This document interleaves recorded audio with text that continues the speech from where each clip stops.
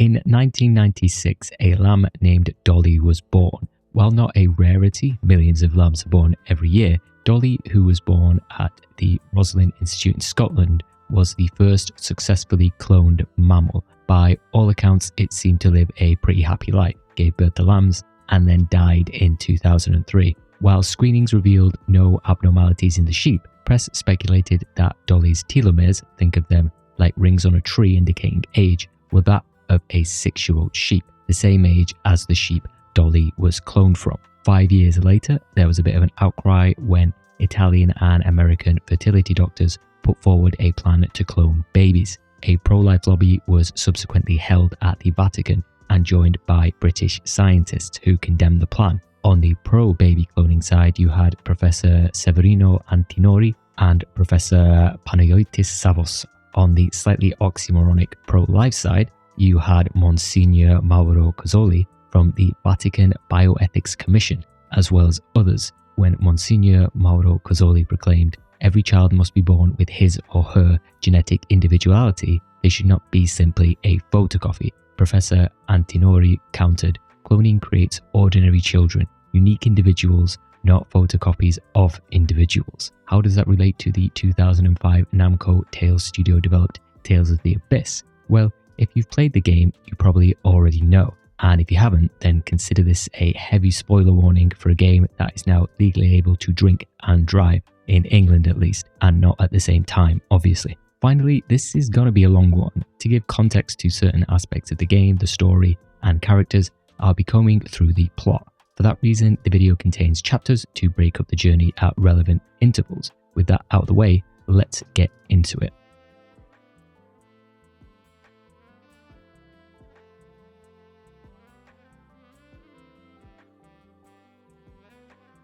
Where can we start if not at the beginning? Tales of the Abyss is brimming with broader themes and symbolism. Before we even start the game, you may have been thinking, why is it even called Tales of the Abyss? Like a suitcase after a 2-week holiday, there's a lot to unpack. As many people who've played the game may be aware, Tales of the Abyss takes heavy inspiration from Jewish mysticism, in particular the Kabbalistic Tree of Life. Think words like Sephiroth. No, not that one. And no, not that one either. There's also a very healthy dash of the Abrahamic monotheistic religion, better known as our Lord and Saviour. Whatever flavour of Jesus you partake in, Abyss lightly sprinkles in aesthetic and thematic elements into its melange. I want to preface this by saying that I am in no way, shape or form an authority on this, but that never stopped anyone from uploading their thoughts to YouTube before. I'll be relying on the Kabbalah Tree, A Journey of Balance and Growth by Rachel Pollack for a number of explanations and thematic relationships present in Tales of the Abyss. From my limited knowledge, it seems in keeping with the general thinking and isn't just me reeling off a Wikipedia page. Everyone wins. If we throw up a quick image courtesy of Wikipedia, we'll see a few familiar names pop up. Hey look, it's Binah and Kokma and a bunch more. Ignore those for now. They'll certainly be coming back around, but the one we're interested in is Darth. Hey, that's another place in the game. What's it got to do with the game's title? Quote, the Hebrew word for knowledge in this story is Darth. The same word appears on the Tree of Life as a hidden or uncreated Sephirah in the space between the higher 3 Sephiroth and the lower 7. And, I quote, Darth, the Sephirah of knowledge, hides, for it lies in the abyss between the upper and lower worlds. End quote. Would you look at that? The broader symbolism of Darth, Abyss, is one of transformation, and that's at the heart of the game. Lands breaking, religion shifting, bonds fraying, the often painful transformations our characters endure in the pursuit of their purpose. Above all, Tales of the Abyss is a tale of change, of death and rebirth. It may be pretty atypical of the shonen genre, coming-of-age stories in general, but Abyss is at its best when it's deconstructing those tropes to craft a memorable and engaging tale. And that begins with a little prophecy. It was foretold that some 18 years ago, a child of light would be born who would inherit a great power, leading the land to prosperity. However, just 2 years later, another would bring about the destruction of his homeland, leading to a bloody and protracted war. Now we come face to face with our Luke, whose name translates to Light of the Sacred Flame, the one foretold in the prophecy in the year of our Lorelei, ND 2018. As is par for the course in Tales games, there is a ton of world building to sink your teeth into. Thank God we're not quite on the levels of something like the Trail series. I feel like I need an encyclopedia to follow that game series sometimes. but setting up our story, characters' motivations, and beginning to pencil in the world we'll be inhabiting for the next several dozen hours is a tricky task, one which Abyss handles rather deftly. Though this section is short, it's important to go through it with more of a fine-tooth comb than other parts because of the foundations being laid. Luke stares out of the bars of his gilded cage up to the sky at a sea of gigantic floating rocks, though as we'll learn, these aren't just any fancy floating rocks and contain a lot of foreshadowing. Luke is essentially a prisoner in his own manor. Why? We don't know yet. Talking to the servants, you'll hear words like score and phone stone, and they won't mean a whole lot right now. Right now, like Luke, the weight that those words carry are a little lost on us. You can stroll through his fancy mansion, maybe take in the cannon in the foyer that, if it went off, would probably obliterate a load-bearing pillar or two. Given the mansion and how Luke's referred to, he's someone of standing. Much like a prison, you are allowed visitors from time to time. Today, Master Van will be dropping by, so Luke intends to wait for him in his room, where he's assaulted by a disembodied voice talking about soul fragments. And it's not the first time, according to his friend Guy, who suddenly appears at the window. Not only are the voices increasing, but they started after Luke was kidnapped by the Malkuth Empire, an opposing nation, 7 years ago. When Dorian General Van Grants finally turns up, Luke meets with him. While he'll get to train today, there's other business. Van is part of the Oracle Knights they're commandant. Think of them as the Swiss Guard, an elite military unit who are independent of other countries. We first hear about Phone Master Ion. What's a Phone Master Ion? The Pope, in this analogy, who was responsible for bringing about a truce between Malkuth, the ones who kidnapped Luke, and Kimlaska Lanvaldir, which is where we are now. However, the Phone Master's gone missing, so Van has to track him down. It's a bit of an info dump, but an important one. The Score, Phone Stones, Oracle Knights, a Phone Master, Malkuth, Kimlaska, the Hod War. Luke was kidnapped, lost his memories, and his uncle is the king. And we're 10 minutes or so into the game, if that. But they are obviously what the game's narrative is going to place a heavy focus on, and how all these incidents are tied together. If you finish the game and then come back to this opening section, you'll understand how no conversation or interaction is wasted. It's an expensive wig, damn it! Why in the world are you wearing it? In the yard, as Luke's about to train with Van, we also see that Guy and him share some kind of relationship as well. As guardians of Luke in some respect, he's blossomed into what seems to be a selfish, spoiled child rather than a young lord. However, perhaps some sparring can instill some discipline. But in the yard, Luke's assaulted by another sensation. This time, it's a sense of foreboding. You then partake in a weird training session where Van will actually call out the buttons you're supposed to press. Perform normal attacks with the attack button. It reminds me of the codec calls in MGS where Colonel Campbell talks you through basic functions. I need scissors. 61. It's not fourth wall breaking, but it does feel like you're in this limbo between experiencing the game and playing the game. No sooner have you gotten the hang of combat than things take a turn. An intruder has infiltrated the manor. Get used to hearing this song because it will be seared into your memory by the end of this.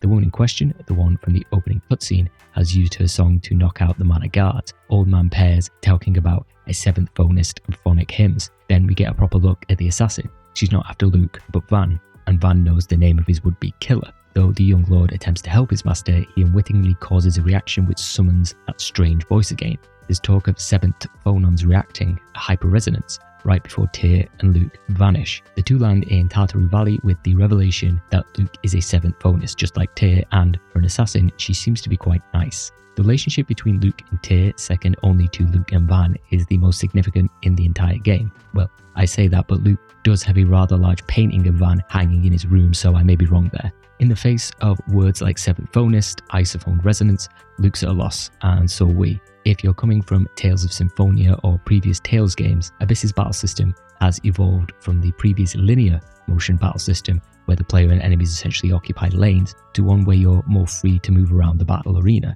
Staples of the earlier games remain, your regular attacks and your special attacks aren't. There's obviously more to say about the battle system, its changes and its flaws as we progress further, but for now, Tartaroo Valley, which is where we landed, serves as our training area of sorts.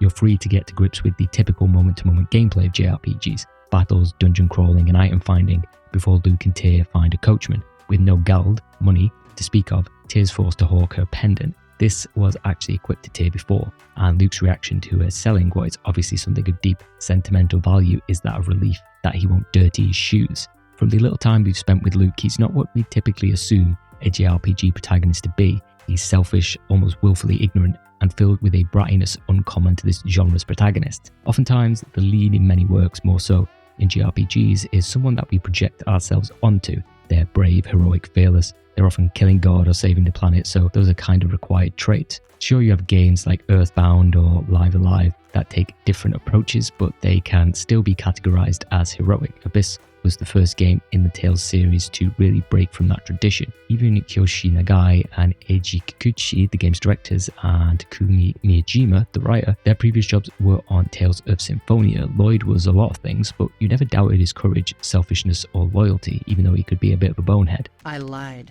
It's actually hot. The same can be said not just for other mainline titles, but the genre at the time. Abyss released in 2005 on the PS2. If you look at what was released in the JRPG sphere around that time, Dragon Quest VIII, Rogue Galaxy, Shadow Hearts Covenant, FF10 and 12, Persona 4, the list goes on. The closest any of the PS2 JRPGs come to capturing that unlikable protagonist is The Harl from Disgaea, and even that example is more of a light-hearted setting.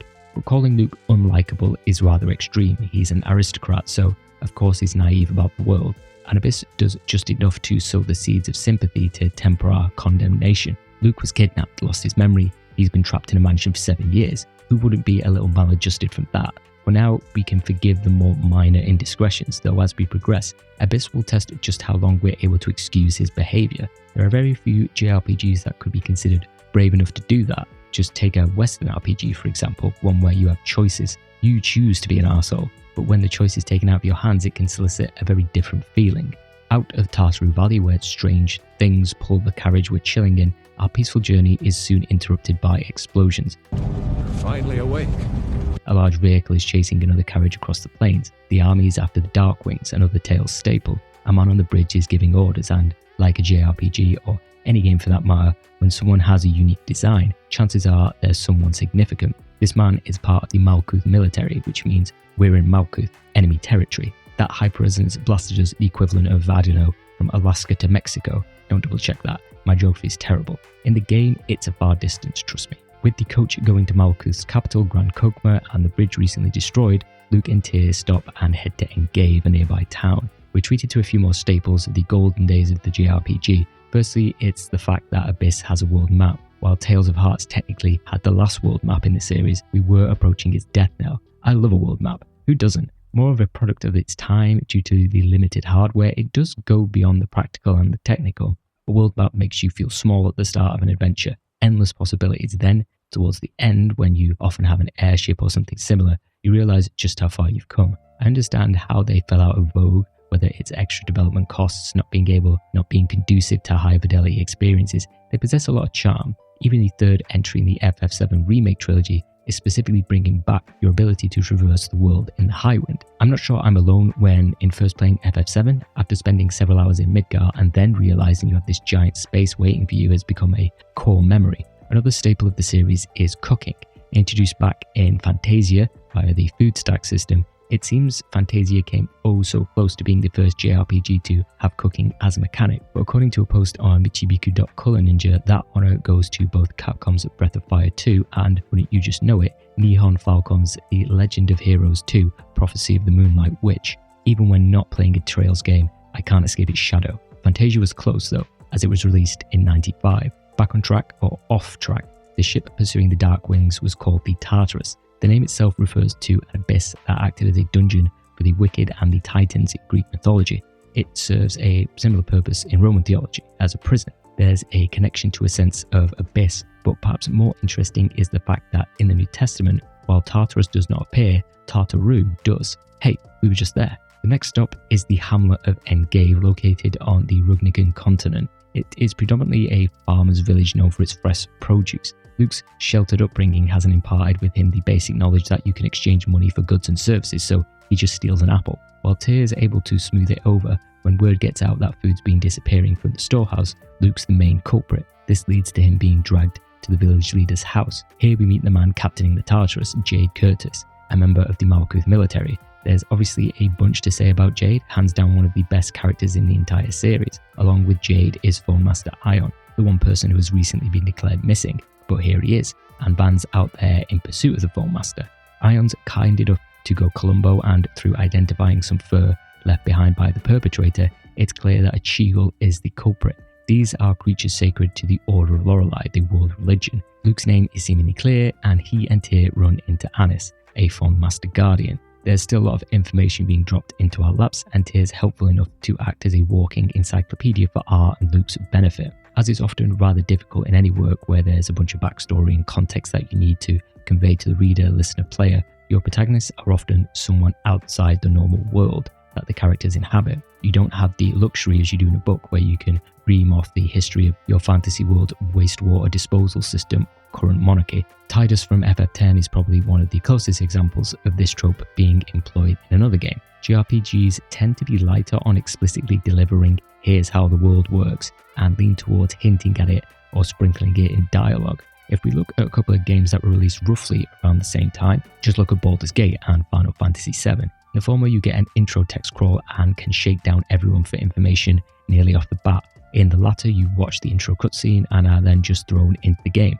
with your knowledge of the world drip-fed. Western RPGs like Fallout, The Elder Scrolls, Dragon Age, and Mass Effect love their journals and character interrogations to unleash the accumulated world-building knowledge built up during the game's development cycle. There are players out there who love thumbing through every copy of the lusty Aragonian Maid or every email Shepard receives. The only JRPG equivalent of that level of information washing over the player would probably be the Trails series. I'm going to say that the entire history of the game could rival something like Dragon Age or Mass Effect in terms of pure door-stopping volumes. No one method is more superior to the other or anything, it's just always kind of fascinated me that Western RPGs focus right down to the minutiae, whereas JRPGs are often more concerned with a broader taste of their world, with a lot often implied or unsaid. Luke, not content with being accused of being an apple thief, falls into a familiar pattern we see him express a number of times in the game. Luke's too emotionally stunted, he's been mollycoddled his entire life, so is unable to express that he just wants to do a good thing. For us, it's probably one of the first sparks of him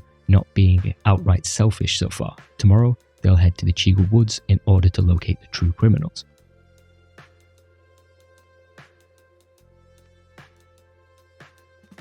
The woods are a short way from Ingave. Luke and Tyr find Foam Master Ion surrounded by a pack of monsters, but the position of Foam Master is not just for show, as he has access to powerful Dathic phonic arts. Ion tells Luke that his name means Light of the Sacred Flame in ancient Hispanian. The closest parallel in our world is that of Italian and Latin, with ancient Hispanian being the Latin analogue. Italian is sprinkled into a number of the game's systems, plot, and general link to music itself.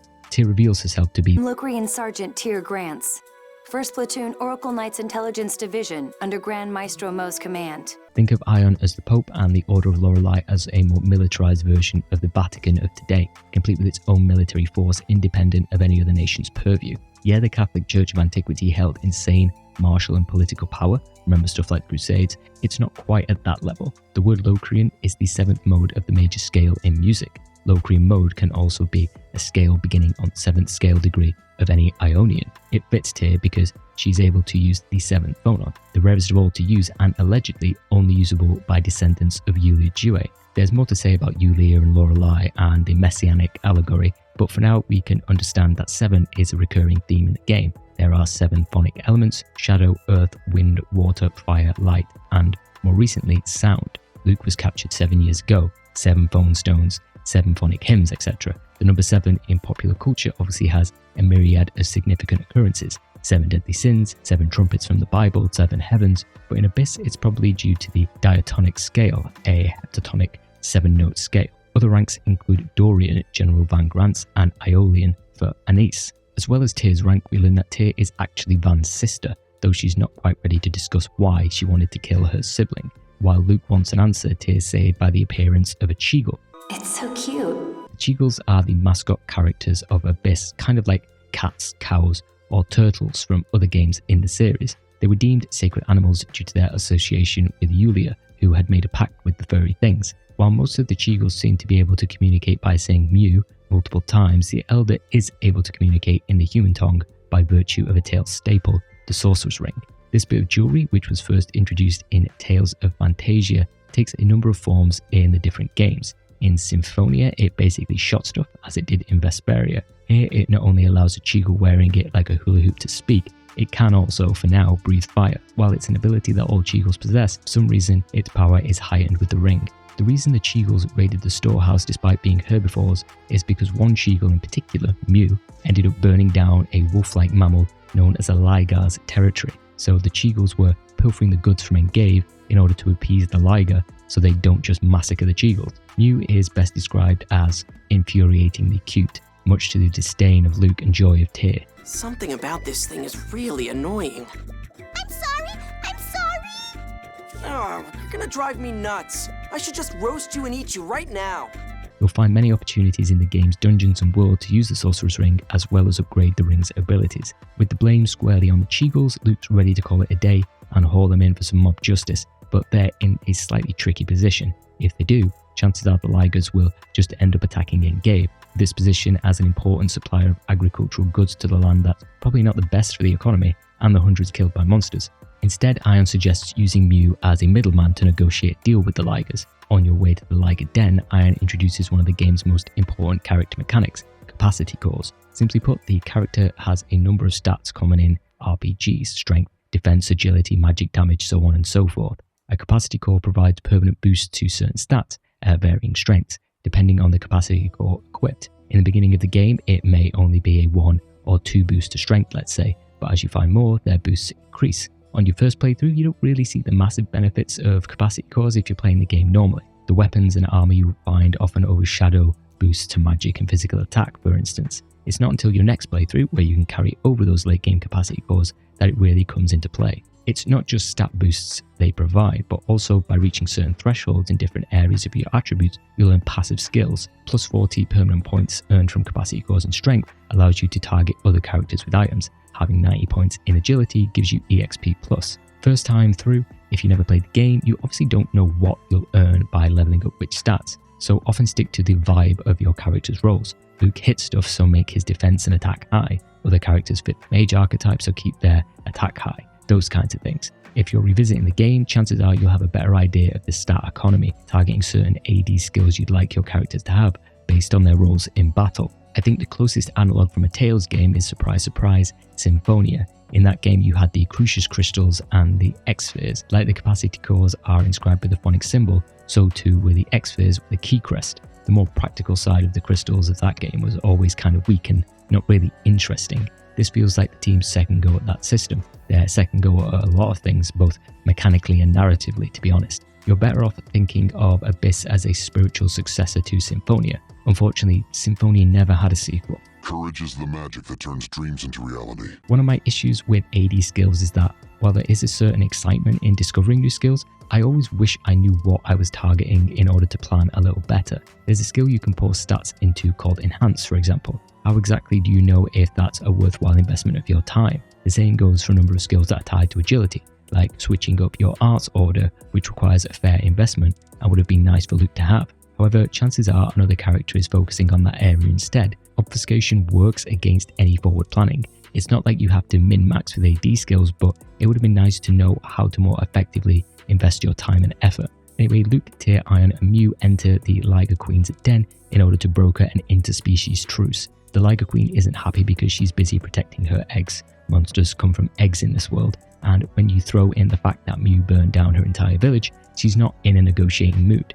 There's a fitting quote from Aesop on the whole interaction. The hares harangued the assembly and argued that all should be on an equality. The lions made this reply: "Your words, O hares, are good, but they lack both claws and teeth such as we have." A peaceful resolution seems even further away when Ion breaks the harsh reality that if those eggs hatch, the monsters will flood the village. Inexplicably, and because the story says so, Ligar young like the taste of human flesh. With no other choice, the team must fight. This is your official first boss fight of the game. The Queen, while not dishing out too much damage on normal, does have a seemingly absurd amount of HP at this point in the game. It's no Gattuso from Vesperia, but it's going to take more firepower than Tyr and Luke have. Luckily, Jade shows up right in the middle of the fight. He seriously outlevels your current members and can handily end the fight. 天候を満つるところ我はあり、黄泉の門開くところ汝あり。いでよ、神の雷。これで終わりです。インディグネーション。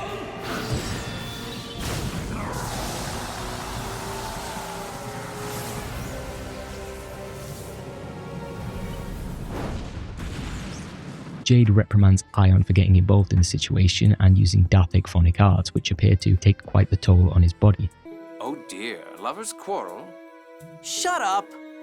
Colonel Curtis, we don't have that sort of relationship. Surprisingly, Luke stands up for the mini-pope and their failed mission of peace. You report back to the Cheagle Elder, and Mew becomes a permanent fixture of the team as a means for him to repent for burning down the Liger's home. Unfortunately, the first steps towards redemption will be spent in captivity. Jade's gone and called the military on Tyr and Luke, which earns them a room on the Tartarus for interrogation.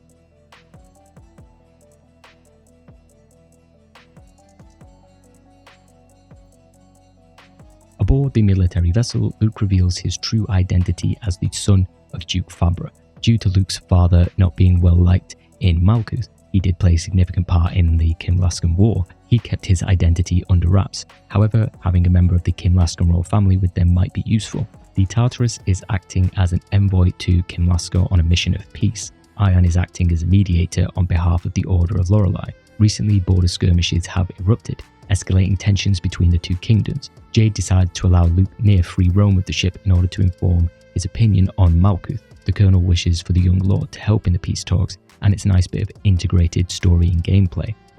Luke, I'd so love to go places with you. While you can talk to random people manning the ship, the more interesting follow-up is with Jade. Like Luke, he has no recollection of the kidnapping, which may have occurred during the previous Emperor's reign. There's talk of the Hod War of 15 years ago, which was a pivotal turning point, as well as the current infighting with the Order of Lorelei between the reformist Foammaster faction, Ion, and the more conservative Grand Maestro Mose faction, who Tyr's obviously affiliated with. The latter wants the war to continue, imprisoning Ion. Jade was the one who broke him out. Schisms within the Catholic Church, hell, schisms within any religious institution tend to go hand in hand. Everyone has their own interpretation and opinions. I think Abyss pulls on three major areas of Catholic history, some more obvious than others. The infighting between the order, though not word for word, is similar to the Protestant Reformation in the 16th century. It's a big old topic. Reforming one of the largest religions in the world tends to be. Basically, Martin Luther believed that Christianity should be based on the Bible alone. Your charitable donations, volunteer work, didn't factor into St. Pete, parting the velvet rope like you're at a fancy nightclub in the clouds. Everyone is equal. Priests and what have you are not above anybody. It was up to the individual to interpret the Bible. The kind of thinking went against the grain. What better way to control people than have them worship you? The cliff notes is that the Protestant religion was born. Just why that difference between self-interpretation of sacred texts, Luther, and the "don't worry about it, we'll tell you" stance of the Catholic Church is especially relevant to Abyss's themes will become more apparent later on. Another couple of events that will become more important as Abyss goes along is the Bible being translated into English in the 14th century and what came to be known as Vatican II, which actually happened within the past 100 years in the 1960s. Religious allusions aside, Tyr doesn't believe Mose would be capable of such a thing. Mose prays only for the fulfillment of the score. Remember that. If they delay the encroaching Grand Maestro faction and deliver a letter of peace to Kinlaska, they may be able to avert the war. This is where Luke comes in, but he won't be swayed so easily. He wants Jade to beg, spawning one of the coldest retorts in Tales history. Man, do you have any pride? None so cheap as to be shaken by something as petty as this, sir. With the mission decided, a spanner is swiftly thrown into the works. A fleet of griffins are heading towards the Tartarus. The ship goes into emergency maneuvers and is infiltrated by one of the Order's 6 god generals, Largo the Black Lion. He and the man he calls Jade the Necromancer clash in order to take back Ion. We've seen what Jade's capable of, so it should be an easy victory, right? But his phonic arts are sealed by a dice-like device called a phone slot seal. Using magic in this world requires one to open their phone slots. Think of it like chakra openings in the body, of which there are, you guessed it, 7. There are a number of interchangeable names to them, but they are basically the crown, the third eye, the throat, the heart, the navel, the sacral, and the root. If you imagine them like a muscle, Jade was once Mr. Olympia, and the phone slot seal has reduced him to some teenager who just started chugging protein shakes and hogging the bench with his mates. That kid still has strength though, and with the help of Mew, he's able to stage a distraction to allow everyone to escape. With Tyr's help, Jade skewers the Black Lion, while Luke looks on, dumbfounded that he just witnessed a murder. The effects of this still linger with Luke as they try to find a way out of the ship. So much so, Jade and Tyr opt to leave him behind while they take back the bridge. While watching over a guard put to sleep by Tyr's hymn, Luke, through Mew, ends up waking up the guard.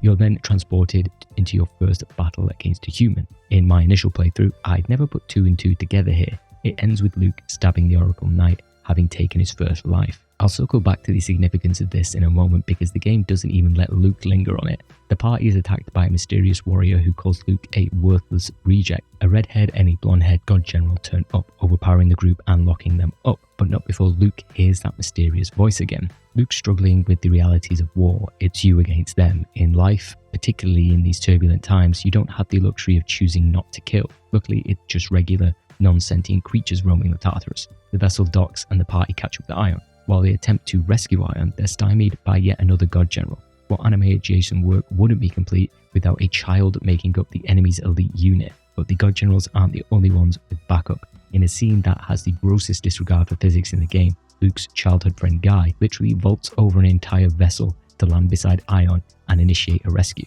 The next destination is St. Binah. By the way, Ion, where's Annis? The enemy stole the Emperor's letter.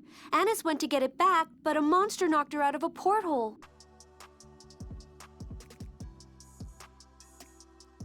A couple of important things happen on the way to St. Binah. Firstly is Guy, Luke's ride or die. Out of all the people in the party so far, Guy is the only one who has a more well-rounded view of Luke, the person behind the lordly title and selfish veneer. We know nothing really about Guy aside from him being Luke's servant, more like attendant, and that he's obviously quite capable. Oh yes, Guy has a phobia of women. While he's happy to greet Jade and Ion, the moment Tyr approaches, he flails away. Gynophobia, kind of ironic, is the technical term, not to be confused with misogyny, which is a hatred of women. There's a reason for Guy's irrational fear, but you'll have to wait a while for the answer. Luckily, or unlucky for him, he'll be subject to a lot of exposure therapy. It wasn't just Guy searching for Luke, but General Grants too, meaning Tyr will be forced into another reunion with a brother. But before departing to St. Binah, the party is interrupted by Oracle Knights again. Here, Luke has a decision to make. Will he stand on the sidelines in order to not take a human life or fight to survive, even if that means killing?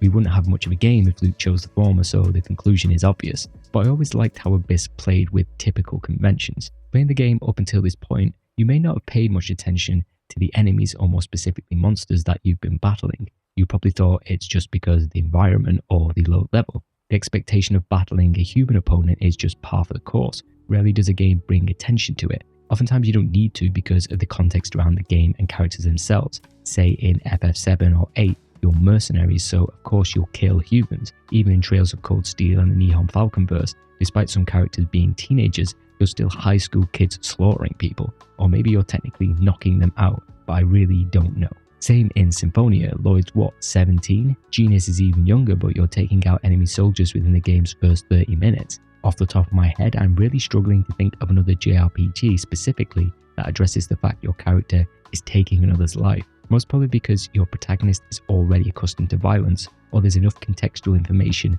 to handwave it. I mean, even when playing a game where a character is clearly some child's soldier, you don't question it because it's a game. I really like what they did with Luke and him facing the realities of the world. It wasn't too long ago when training with Van that Luke imagined that training dummy as a real opponent. The reality of the situation was far beyond anything he could have imagined. Understandably, after one fight, Luke's not quite ready to become a robotic death machine. He's disarmed and Tyr shields him from an attack.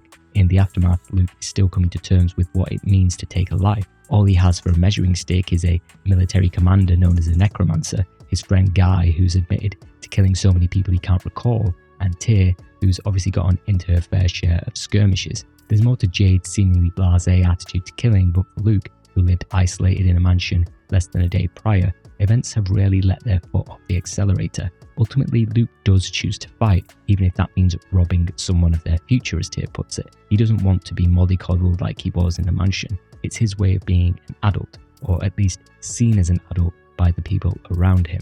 Arriving at St. Binah, it's being occupied by Oracle Knights. The gang was hoping to meet Anise here, so intended to check with the retired Field Marshal McGovern. The party manages to infiltrate the city via Rose, the mayor of Engave, smuggling them in via a supply wagon. If we take a look at the 10 circles or pulses of divine energy, Binah sits at the top left of a tree and symbolizes understanding. The game may say specifically why it's called Saint Binah, but I couldn't find anything. Usually one has to be canonized to be a saint. It happens after you die. Think of it like prestige classing after you've gone to heaven. Locations aren't canonized, people are. So St. Binah must have been a person, right? But there are no other saints in Abyss, so I'm guessing it's just a naming convention. There is a large tree, however. In speaking with the Field Marshal, you receive a letter from Aramis. Having been forcibly ejected from the Tartarus, she flew out of a window. She's pretty chipper. In her letter, Aramis plans to head to Kaitso, as well as confessing her love for Luke, or more like her love for Luke's generational wealth. Is my beloved Luke safe? Oh, I'm so embarrassed. I just confessed my feelings. Guy also mentions that Luke is engaged to Natalia, the king's daughter, technically his cousin. Not a rarity in royal families, it's still rather creepy, just look at what happened to the Habsburgs. Oh my dear Jenna. You are exquisite! Just outside of the city, a number of god generals have gathered. We get a good look at 6 of the generals. Firstly, Allegretto the Quick, the older woman with the guns, is named after Allegretto. Music played at a fairly brisk speed. The one with the green hair, Sync the Tempest, is pretty self-explanatory. The girl, Arietta the Wild, is a shortening of aria. This is just a short piece for one voice. The big guy, Largo the Black Lion, is a slow-tempo musical piece. Dist, the one in the chair, has his name come from dissonance, which fits his more, let's say, erratic behaviour. The cool thing about the god generals is that, by divine accordance, they all have some form of relation to the party, whether they know it or not yet. For a number of them, they are two sides of the same coin with those in our party, examples of small deviations that widened over time. We'll see just how the mirrors reflect each other as we delve deeper into the plot. One thing I absolutely love when characters in an anime or book or whatever reach a level of badassery where they earn themselves a moniker. The Trail series absolutely loves this. There are so many times in that game series where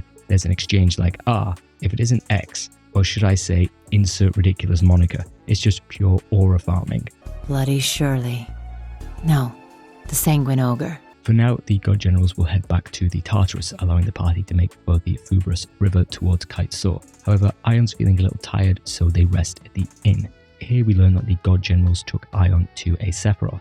Whatever they forced him to do there has left his body drained. The discussion serves as an opportunity to define what a Sephiroth means in the context of Abyss. In Symphonia, we had a similar tree, Yggdrasil, from Norse mythology. As said, we're firmly in the Jewish mysticism sphere here with the Sephiroth. Sephiroth itself is a plural of Sephira. There are 10 Sephira, each having a meaning and, as a whole, making up the Sephiroth tree, with various interconnecting lines. Hokmah is associated with wisdom, Kesed with mercy, for instance. It's through these 10 emanations which the one god reveals itself. In Abyss, the one god is Lorelei. Altogether, these Sephira act as the building blocks of reality. In this world, these 10 emanations are more literal. They are the world's most powerful phone slots, areas where a ton of energy is gathered and dispersed. Think of them like natural gas reserves or powerful geothermal deposits. Their role in the story only increases, much like in Symphonia. At the Fubrus River, you're introduced to another game mechanic you've probably seen and possibly utilised thus far in battle, Fields of Phonons. In battle, when you, a party member, or the enemy attack, it can conjure a circle of varying size on the battlefield. The element of the field depends on the spell or move that occurred. Generally, low-level spells and moves produce a colorless, unprimed field.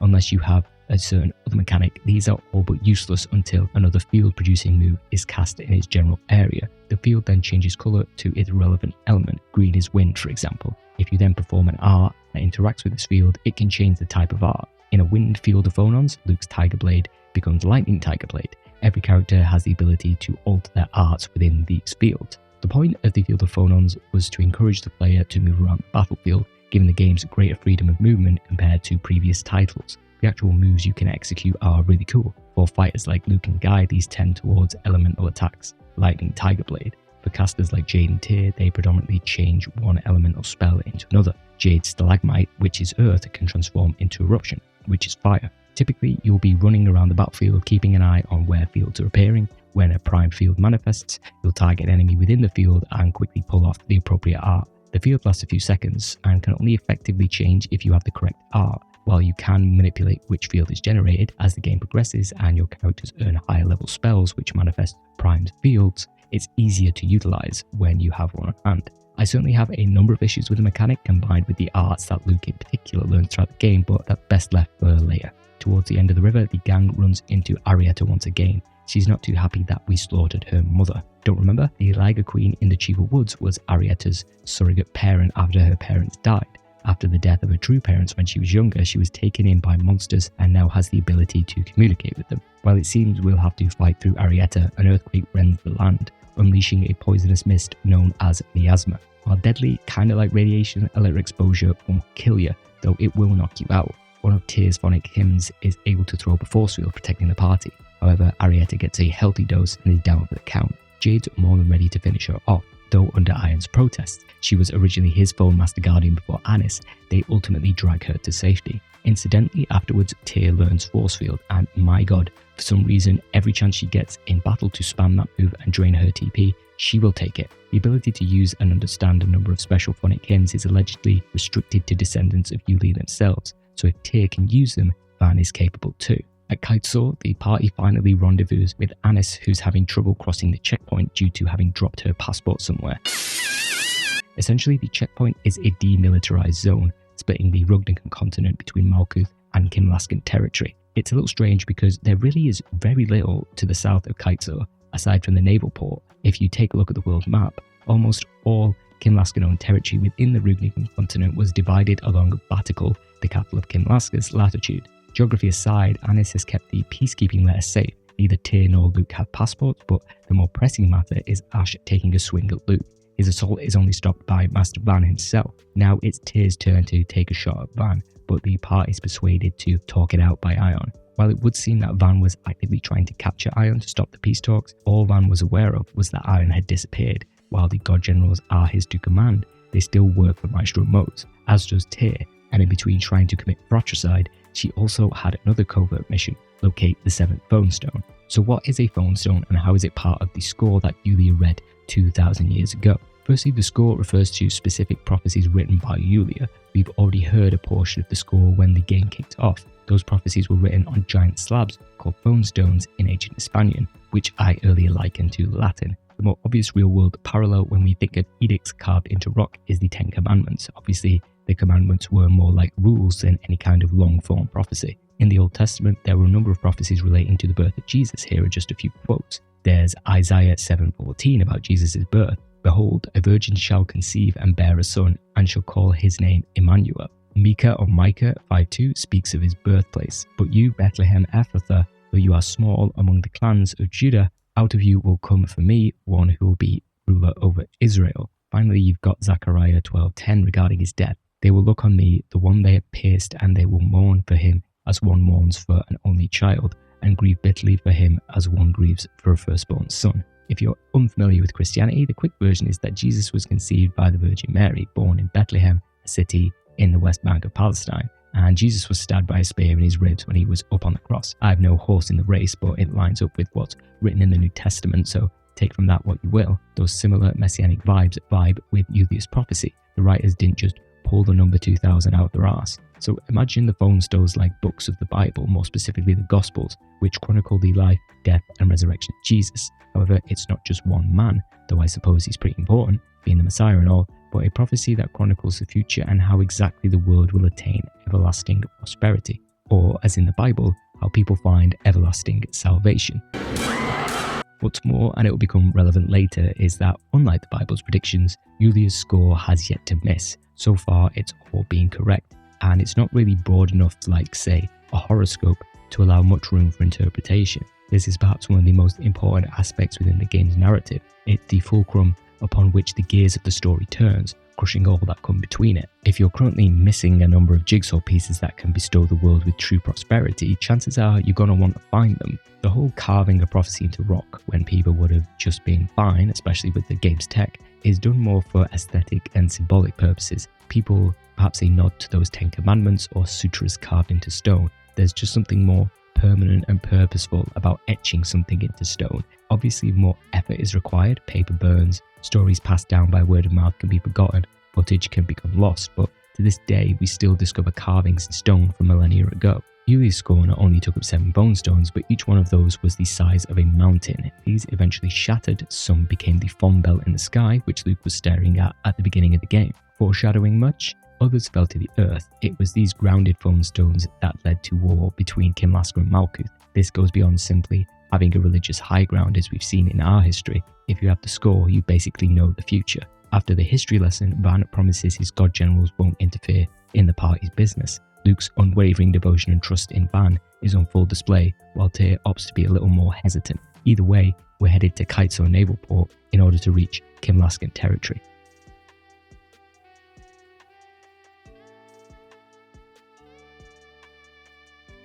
New addition to our party, Anis functions as a hybrid between a caster and a physical damage dealer, a classic battle mage archetype if you will. While she doesn't fight directly, the giant Fontek puppet Tokunaga handles that. She is in command of the Phonon of Dark. Mage and mage adjacent characters in the Tales series have a tendency to be both young and wield some kind of childlike weapon. Genius had the Kadama, the ball and the cup. Elise from Xillia had Tipo, whereas both Carol and Presea from Vesperia and Symphonia respectively wield axes as large as they are, some with more grace than others. We can talk about party dynamics later, but for now, you'll most probably be using Luke, Tyr, Jade, and then an open slot for anyone else, typically Anis or Guy, depending on the enemies you're encountering. At the naval port, the crew run into Gloomietta, as Anis calls the God General. Under Ash's orders, she attacked the ship and the people of the dock in order to prevent us from heading back to Kinlaska. Well, more like delay our return, because she's keeping the ship's engineer at the nearby Choral Castle. Once a vacation home for Duke Barbara, it's been abandoned since the war encroached on Kinlaskan territory. If we want to stop the war, we'll have to find another way home. Or because the engineer's score predicted he'd be saved from calamity, we need to go retrieve him ourselves. A slightly vaguer reading than Yulia's score, we're slinking into that self-fulfilling prophecy territory. In the case of the engineer, if his colleagues hadn't stopped us in order to tell the party the engineer was supposed to survive, would the divine hand of Lorelei have saved him? Was the catalyst for fulfilling the prophecy the party being told we need to save him? Whatever many paths the prophecy could take, would they all arrive at the same point? While there's time to examine determinism and fatalism at another juncture, Abyss will start sprinkling in these little philosophical quandaries more and more as we progress. Luke has no memory of Choral Castle, despite having visited it as a child, because his memories began or restarted from 7 years prior. The location is your standard creepy old castle, which always reminded me of the Manor of the Wicked from Vesperia or Shinra Mansion. You roam the ludicrously obtuse mansion. Just what exactly are all those exterior stairs for? In order to collect gems from spirits. These gems allow you to access a hidden area of the castle where a strange machine sits inert. Jade seems to have an inkling, but he's keeping tight-lipped about it. Even Guy has some ideas about Luke's kidnapping before Anis mounts him in terror. There's obviously something from Guy's past, which he's amnesiac about, causing it. Perhaps it has something to do with the fact that he was orphaned some years ago. The party finds the engineer atop Choral Castle. No sooner have they laid eyes on him than Luke gets scooped up like a worm by the early bird. He's being taken to that peculiar machine, manned by Sync and Dist, as it analyzes Luke for some nefarious reason. Dist drops a rather foreboding yet important line.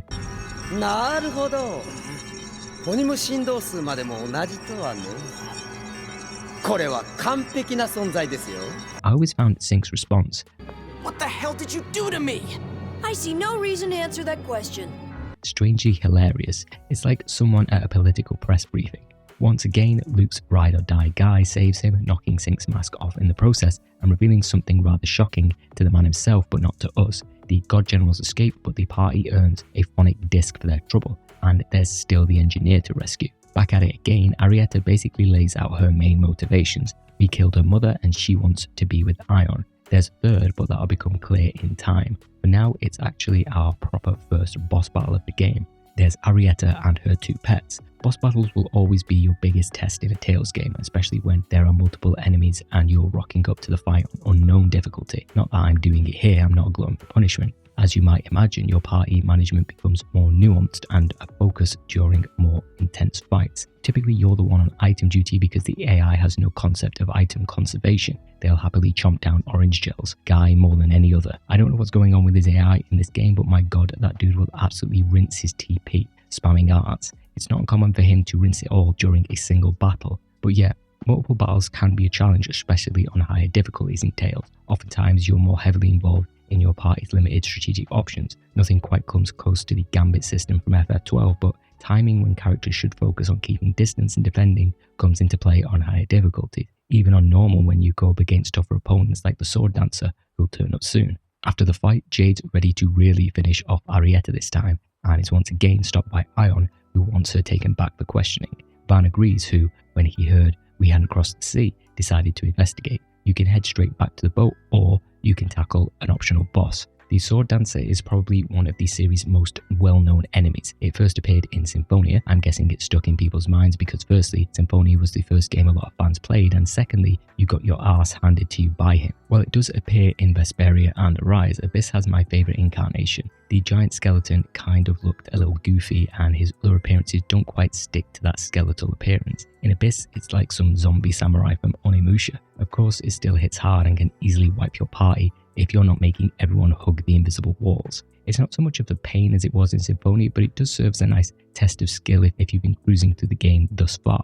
Upon returning to Kitesaw Naval Port, the party is finally able to catch the ferry. Aboard, Luke is assailed by another slightly ominous voice ringing in his head. He can also engage in a number of important conversations, though he won't grasp their significance until much later. To Guy, after Luke returned from his brief Malkuth holiday, it was like he'd transformed into a totally different person. Jade posits the question to Luke of what he'd do if he found out he wasn't really himself. At least Tyr is being a little less cryptic. Another mini revelation comes courtesy of her. Luke is not a true 7th phonist, evidenced by the fact he can't wield healing arts like Tyr. In Abyss's world, phonons are essentially atomic particles. In a sense, it's not a widely absurd notion. The word is simply a respelling of the actual word phonon. In science, it's focused on vibration and energy transfer in solids, while in traditional science, it describes how heat and sound travel through materials. In Abyss, it's smashed with what we'd consider atoms. In the game, it's a catch-all term that's often attached to a bunch of things in the game's world. Phonetech, for instance, is a broad technological term that means anything that harnesses some aspect of phonons. It powers technologies such as the Phone Stone light system, which channels the phonon of light, or someone like Tokunaga, Anis's giant doll, which is a mechanical construct. In a sense, everything in the universe vibrates to some degree. Moreover, if phonons are combined with memory particles, literally the planet's memory, it yields a massive amount of energy. We can consider this similar to nuclear energy. A Phonetech machine attempted to pass these particles through the phone belt as means of energy generation, the planet storm. In doing so, the 7th phonon was born. There's more to the story, but Tyr's lesson is over for now, just in time for Luke to suffer from another headache. This time, the voice isn't simply content to speak to Luke, it possesses him, forcing him to make a strange gesture with his hands. Luckily, Master Van is on hand to help Luke regain his composure. Van also uses this opportunity to drop some knowledge on Luke. Typically, 2 7th phonists are required to propagate a hyperresonance. In Luke's case, he can perform one alone.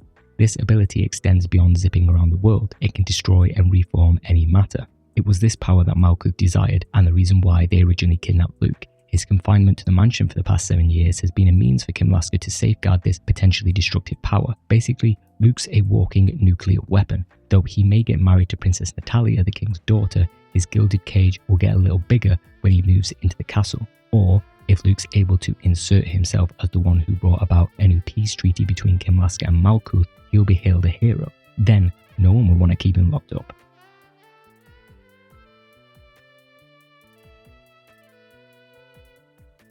After disembarking, you'll arrive in Kessadonia, a Middle Eastern-inspired city, think Marrakesh. Being the second largest continent, it's situated in the southern hemisphere. To the west is Kimlaskan territory. The largest desert is autonomous, while the Ispanian peninsula belongs to Malkuth. The name itself comes from the 4th Sephira, Kesed, associated with mercy. Due to its autonomous nature, Kessadonia has become an important trade hub for both Kim Lasker and Malkuth. Desert levels in general make a pretty constant appearance in the Tales series hell. In any classic JRPG, in Symphonia, Lloyd and the party visited Triet early in their journey. Vesperia had Mantiac, Graces had Ray. A point of interest, just like Mantiac from Vesperia, is the Antlion Man. It first appeared in Abyss, though I think it's just a guy cosplaying, and he'll want seemingly random items, which he'll launch into the whirlpool. You do this enough times and maybe you'll get something good. Another semi-mascot-like character is Din at the item shop. By bringing her things you collect from after-battle drops and at search points, she'll make various items. These can be potions, accessories, weapons, that kind of thing. While not as great as the crafting system in Symphonia, it's technically the only way you're able to get access to high-level weapons late in the game. Your goal in Kessadonia is to speak with Asta at his mansion in the middle of the city. For one, Kessadonia has simply too many screens you'll need to transition through. This becomes even more egregious after a certain incident impacts how you navigate the city. Van plans to hand over Arietta to an inspector in Darth, but by now, you can imagine how that might go. While you're roaming the city, you'll run into a Tales series staple, the Dark Wings. Debuting in Tales of Destiny, in which they were best described as a bunch of bumbling hunters, the constant is that they're usually a team of 3, often on the wrong side of the law. While mostly occupying the fringes of the plot in previous and further titles, the Darkwings play a much more active role in Abyss's plot. They're once again represented as thieves, and were the ones Jade was originally chasing after exiting Tartaroo Valley. In Abyss, the Darkwings are Noir, York, and Urushi. While Anis is having an aneurysm at the thought of some old lady stealing Luke's affections, Noir actually pilfers his wallet, only for Tyr to swipe it back. Funnily enough, if you've played Fantasian or Neo-Fantasian, there's quite a parallel between that game's the Cinderella Tri-Stars, who are also a trio of wacky thieves. Visiting the mansion, you'll find Asta, head of the Caledonian Merchants Guild. In some ways, the city functions similar to the Den of Guilds Dangrest in Vesperia, in that while functioning autonomously, it still has a lot of sway in the world. Asta has access to a machine that can read the contents of the phone disc taken from Choral Castle. While we won't be privy to the contents of the report, Guy and Jade will. That is, if they even get a chance to read the report. Upon attempting to leave Cacedonia, Sync appears, marking Guy with some form of seal and attempting to steal the report. The party manages to board the ship and leave Sync and Dist by the dock, though Sync did tag Guy with a curse slot, which has the potential to exert some kind of control over him. On the ship, Jade pores over the research, and we learn that Lorelei's phonon frequency is 3.1415. You get the rest. It's pi. One of the stranger revelations, and where Abyss begins to deviate from its more strict adherence to some of its religious influences, is the nature of the 7th phonon, and therefore Lorelei. When enough of a certain type of phonon gathers, it becomes sentient. Lorelei is the aggregate sentience of the 7th phonon. Furthermore, if you can control that, then you have access to high-level phonic arts. Similar to Symphonia or Vesperia, where there are physical manifestations of the elements, think Undini for water in those games, Abyss follows that trend. The first phonon associated with dark has shadow, for example. Lorelei's existence is hypothetical, kind of like dark matter. In that case, we know enough to know that we don't know enough. Because we can't explain a phenomenon, something else currently beyond our knowledge is causing it. In Abyss, because there's evidence of the 6 other phonons having sentience, though we've never really seen them, it stands to reason that Lorelei is true.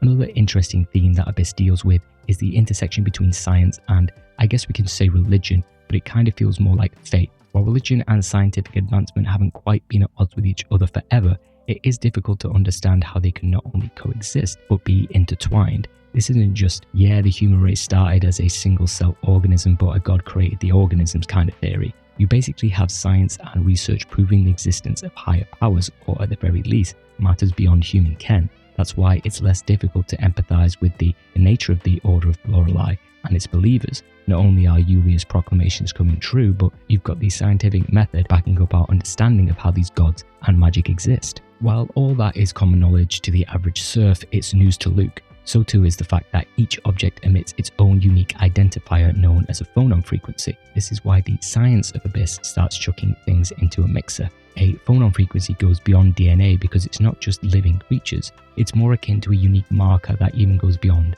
an atomic level. Like, not everything in the universe as far as we know is truly unique. Things still consist of the same atomic makeup. However, in this world, it's the inverse. Isophones are 2 entities that possess the exact same phonon frequency. We now skirt back around to phonons being cosmic DNA, a clone essentially. While we're not quite at MGS levels of clone theory, there's much more in Abyss relating to all this, and the existential crisis that comes with it. As we saw before, Luke's able to create this hyperresonance by himself. He doesn't need someone with the same isophonic signature. In real-world medical terms, a hyperresonance is an exaggerated resonance on percussion. So when you knock on something, you get a louder response than you were anticipating, indicating something, like in your chest, is amiss. In Abyss, it's potentially a devastating weapon, investigated by the military within Fontech research. And another part of that research was phomicry, basically the ability to make a copy of something else. In theory, if you have something's isophonic signature, which we can liken to binary or DNA, you're essentially feeding the same recipe into a machine and it builds it according to the data. However, in doing so, its signature changes, kind of like when you copy-paste a document into the same folder as the existing document and it appends a little 1 to the end. So you've got some lofty concepts being explained, most of which you probably won't fully grasp or understand the importance of until further in the game. The lesson's cut short when the ship's invaded by Oracle Knights. You've got no choice but to fight your way through, engaging in strange robot-chasing minigame along the way. The Dist-created Barolo X steals a Bond fragment, and by catching it, you can earn the Wing Boots, which increase your speed in towns and the like.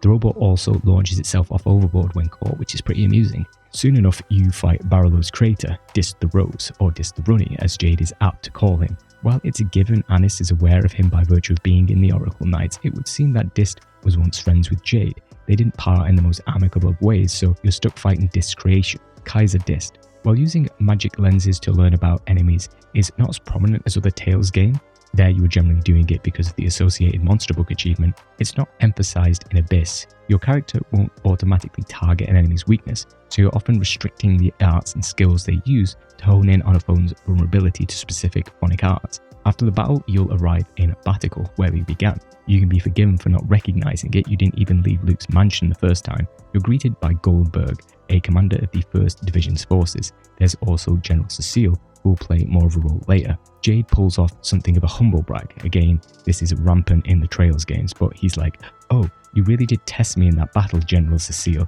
And of course, she's like, "What? You decimated my troops." You taught me a painful lesson in our battle in northern Macedonia, General Cecile. You must be joking. My forces were virtually wiped out. While you can head straight to the castle, you do have the opportunity to explore Batical a little. It's significant for a number of reasons. Obviously, it's where the palace is located and King Ingilbert resides. Originally, a massive phone stone had come crashing into Eldrant, the earth, from the phone belt, creating a giant crater, luckily right near a body of water too. People originally made settlements along its ridges before the city gradually became the seat of power for the Kinlaskan Empire. Design-wise, it shares a lot of similarities with Heliod from Vesperia due to all the stone and metal. Batical, however, consists of multiple levels accessed by a series of lifts. You can find staples such as the arena here, but not a great deal else. Its drab, industrial atmosphere is at odds with the Malkuth capital Grand Kokma, which we'll visit at some point. The name of Batical is not taken from Sephiroth like a number of other locations in the game. Instead, it takes inspiration from the Tree of Evil, one of the schematic models of the Clip-Off, a name you'll be familiar with if you've played the game before, and one which will be said a lot soon enough. The Tree of Evil is like an inverted Sephiroth. Interestingly, it is from Malkuth that the inverted tree is connected. Each sphere in that tree, just as the Sephiroth is for virtues, these nodes are for sins.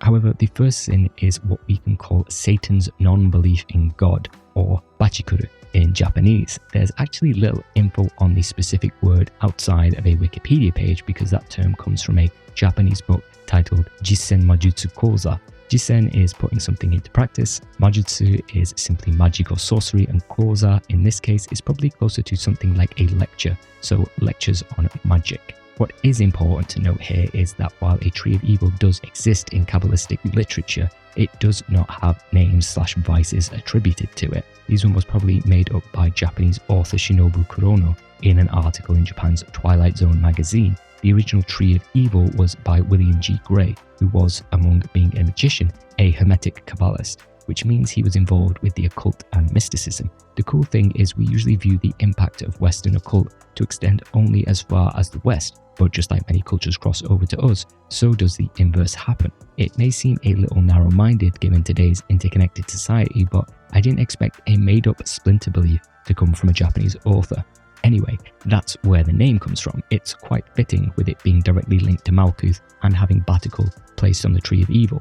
While these sins may not be true to Kabbalistic beliefs and literature, they do make an appearance in Abyss. Remember the Kaitso checkpoint? Well, that comes from the 6th vice, Belphegor no Kaitsuru, Belphegor, and there's more to come. We're not the only ones who've never seen Batical before, neither is Luke. You can take in the majesty of all the grey and concrete like Manchester. You'll also run into the Dark Wings once again, though there's no telling what they gain from speaking to an Oracle Knight. Arriving at Batical Castle, you'll finally meet and speak with King Ingibert. You just walk in as he's chatting with Grand Maestro Mose. Can't let that snake continue. While we're here on our journey of peace, it would seem that Mose is attempting to sow the seeds of discord. He claims that Malkuth is itching to start a war, but a first-hand statement and the letter from Emperor Peony should put an end to that. Luke and the party have time to convalesce, so Luke should probably visit home, especially after hearing his mother has fallen ill. At the mansion, you'll also hear that Van is now being actively pursued for conspiratorial behaviour. Luke meets with Princess Natalia, the king's daughter. She's somewhat similar to Luke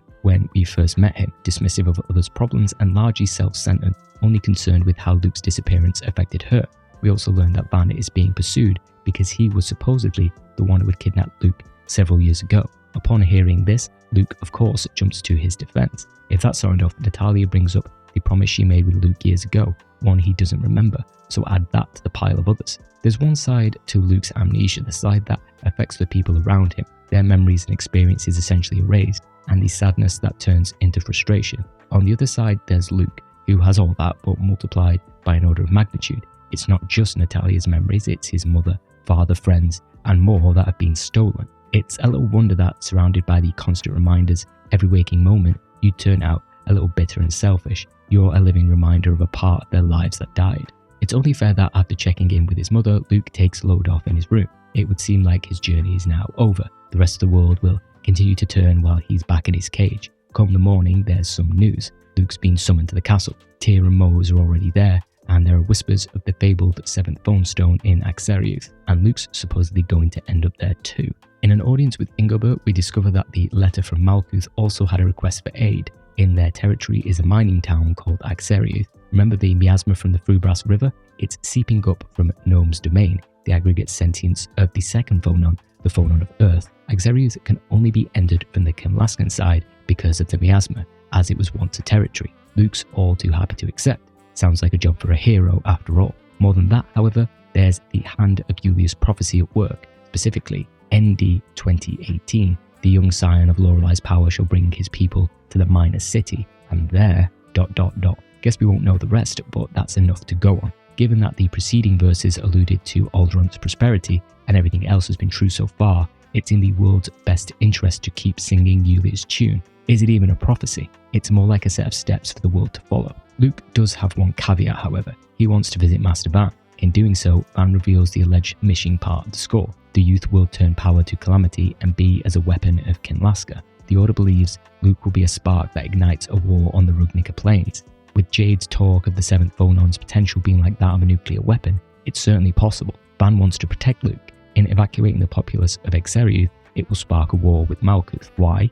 Who knows? But Yulia's not been wrong so far. Instead, Luke should use his hyper-resonance, which can disassemble matter at a phonic level. Van then reveals it really was him that kidnapped Luke 7 years ago in an attempt to save him from being used as a pawn and a catalyst of war. So far, it seems like Van's been the only one looking out for Luke's best interests. When faced with the single person in your life who praises you, acknowledges you, makes you feel needed, it's only natural that you'd form a strong bond with them. Luke's real parents chose to lock him up in a mansion for 7 years with no intention of letting him out. Van actively tried to free him from that life. Blind loyalty never quite works out in the end. Saying that, people adhering to the score with unquestioning faith hasn't steered them wrong yet, and just ignore the person snooping on their conversation. When you're ready to head out, Abyss drops a new mechanic on you, phone slot chambers. I have, let's say, a number of issues with the pace of Abyss introducing new mechanics, more so than the age it took to do so in Symphonia. The cliff notes is that I do not think phone slot chambers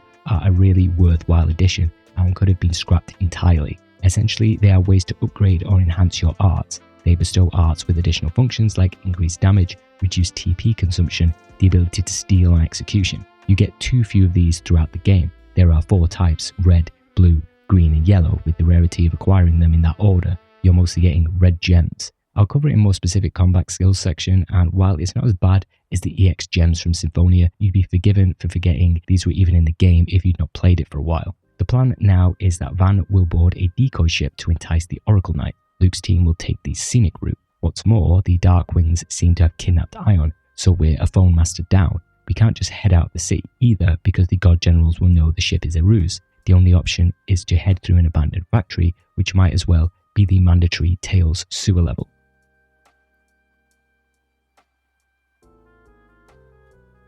The abandoned factory is not as annoying as the sewer from Symphonia. In fact, it's too drab to be kind of anything. You have Princess Natalia brightening up the place. Everyone, most of all Luke, is reluctant to take her along, but when she reveals she heard his and Van's little chat, his arm's been twisted. Thus, we have our final party member. Natalia is a slightly strange addition. She's like a combination of Anis and Tyr. Natalia has access to mid-level healing arts and abilities to buff party members. On top of that, she also possesses bow skills. Her closest analogue from the series is probably Leia Rolando from Zilia. She's not quite a full healer nor full attacker. For me, she was a backup Tyr for when Tyr's TP ran too low. Navigating the abandoned factory feels like a bit of a chore at times. What makes it worse is the music. Now, Motoi Sakuraba is one of the greats, no doubt there, for what it's worth. The burning fighting spirit from Vesperia is probably my favourite of all the battle themes in the Tales games. He cooks, we know this, but man, the soundtrack for this factory is ass, my dude. It's like a handful of notes. It's like he went into the studio, bashed his head against the keyboard and called it a day. When you're wandering around this place, shoving barrels and clambering along pipes, the music just grates on you after a while. I just wanted to be rid of this hellhole.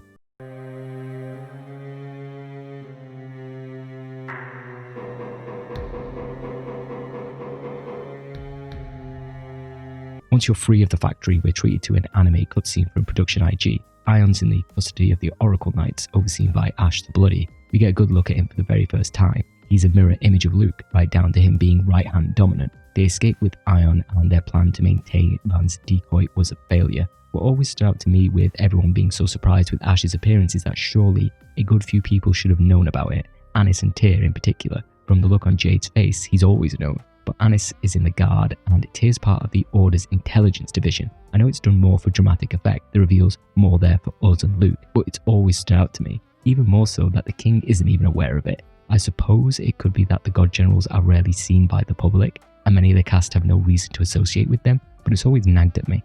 There's no point heading back to Batical, plus we should really try to get Ion back if we can, so the party continues onwards. The choice is Luke's, however. They could take Natalia back, though she might spill the previous conversation with Van. While it always seemed like Jade is being deliberately facetious about Luke's role as a leader and ambassador, the Colonel is, in fact, the only person in the party who doesn't coddle Luke and is actively pushing him to grow as a character. In narrative terms, Tyr acts as Luke's emotional guiding light, while Jade focuses more on the practical. The other characters, of course, serve their different purposes in Luke's arc, whether that be someone like Guy, who sees the potential of the person Luke can become as an individual and friend, similar to Natalia. The most neutral outlook, by which I mean not seeing Luke as royalty, despite what she says, or as a leader, and just as a human being, falls to Anis. Along with the practical decisions of where to go, there's still the conundrum around Ash and his striking similarity to Luke. Jade and a few others in the party may even know more than they're letting on. No answers are forthcoming for now, so the party heads to an oasis in pursuit of Ion. While here, Luke picks up a new caller on his 7th phone on intercom, Ash. Ash is his usual cheery self, constantly berating Luke as Drek. In between the insults, he points them in the direction of the Zao ruins. They're not a million miles away, giving off similar vibes as the Triet ruins from Symphonia. Your journey through the ruins, which was once a city from the Dawn Age, a prosperous time when the world flourished. It wouldn't be a Tales game if some long-dead civilization didn't leave behind remnants of technology the current generation doesn't understand now, would it? Being Gnome's domain, you can find a concentration of second phonons which allow Mew to learn a new move, Mew Attack.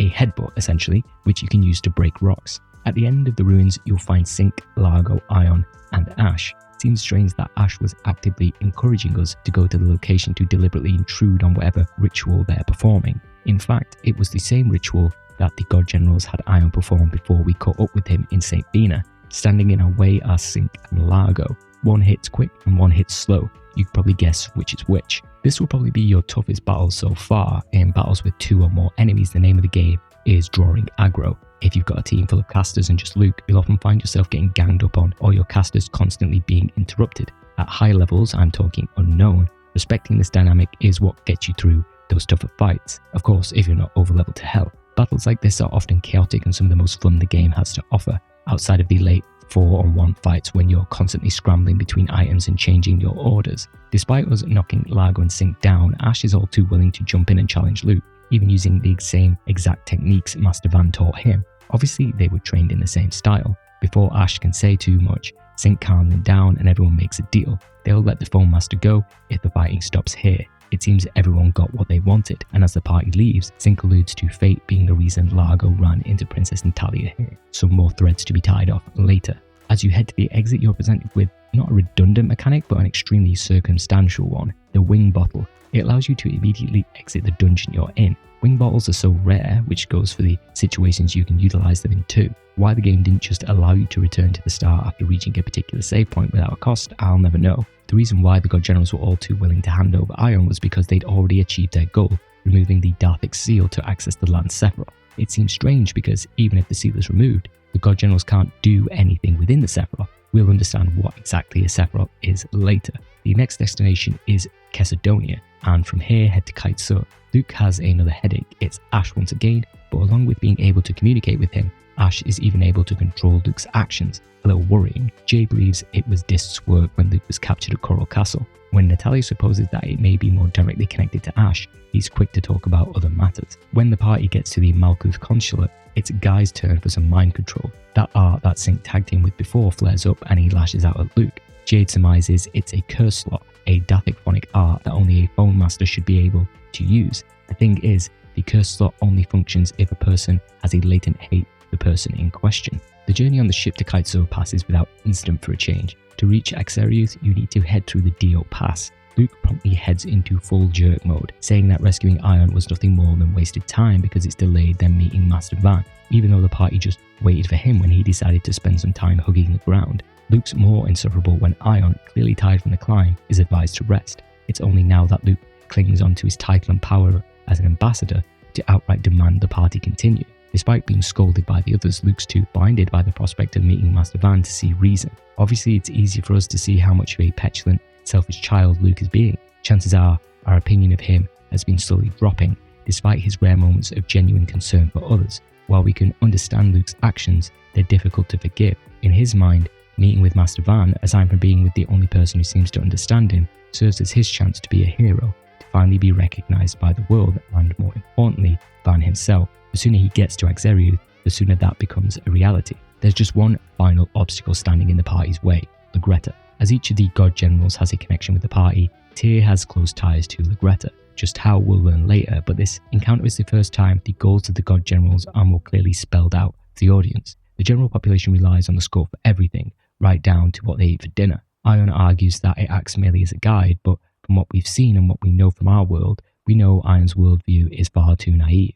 Still, people being read the score on their birthday, having their life laid out before them, sounds pretty terrifying. However, there is a kind of strange comfort in knowing rather than a void of unknowns. The world is a chaotic place where an uncountable number of things affect us in ways we can't really comprehend. Why do you think people cling to conspiracy theories? It's easier to be able to point to some individual or society and say they're responsible for the ills of the world than relinquish your control to a chaotic and unpredictable place. In Abyss, the philosophical theory of predeterminism is probably the best fitting description of the score. I'm certainly no philosopher, but we can describe predeterminism as the belief that all events, including our choices, have already been written by a higher power. If someone lays out your fate, which has been known to be less predictable than Yulia's score, mind you, wouldn't you follow it? Even if it was bad, the devil you know is often better than the uncertainty of the world. It becomes a self-fulfilling prophecy. You have a population in a loop of the score said this was to happen. I subconsciously or consciously took steps to fulfill that reality,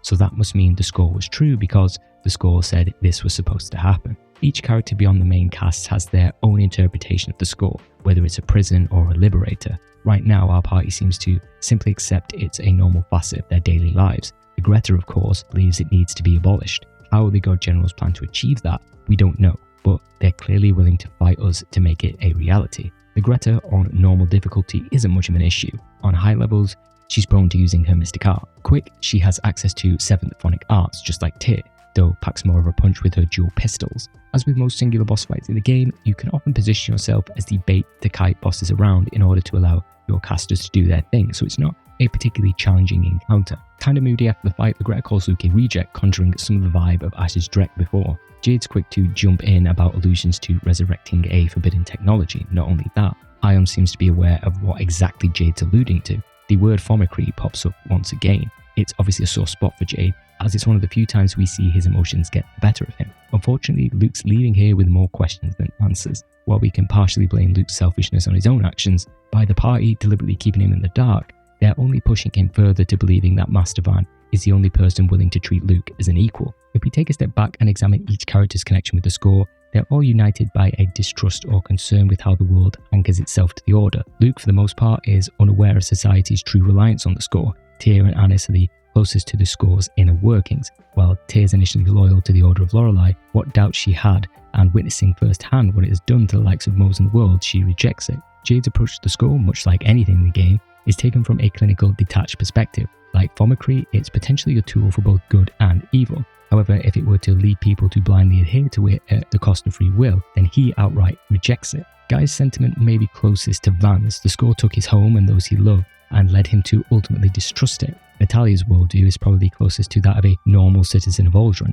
The score is a part of life and it's been used as a political tool for generations. As the game progresses, events slowly tug at each character's doubts until it ultimately unfurls. They stand on the side of free will and a world that allows humanity to forge its own destiny. Will Eldrant be better off in a world that doesn't follow the score? That's left for the audience to decide.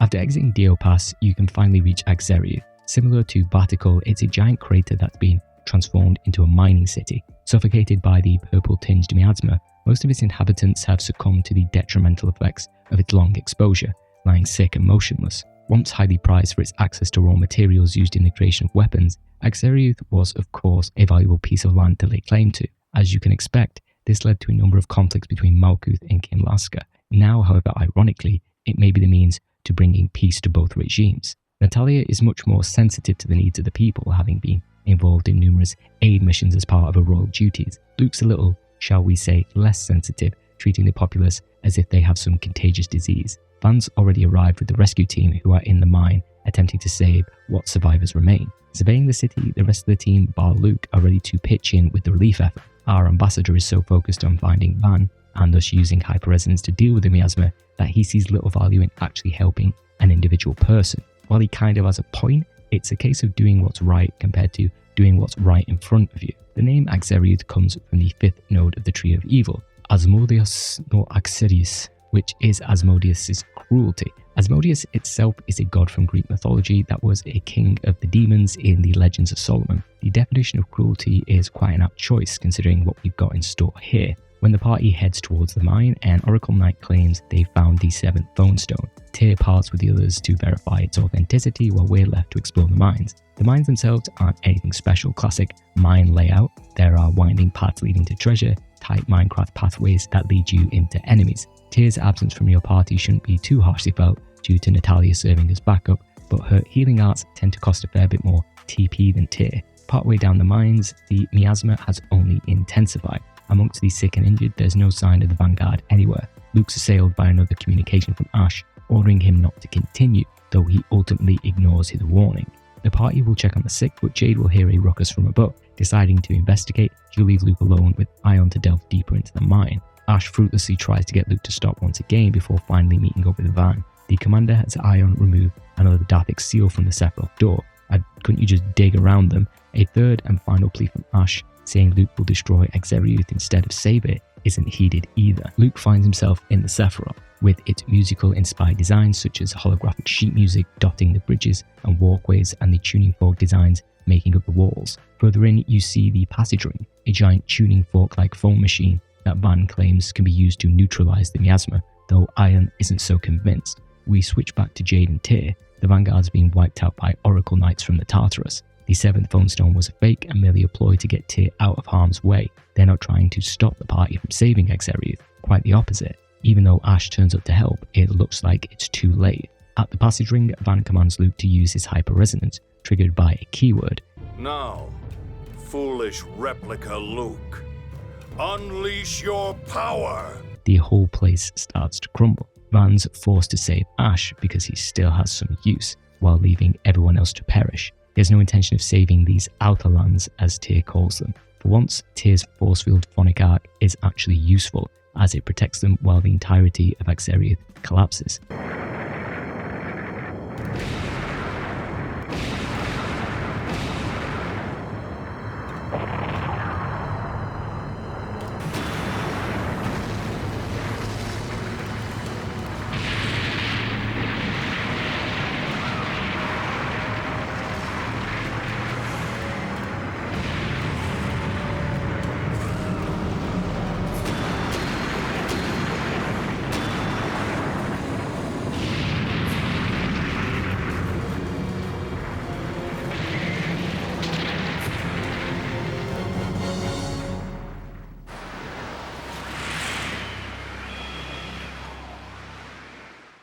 Luke awakens to find Akzeriuth, or what remains of it, in a ruin of crumbled stone and boiling miasma. Surrounded by the dead, they found themselves in the cliff off. As a final stab to the heart, and I think the most brutal scene in all the Tales games that I recall, you get to watch as a child stuck under the weight of a corpse, slowly sinks into the miasma. There's the oft-bandied around quote to the tune of "One death is a tragedy, a million is a statistic," which, while often attributed to Stalin, was most probably inspired by a similar quote in a 1932 essay by Kurt Cheslowski.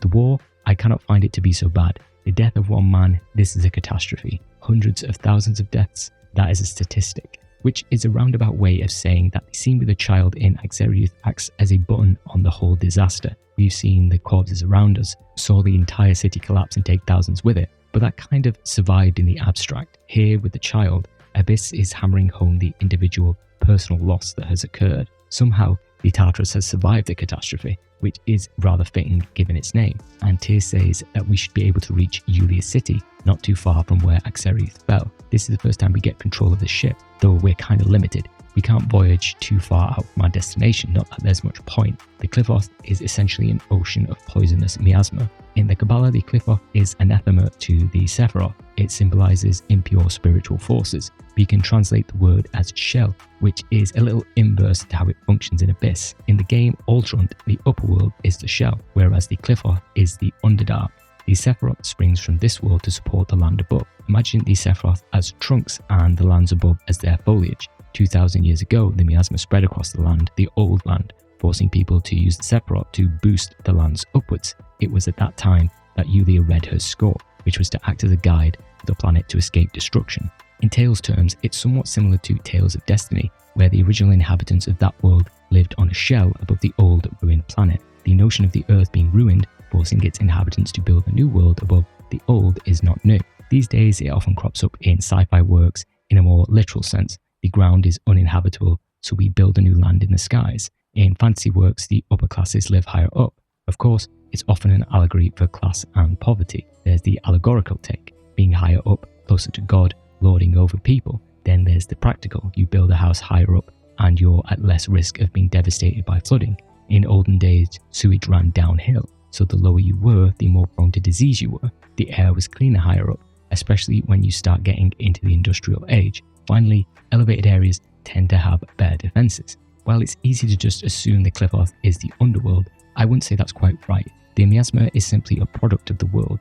It's a defense mechanism. In fact, miasma has appeared in other games, such as Tales of Phantasia, where it affected summon spirits. It also featured in Tales of Xillia, but that's more of a nod to the series, though it does have some lore implications. In Abyss, the miasma is a natural occurrence that will be explored more later, but for now, we can liken it to what happens to our world due to the effects of global warming. Sea levels rise, weather becomes more inclement, and so on, with the key factor being that us, human beings, are the reason for it. To fit the morose environment and general depressing pall that's fallen over the party, turns out that the Qliphoth is Tyr's homeland. She was born here. What Luke did in Akzeriuth was essentially use his hyperresonance to delete the pillar supporting the city. The party pins Akzeriuth's destruction and lives lost on Luke. Factually, they're right. Luke did hit that metaphysical delete key. Yeah, he could have waited until people were evacuated. Yes, he could have discussed the plan beforehand, but strangely, after seeing him act like such a dick, culminating in Akzeriuth's fall, I think we're probably going to most empathise with him at this moment. Luke's been manipulated. Jade and Tyr were deliberately ushered away. Ion's not without blame. He really should have known better. Van's the one who caused all of this, but unfortunately, Luke is the one right in front of them. Luke's trying to plead his case, but no one's up for listening. Not even Guy and Tyr. They just leave him weeping on the deck of the Tartarus. Like the Qliphoth, this is Luke's lowest point in the game. For him and the party, the only way is up. Don't compare me to you! Don't compare me to...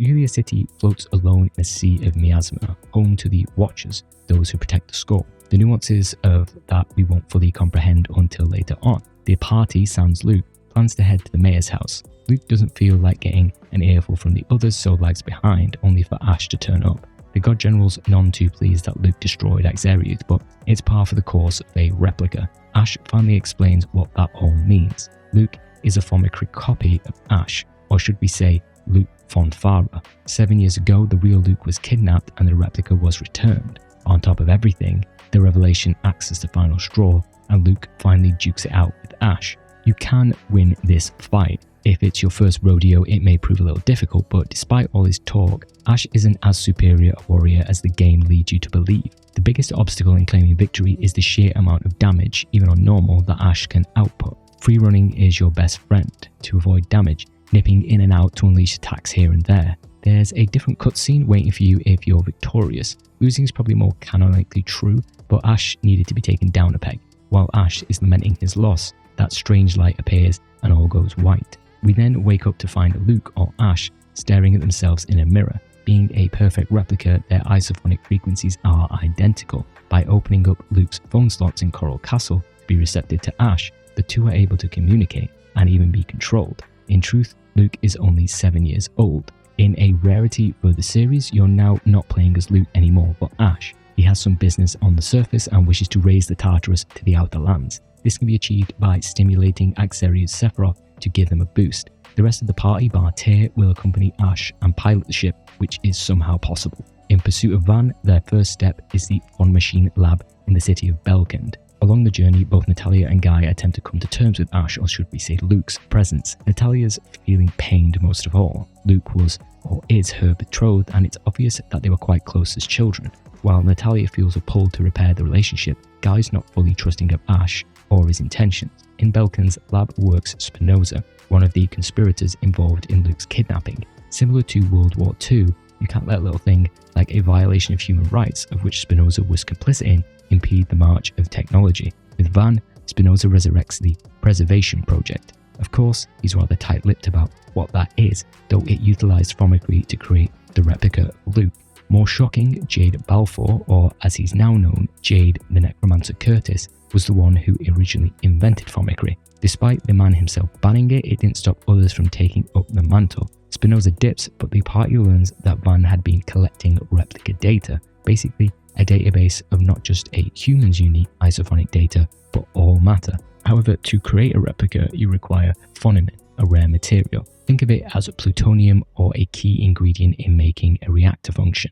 There's a place where you can mine this, Altian Cavern. That's as good a place as any to follow a lead, but Guy decides to part with the group. He wants to wait for Luke, which means heading to Aramis Spring, a natural point of ventilation from the cliff off. Altian Cavern is a dank purple-tinged cave, outfitted with several industrial-side phone tech machines. From it, they discover that Van's plan is to conduct large-scale Fomicry. In Fomicry's infancy, you could technically create a small island. Now it seems that Van has loftier goals, the planet. Within the data is classified information relating to Hod, the island that was obliterated in the war. Amongst all the machinery, there's also a couple of Cheagles, the original and a replica. Strangely, the original exhibits a weaker flame attack than the clone. Jade surmises that in creating a replica, it somehow weakened the original. Luke, the replica, balks at the idea of having inadvertently hurt Ash through his creation, but Jade assures the real Luke it's not the case. With that, Ash's cooperation is almost at an end, but not before a boss battle, of course.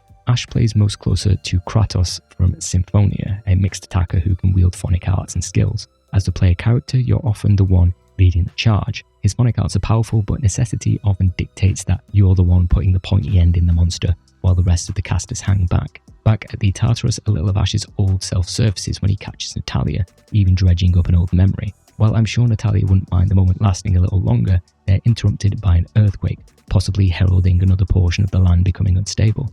Specifically, the area around St. Binah. Ash plans to investigate, leaving the rest of the party to return to Yulia City. Meanwhile, Luke has dragged himself out of bed to join Tyr in a garden. We now have one of the most significant scenes in the game and a fan favourite. While Luke wants to make things right by trying to save St. Binah, he's still being guided by what others say, instead of coming to a decision on his own. As a symbol of his new resolve of discarding the person he was, Luke shears off his long hair.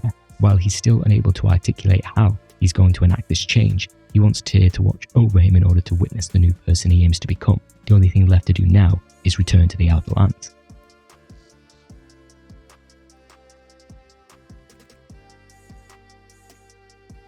Now that we've effectively reached the end of the first act of Abyss, we can reflect a little on the journey so far. One of the hangovers from Symphonia, and is present somewhat in other Tales games, is the staggering of mechanics, specifically mechanics such as capacity cores, field of phonons, the various chambers you can acquire, and the overlimit system. Obviously, you don't want to overload your player with complex mechanics and ultimately confuse them, but the glacial pace at which Abyss introduces its mechanics has always been frustrating, in particular the overlimit, being gated by reaching level 30, which, if you're progressing normally without XP modifiers or grinding, can potentially arrive a dozen hours into the game. It's not a complex mechanic, it conforms to older titles in its execution, holding back cooler mechanics for seemingly arbitrary reasons. There's no story gate, just makes combat a lesser experience, and combat in Abyss needs all the help it can get. Now, I'm not saying I don't enjoy Abyss's combat, I do.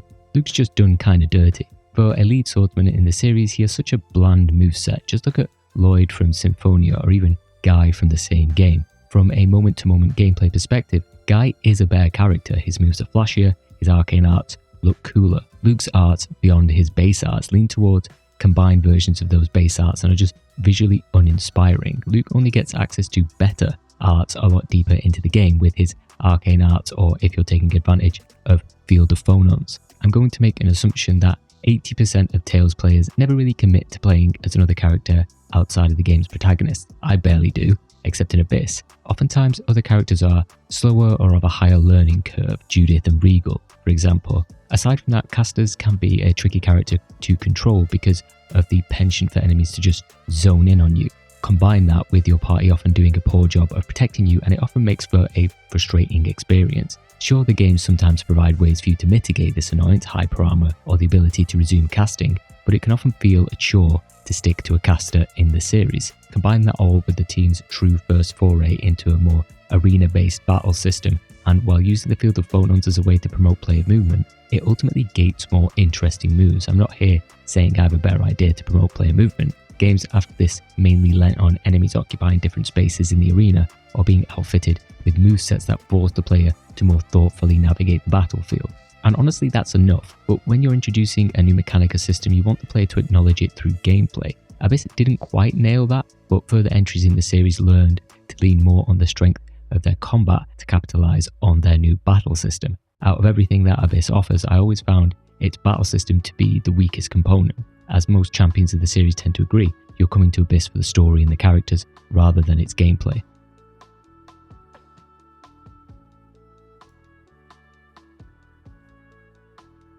In order to reach the Outer Lands, the two first have to speak with Mayor Teodoro. He reveals a salient bit of information we could have done with earlier.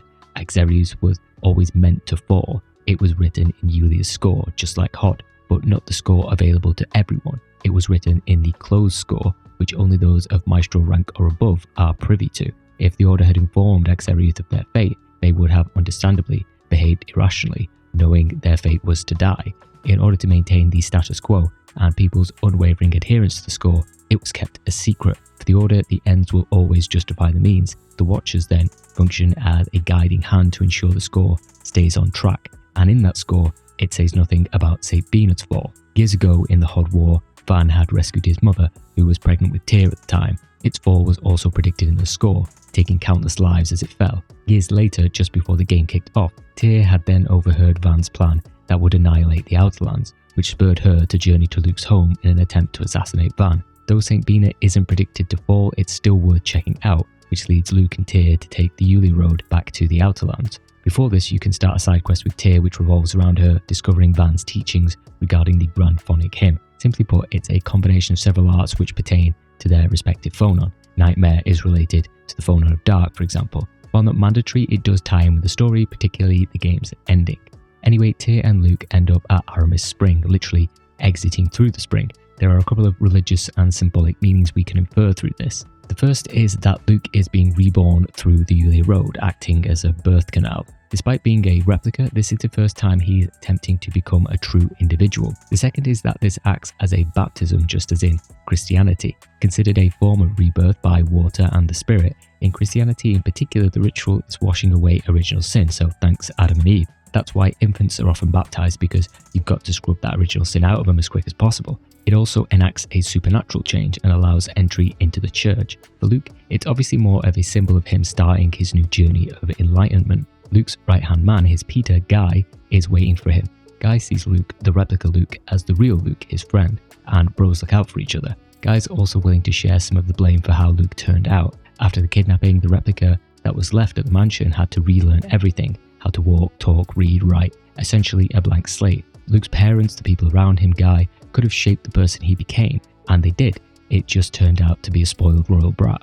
Outside Aramis Spring is another familiar face, Jade. Despite being even more sarcastic than usual towards Luke, he wants Guy's help in rescuing Ion and Natalia, who've been captured by Mose. After Akzeriuth fell with no explanation, Kinlasker is gearing up for a war. If Natalia dies, it'll kickstart that war between Kinlasker and Malkuth. Mose always did seem a little suspect. Though Jade's kind of acting it like a dick, I think it's partly because he actually likes Luke and feels frustrated that even he wasn't able to see through Van's plan until it was too late. Darth is an interesting place for a few reasons. Firstly, it's the name. In the Sephiroth, Darth takes an upper central position in the tree. It's where all other Sephiroth converge and can be translated as knowledge. A fitting name, seen as though, in Abyss, this is where the Order of Lorelei is based. They have the score, thus they hold the knowledge.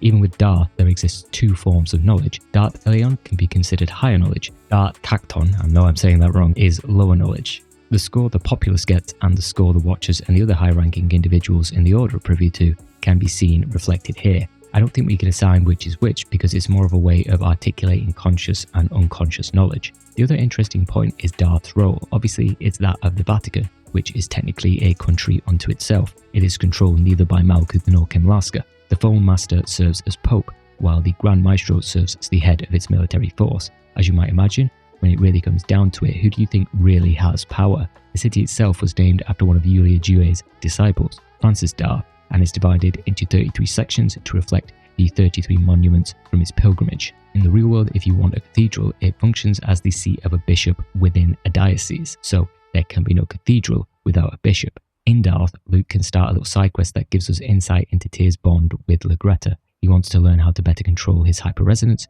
due to its association with the 7th Phonon. She steps in as his tutor. Years ago, Legreta served as Tyr's mentor. Back then, Tyr was being groomed to be Van's right hand. In reality, Legreta stayed in her position, one which Tyr is now diametrically opposed to. The Darth Cathedral itself is quite a sight to behold. There are organ pipe-like facades on the outside of the building, often characterized by brown, the wood, and gold for decoration. Gold has a long history of being associated with religion, both positively and negatively. Gold, by its nature, is incorruptible. It doesn't tarnish with time. The Magi bought Jesus gold. The Ark of the Covenant was constructed of gold. One of the aspects Abyss struggles with somewhat is its representation of scale. From outside, Darth is huge, but when you're actually within the city, it consists only of 2 screens, the same with Baticul. Because everywhere is so hemmed in, that sense of scale never quite transfers into the feeling of you being in just a small part of a larger environment. Funnily enough, smaller towns and locations actually do a better job of feeling like a larger location. The exception for a city that feels large would be the capital of Malkuth, which we've yet to visit. Back in Darth, and your approach to the cathedral sees you meeting Annis once again. At first, she thinks it's Ash, so sorry to disappoint her there. The plan is to use Tyr reporting on the 7th Bone Stone, which is fake, as a way to gain access and rescue Ion. This means paying a visit to the Minister of Affairs, Maestro Tritime, as a way of accessing the Order's HQ. Inside, you've got a giant water font. I'm not sure if the game explicitly says what it's used for, however. Typically in church, holy water is used to bless or baptize, so maybe the same kind of rituals exist in Abyss. In the chapel, you have a series of bone stones that appear to more closely resemble a menorah or potentially an Advent wreath. The man we're going to meet, Tritime, has a name that relates to not believing that God is an amalgamation of the Father, Son, and Holy Spirit, but is instead 3 distinct gods, a view that is seen as heretical. In the chapel, you can meet Oliver, Annis' father. From the short conversation the two of them have, it's clear that Annis' father is a classic rube and is often prone to falling for a variety of scams. His good, too trusting nature seems to be causing Annis some continued distress, the true effects of which we won't appreciate until later. Tritime hands over a permit which will allow the group to access a restricted section of the Order. Make no mistake, the area before this, around the internal cathedral itself, can be an absolute headache to navigate. Every hallway looks the same, and you're often barreling down one for several screens before you realise you've taken a wrong turn. Even if you're not using a guide for the game, guides exist just for this part because it's such a labyrinthine pain in the arse. Once you make it to Order HQ, you'll find it to be a series of tiered levels with myriad doors. Because no one can know we're here lest our cover be blown, we're going to have to permanently silence any guards we come across. Kind of strange, seeing as though we've had no issue killing members of the Oracle Knights so far. However, they were explicitly out there to kill us, so we can't paint the whole Order with the same brush. The gimmick around the place is using Mu's skull as an improvised stick to beat several gongs around the barracks. Upon hearing the noise, a guard will exit a room, unlocking the door. There's the usual dungeon crawling to be had, finding items and finding battles. If you've come from Symphonia, you may find the game's approach to dungeons more practical than puzzling. That's certainly going to change. I actually don't mind more straightforward dungeons if they're visually appealing. One of the reasons I really disliked Tales of Eternia was because its dungeons were just endless bland corridors. I'll take any chance to dunk on that game. After exploring a ton of rooms and wasting enough Oracle guards we could legitimately say they have been decimated, you'll find Ion and Natalia. Ion thanks the party for coming there just for them. I mean, come on dude, you're the de facto head of the third largest government in the world and she's the king's daughter. Mose refused the God General's request to take Ion away, presumably so he could remove more Dathix seals. Vance still needs Ion for that, so chances are he'll swing back around. Better get out of here quick. Thankfully, the game just deposits you right outside the cathedral's entrance instead of forcing us to do the walk of shame. Even though they're safely out of town, their options are pretty limited. Returning to Batical, where Mose has the ear of the king, may not work in their favour. What might work, however, is speaking to Malkuth's Emperor Peony. Ash was kind enough to leave the Tartarus in Darth Bay. Using the ship, we can't just waltz up to Grand Copeman's dock. They've not heard from Jade since the fall of Akzeriuth, and rocking up in what may appear to be a stolen war vessel could get them sunk. Docking at Rotelro Bridge, the bridge that was originally destroyed by the Tartarus at the start of the game, is our best bet. However, just like the ATV conking out in FF7 as you're driving by Cosmo Canyon, the Tartarus is having engine trouble. If the party wants to continue, they need it fixed, which means heading to the closest port in Keterberg.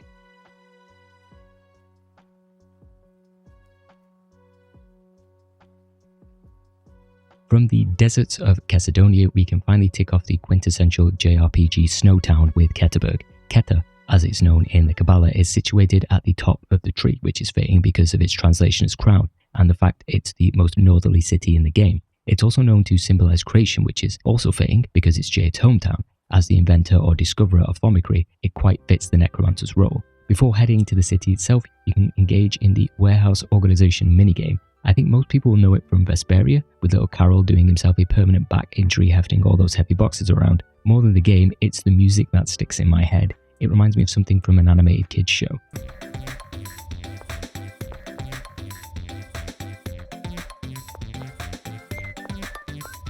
Once you arrive in Keterberg, it's quite the quaint city. Mostly serving as a tourism hub these days, it houses a large hotel with spa of course, as well as other attractions like the casino. Having first been introduced in Tales of Symphonia, I believe, the casino or gambling minigames have survived through other titles. The only game where I didn't find it absolutely tedious to grind chips was in Vesperia. There is of course blackjack slots and a lottery-like game where you pick the numbers. The prizes honestly aren't that great for the amount of time you'd have to invest. Woo! Fine then. Guy, go get me some chips. There's also a house purchasing side quest where you simply sink money into helping some dude finance a house. Finally, there's the waitress minigame, where Tyr can step up to the plate in a test of your memorization skills. You do get the maid outfit for your trouble though. The world may be in mortal peril, but some guy still needs his curry rice delivered. Your main task in Keterberg is visiting Governor Nefri Osborne. The name may ring a bell for the astute player, but Nefri is Jade's sister. She's more than willing to help fix the ship and get the party on their way to see Emperor Peony. As the party is about to leave, Nefri asks Luke to come visit her alone later. Jade's one of the more purposely obtuse characters whenever it comes to his past, present or personality. Deliberately so. Out of all the cast, you have to sniff out his backstory most of all. His sister helps fill in some of the gaps. Years ago, when Jade and Nefri were still children, Nefri broke her favourite doll. From that, Jade developed the basis of Thaumaturgy to create a replica of her toy. Furthermore, Nefri straight up admits that as a child, Jade was terror, more specifically a sociopath with an unnatural ability to use high-level phonic arts. Little Jade revelled in killing harmless monsters. It was only when Professor Nibelheim came along that Jade began to change. Over time, it'd see Jade become what we could say is normal. However, when he unleashed a high-level phonic art that struck down Professor Nibelheim, he resurrected her via Thaumaturgy. It was a short-lived replica, but it did earn Jade the eye of the famous Curtis military family, into which he was adopted. It was here that he became friends with Emperor Peony, and the biggest reason for Jade's change in temperament.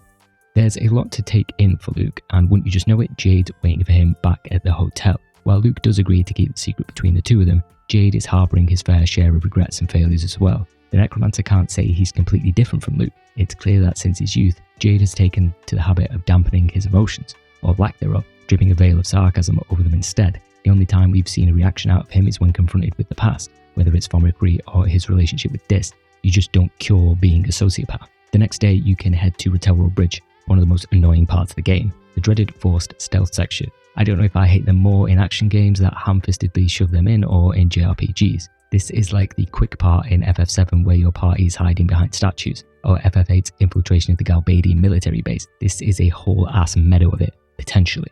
The problem is we need to cross through Theor Forest in order to reach Grand Kokma. It's manned by Malkuth's soldiers. At first they only let Jade through for reasons of national security. I'm sure he'll sort things out and we'll be all good. Unfortunately, the forest came under attack and the party can't wait for Jade's permission. The game wants you to sneak past all the Malkuth guards, and you can do this. If you get caught, the game lets you simply retry. However, if you keep getting caught, Abyss just throws its hands up and says go kill everyone. It's a much less stressful option.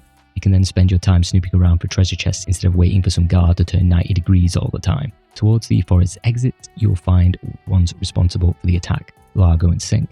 And because of that curse slot, even Guy's taking a swing at Luke. Natalia manages to no-scope Sync with an arrow and knock him off his perch. Fortunately or unfortunately, we won't be clashing with Largo and Sync just now, despite how much they wanted to spirit the Foam Master away. When Malkuth's soldiers turn up a little too late, the party surrenders and they do us the favour of escorting everyone to Grand Kokma. Kokma or Hokma, depending on how you want to pronounce it, means wisdom. It sits to the right of Keter. Beyond the name, we can't really ascribe any other meaning to the name choice. It's not like Grand Kokma is the seat of reason, though. They are more level-headed than their Kimlaskan counterparts, as we'll soon find out. General Frings meets the party at the gate. While scheduled to rendezvous with the party at the entrance to the forest, we skipped over that little part because of the god generals. Protocols aside, Guy's not doing so well. We've got to take care of that curse slot. Visiting the Emperor can wait, so Luke has time to wander around the capital. Tyr's not far from his side, however. She promised to keep an eye on him, especially if he's liable to think that Guy hates him enough to want to kill him. A curse slot functions by dredging up powerful negative emotions, though Guy's always been a bro so far. You can find Jade grabbing a drink in a bar, mulling over the prospect of war. Natalia acts as another reassuring voice in Guy's defense. Pulling back, the city of Grand Kokma is quite a sight to behold. In stark contrast to Batical, all brown iron and brick, Grand Kokma's colourful palette is whitewashed and covered in nature. Very Roman-inspired architecture with its giant aqueducts, throwing a little Venice in there for the water features. The palace itself reminds me more of some French palaces like Versailles. Inside, the party finally meets Peony. The only thing more casual than his get-up is his attitude. Gone is the verbal frippery we had with King Ingerbert. Peony's a chill dude and not afraid to poke fun at Jade. Faced with the prospect that Binah is falling, he's in a bit of a bind. Kinlaska has issued a proclamation saying that Akzeriuth's fall was a plot to kill Natalia and Luke.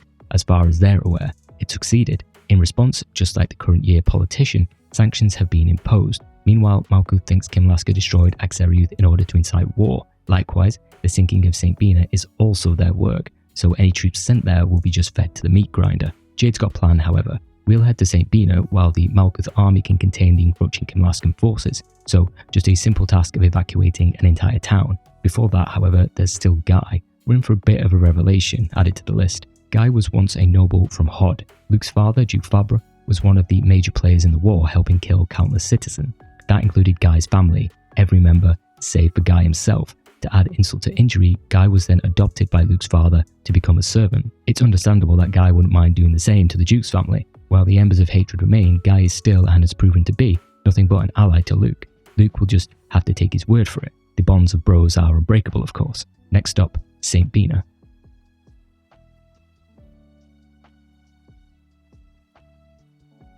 You can take a little detour on the way to St. Binah to tackle the second incarnation of the Sword Dancer. Technically, you could have taken him on before heading into Theor Forest, but that skeleton hits hard. It'll be the toughest battle the party will have faced so far. Even though you'll be instructed to hang back, they have this death wish in high-level battles, running straight into his swords like a turkey that's in love with an axe. You get a rather good magical wand, best equipped on tier, which will last you for a good while. In St. Binah, General McGovern will take a large number of his troops to rendezvous with the Malkuth army, while a few others will help evacuate the populace. Dist, however, has other ideas. We do learn that Dist grew up with Jade, Nefri, and Peony. Jade had once called him a friend, but the incident with Professor Nebelim and his desire to resurrect her soon soured their relationship. You end up fighting another one of Dist's creations, which is more of the same from before. After the battle, Binah decides to start coming apart at the seams, trapping a number of the residents while poisonous miasma billows into the air. We can't save them by conventional means, if only there were some kind of vessel that didn't travel on land. In the air, perhaps, like a boat, a ship, one might say. Guy's heard of such a device. It's being worked on by a group of engineers in Sheridan. You may think that whatever needs to be done would surely take too much time, but Tyr assures the party that the land won't fall immediately. Don't worry about the miasma or general living conditions in the meantime though, good luck. Of course, even if we visit Sheridan and speak with the engineers, this is an RPG, so they're not just going to hand it over to us. They literally can't, because they don't have it. Their pilot Shinji was in the midst of a test flight in the Megiora Highlands when the craft malfunctions. He's now stranded and needs rescuing.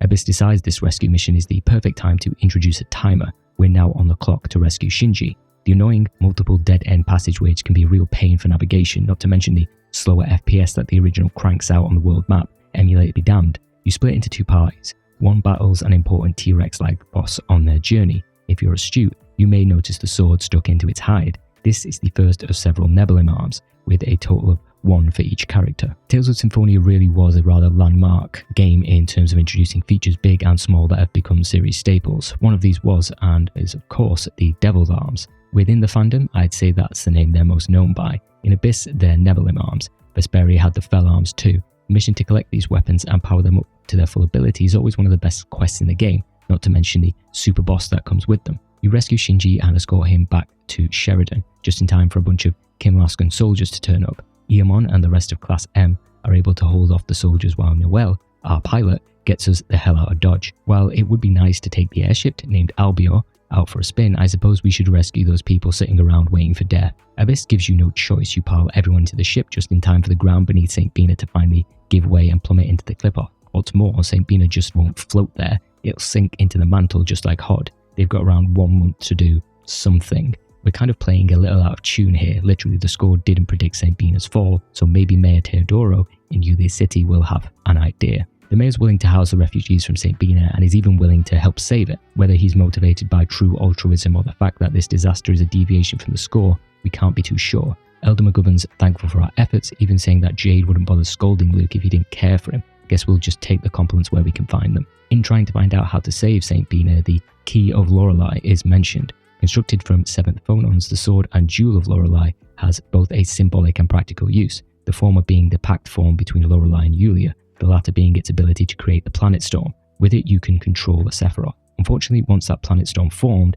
the key was tossed into the planet's core. The only option the party has is by using the passage rings. Think of them as individual computers that control a specific Sephiroth. The one for St. Binah is located at Shuri Hill. Technically, the Yulian seal protecting the passage ring shouldn't have been able to be removed, but Van somehow erased it. At Shuri Hill, it seems all that is required to remove an ancient protective seal is Mu Fire. Well, it lasted for over 2,000 years. The passage rings and associated puzzles surrounding them will only increase in volume the deeper into the game. Faced with ancient technology, no one's really an expert.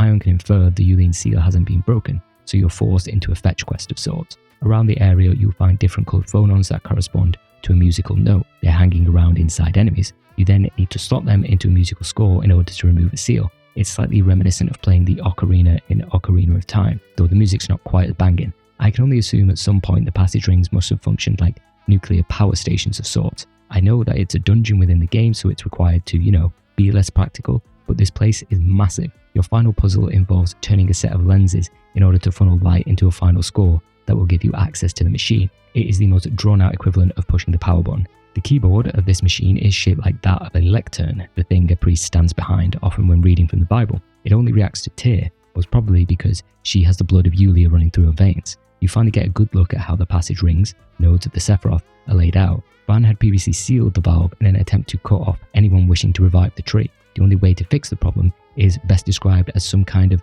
brute force hacking like in a film. Using hyperresonance, Luke can delete the offending part of code, thus erasing Van's code. To try to bridge the mental gap and not have Luke hunched over an IDE for several hours, he just erases a red circle. It seems to do the trick. The Sephiroth begins releasing memory particles. I would have sent it to QA before pushing it to production, but they're not that rigorous in Abyss. Luke's ecstatic, at least. It's the first good thing he's done since Akzeriuth, using his hyperresonance for creation rather than destruction. However, judging from the interface, it seems like Engave is in danger too. While we can't waste any time in checking in on the former haunt of the Apple Thief, Tyr is looking a little worse for wear. Probably just needs a rest. Though, judging by the war that's breaking out, they're running out of time. When you return to the Outlands, you're treated to a pretty brutal cutscene of Kimlaska and Malkuth engaging in war. Up until this point, we've only heard about the previous conflicts. The scale and method of warfare has been a mystery. Ships like the Tartarus sluggishly move along the battlefield, while humanoid shapes clash in animated hordes. The animation change, I assume, is for practical reasons, though it did catch me off guard the first time. It reminds me of Link's Adventure or Bakshi's Lord of the Rings, maybe because it's rotoscoped. Though bloodless, it's still gruesome. It's probably the most brutal depiction of war in the entire Tales series, and the Albior has front row seats to the whole senseless show. This battle, as predicted in the score, must have been part of Van's plan all along. The player now has a choice. Are you accompanying Natalia, who's heading to Kitesaw to order a ceasefire, or will you go with Jade to Engave to save the helpless townsfolk? From a narrative perspective, there's no difference. I chose to go to Engave. Luke has a connection with the town. It seemed like a practical way of making good on his promise. Arriving at Engave, the party alerts Rose the mayor.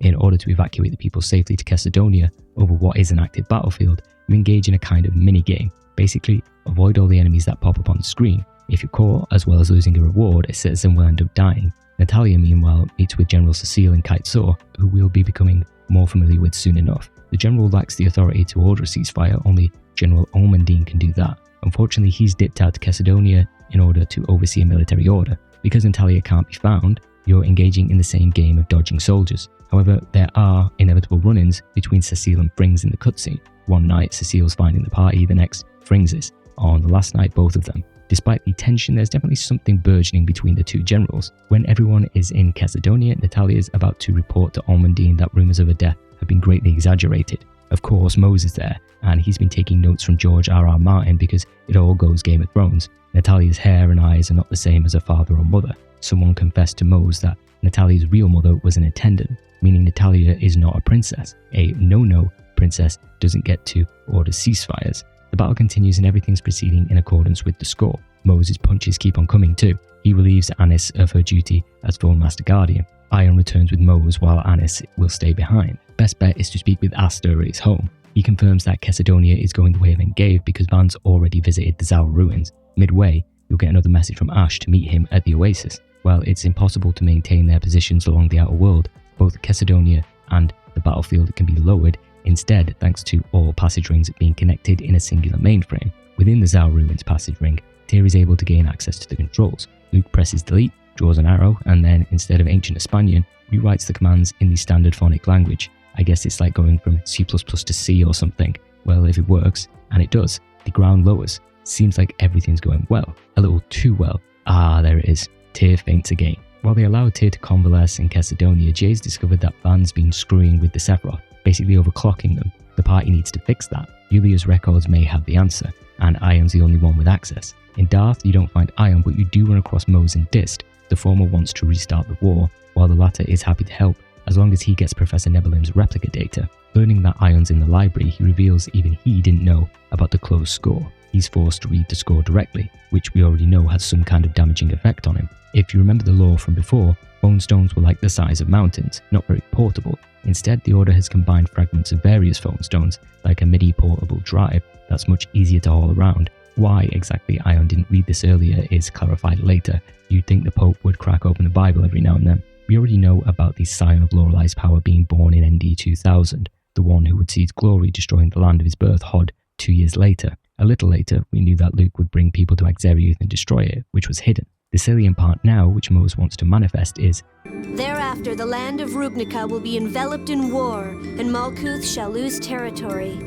Kimlaska Landvaldir shall thrive, and this shall lead to unprecedented prosperity. There is, however, one glaring deviation. While Ash was the scion, he was supposed to die at Akzeriuth. Neither Luke nor Ash died, throwing the score off track. Who knows what's going to be next? Maybe meeting Mose at the entrance of Darth?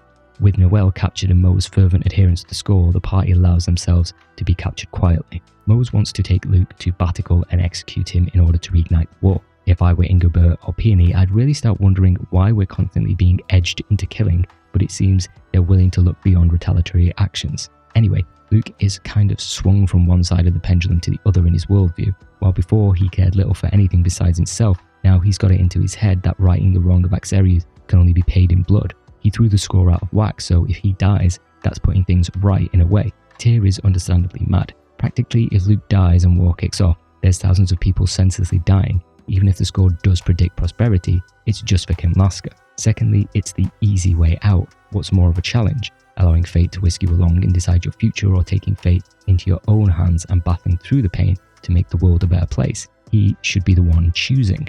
As a slight aside, if you recall way back when this all started, Tyr traded in her pendant to the coachman in order to secure travel to the capital. In Chesedonia, you can find the coachman. In talking to him, you can start a small side quest to retrieve the pendant. It'll only cost you time and gold. However, this is one of those instances where, even though it's technically not necessary, it's an important part of Luke's character development and the relationship between Luke and Tyr. In Battle, Alpine takes great pleasure in stripping both Luke and Natalia of their stations. No sooner does he try to exit the room than the rest of the party comes to the rescue. How this actually happens is covered in the manga. It does feel like the part was intentionally cut, but honestly, they were always going to get out. Natalia leads the charge to Ingobert to find Mose, flanked by Largo and Dist. There's also a woman, the wet nurse, who's claiming that Natalia is truly Meryl, the daughter of Sylvia, who was an attendant to the late Queen. The Queen was obviously pregnant at one time, but it was a stillbirth. The wet nurse decided to swap the Queen's deceased child and replace it with Meryl. Saying that's messed up is an understatement. What the game never really clears up, unless I'm missing something, is why this woman decided to give up her daughter's child. Stuff will become clearer later regarding Natalia's true lineage, but this is never really answered. I know there's devotion to your monarch, maybe it was a question of succession being preserved, but it's never outright stated. I'd be pissed at that wet nurse. I'd have questions. Another thing that always rubbed me kind of the wrong way was how quickly Ingobert turns on Natalia. I know bloodline and everything was sacred in ye olde medieval times, which the game's fantasy flavour comes from, but being so ready to execute your own daughter is a bit harsh, right? Moses said that Natalia conspired with Luke to destroy Akzeriuth for finding out what happened to her mother. It's a decent lie. What doesn't quite carry is that Natalia doesn't show anger for discovering the circumstances around her birth. She's more upset that her father is disowning her. I'm not saying it's one or the other, more like I expected more of an internal conflict around her relationship with her father. He's complicit in this too. I know Mose has his ear, but every time we've seen Ingobert, he's been an indecisive milquetoast king. Ash then steps in to hold back Largo and Dis, which I'm sure the party could have quite easily done themselves. Escaping the castle, you get quite a nice scene with the common folk, the great unwashed, the proletariat, rushing to the aid of the daughter of their oppressor. Why not storm the castle and just do away with the monarchy? You guys have the numbers and now's as good a time as any. Instead, they defend Natalia. She's actually done a lot of good for the people of the city. Her relief efforts have helped them, so they come to her aid and the party is able to escape. The next stop is Belkund via Inista Marsh.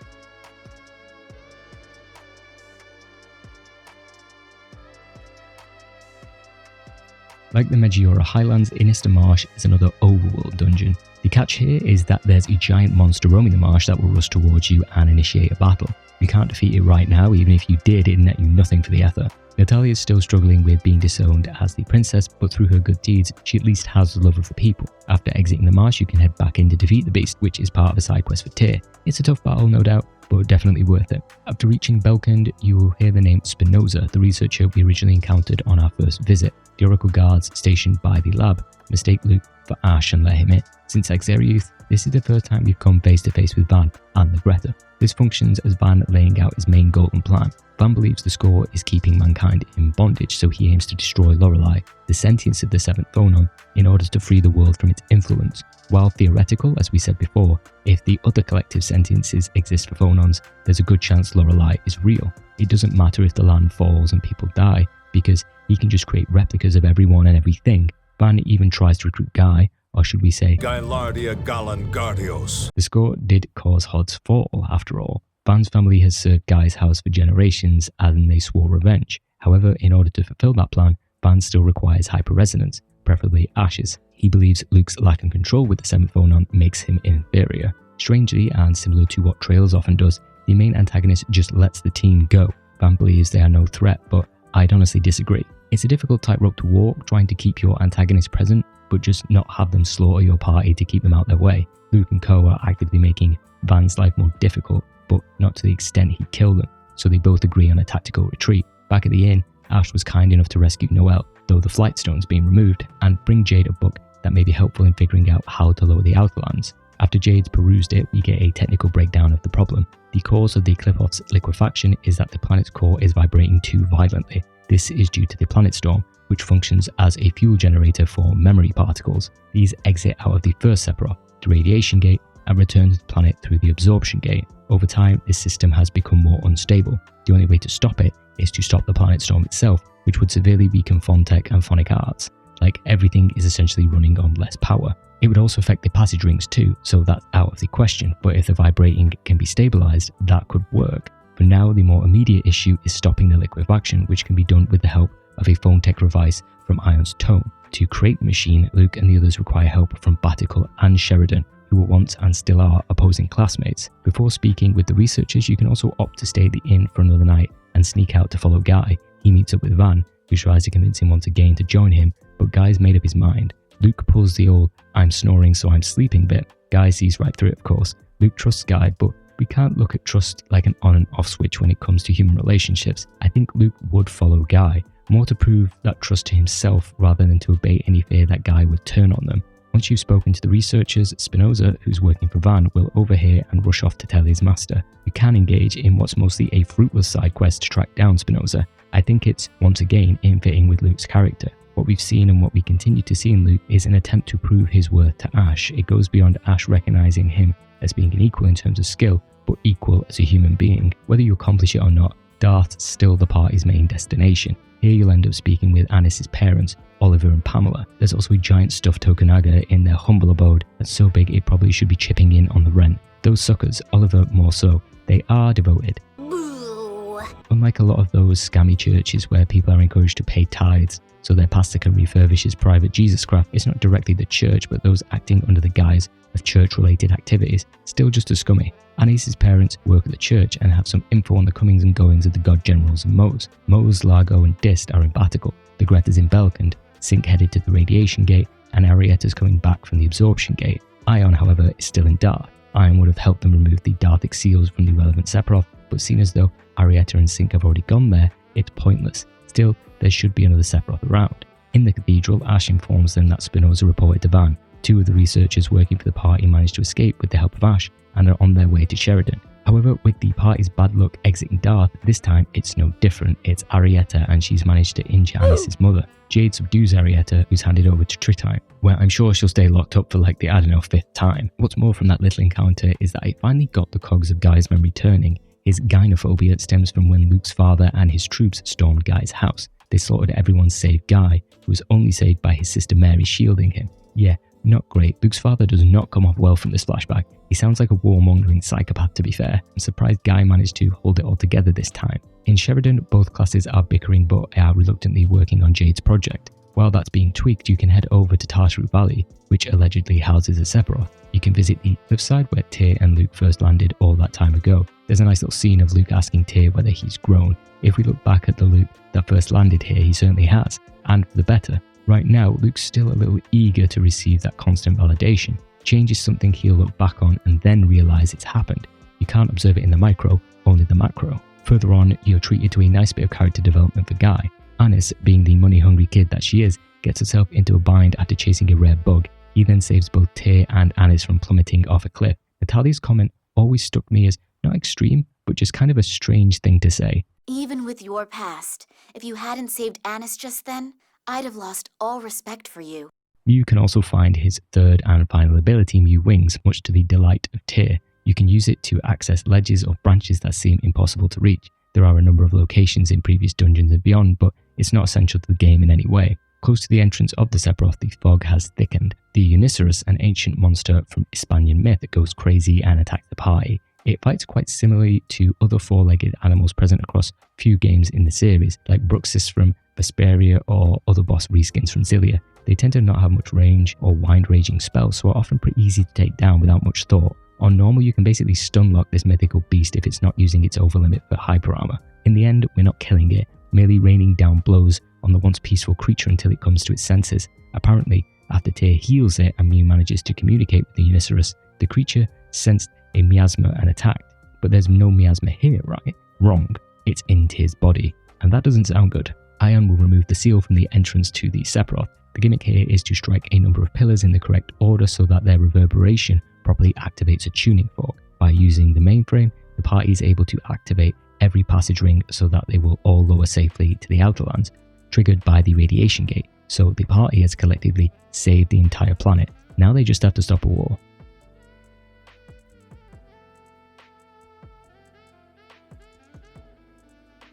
The situation's calmed in the capital of Batical. In meeting with King Ingobert, Luke's quite vocal in defending Natalia.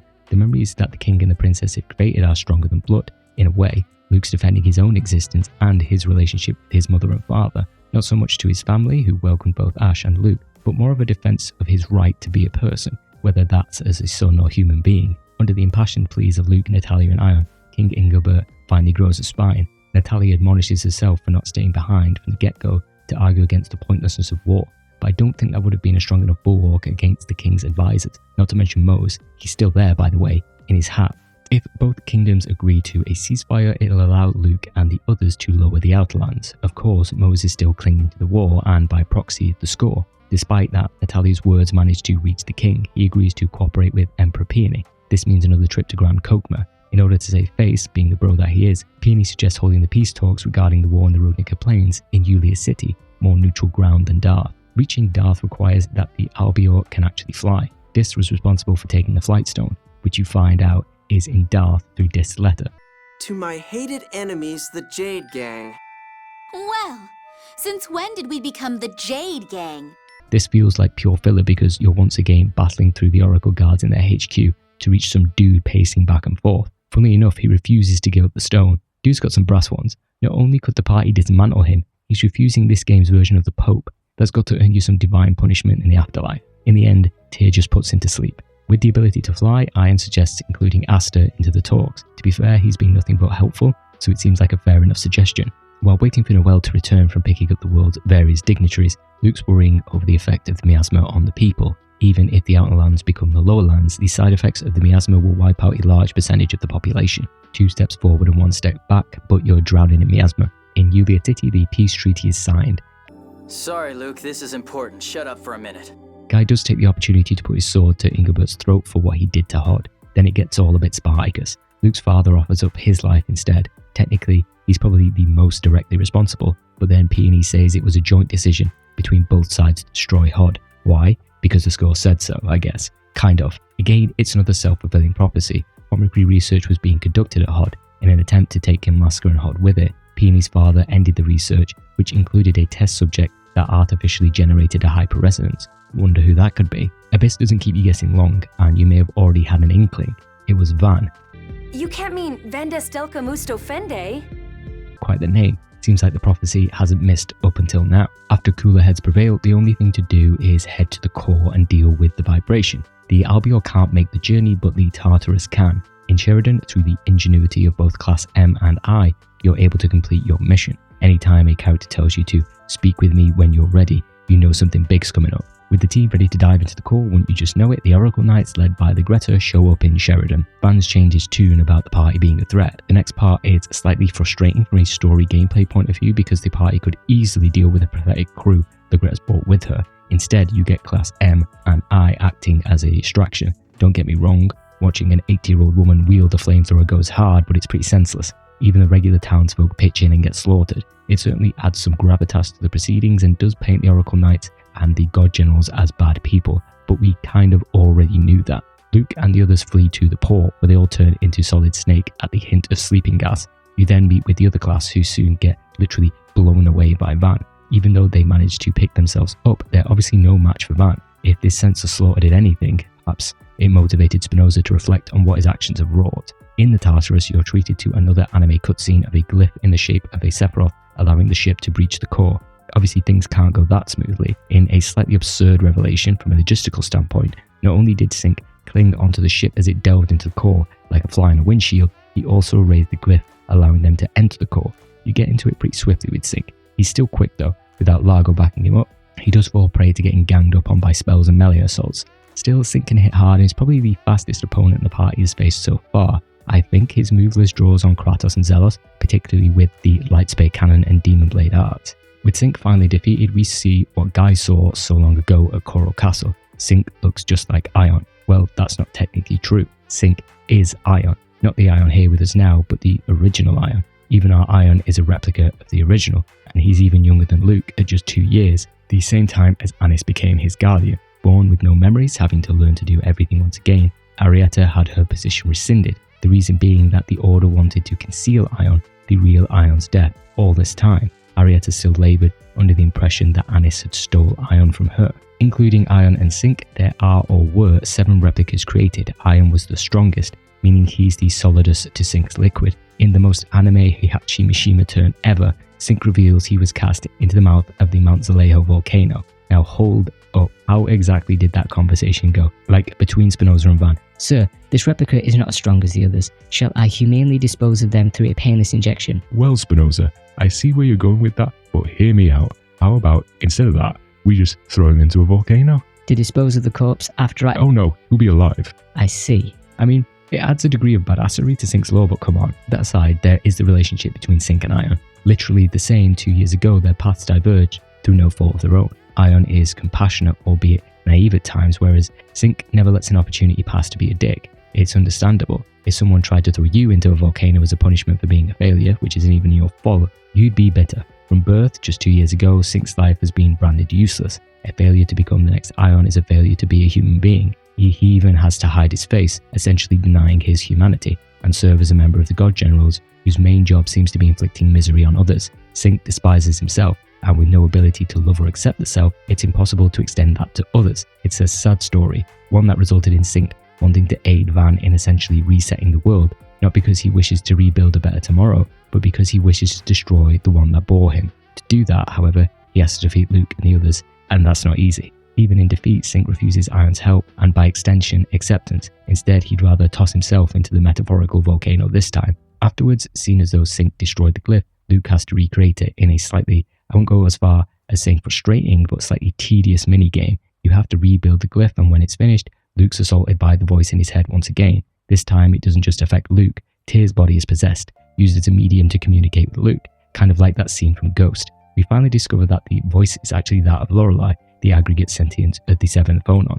Luke, Ash and Lorelei all share the same phonon frequency. However, Lorelei is in trouble. Something is absorbing its power. That's what's causing the issues with the Sephiroth. Well, we kind of knew that, and chances are a player could probably have guessed who that voice belonged to way before this point. However, it does give the party the chance to visit Belkend and check up on Tyr. The reason for Tyr's foreboding fainting spells is down to miasma-tainted phonons, which is absorbed by opening the passage gates, something the party can't avoid doing if they want to save the world. Ultimately, it will prove deadly. There are, of course, a few nice scenes between Luke and Tyr here. Abyss has flipped Luke's dilemma. Just a while ago, he was more than ready to sacrifice himself if he believed it would save the world. Now that it's Tyr sacrificing herself, he's able to understand what others like Tyr would have felt. You don't want that person to throw away their lives so easily. You want them to fight with everything they have, to not stop until they found another way. And Tyr's acting all cool, unemotionally shrugging her shoulders, going, it can't be helped. It's one of the few times in the game that Tyr's cool veneer finally cracks as Luke silently supports her. Just a nice bit of development for both of them. Still, there's work to be done. You're tasked with visiting the remaining passage rings, the first of which is the frustrating overworld dungeon of the Medjura Highlands. The second visit here is more confusing than the first due to the deliberately obfuscating camera angles. In order to weaken the area boss, you can find several caves in which there are puzzles. If you solve the puzzle, it weakens the boss. The puzzles are fine. I just hate dungeons that deliberately turn into a time sink without a guide. The Greta turns up, every encounter seems to be punctuated with the woman attacking Tyr or being attacked and then admonishing Tyr. Try saying that with the game's battle system and see what happens. There's talk of the 7th Bone Stone and its prophecy. Despite our efforts, history is still proceeding as written, which feels slightly oxymoronic.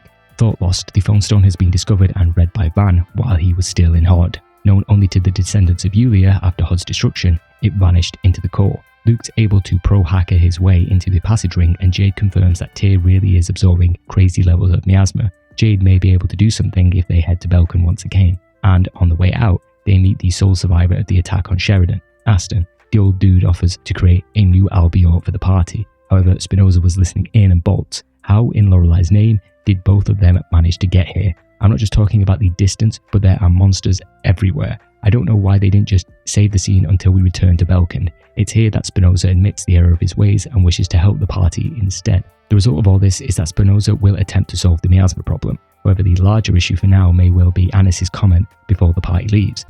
Why do they believe him so easily? They're all so stupid. Chances are you may have had an inkling that something wasn't quite right with Anis for some time now, but haven't really understood why. Abyss aims to clear that up in its own sweet time though, it's pretty obvious. In Darth, you run into Mose, who offers no resistance in the party finding the next passage rings. Even Ban's abandoned him along with the God Generals, so he has other, more important things to worry about. You're then left to roam around the confusing hallways until eventually stumbling onto the library. While you may think finding a secret entrance may be difficult, Anis trips and reveals it in record time. Oh, what's this?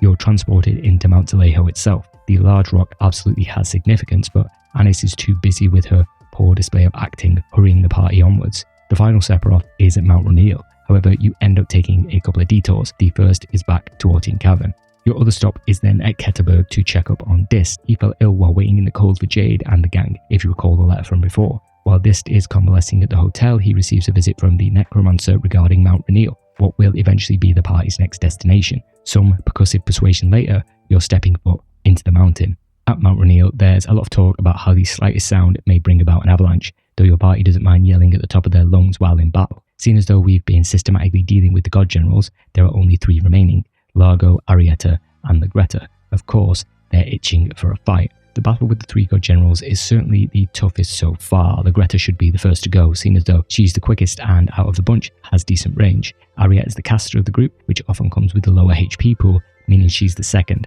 Largo can be saved for last, as he's most often lumbering around the battlefield. The best part of any decent battle system is its ability to engender a battle rhythm and then do everything in its power to disrupt that flow. The best way to conceptualize it is just imagine any scenario where you as a player fall into a certain rhythm in the moves you use, the way you play, the actions you take. It's a constant fight to maintain that against what the enemy wants to do. If a character dies on your side, you get hit with a status, you can't use the move you like, then that rhythm is thrown off. Your choice is to then try to recapture that rhythm or work within the confines of a new beat. If done well, that split-second decision-making paired with having to think several steps ahead is what makes any game fun. Used sparingly and in different tempos is something that JRPGs in particular can struggle with on occasion. My most preferred format is not having to think about random scrub battles, but really have to lock in that thinking cap on bosses. Which is to say that this fight is a lot of fun and can be quite the test on any difficulty. Still, the party's not being beaten so far. Coming out on top causes an avalanche to sweep through the area, dragging the god generals into the ravine and leaving everyone else safely near the passage ring entrance. Pretty convenient. Ion, looking a little worse for wear, opens up the final entrance. In here, it's more of the same. Tyr's still sucking up miasma like an industrial hoover. Luke's still Hackerman. Unfortunately, we've all been duped. By opening up all the passage rings, a large amount of memory particles are flowing in reverse from the absorption gate. What will eventually happen is that everything but where Van currently is, the absorption gate, will fall, so he gets exactly what he wants. The only way to stop this is to directly confront Van at the absorption gate once and for all.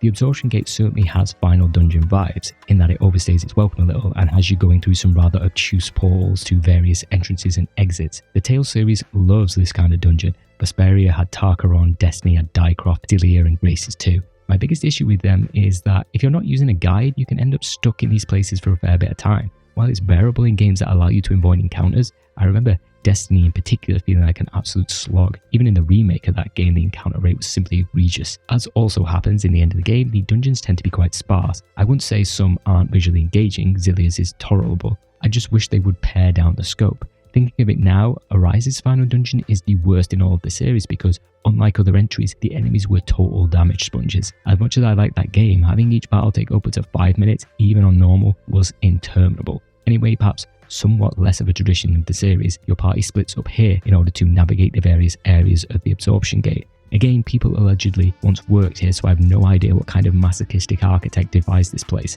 The character switching is slightly reminiscent of FF8's final dungeon, and I think you may even do it in Graces too. When you've eventually reached the bottom of this gate, the plan is to defeat Van and then lower the outer lands into the clip-off. There's no time to reach the radiation gate. As is customary, everyone confirms their resolve before plunging into the final battle. If you've been jamming along to the organ while scuttling around the dungeon, you'll find out Van himself was the one doing the jamming. Why is there an organ down here? Who knows? But we know why Van's here, to destroy, or rather remake the world, kill it so that it can be reborn in his image. In truth, he's just as bad as the Order or Mose, possessed of a singular vision of what's best for the entire planet.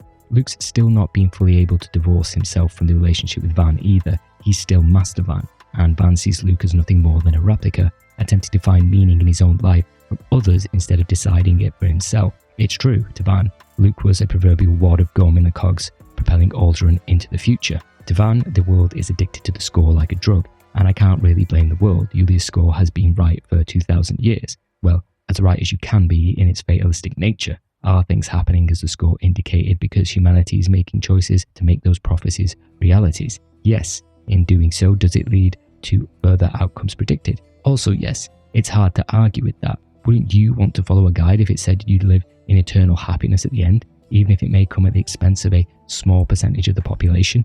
It's tempting.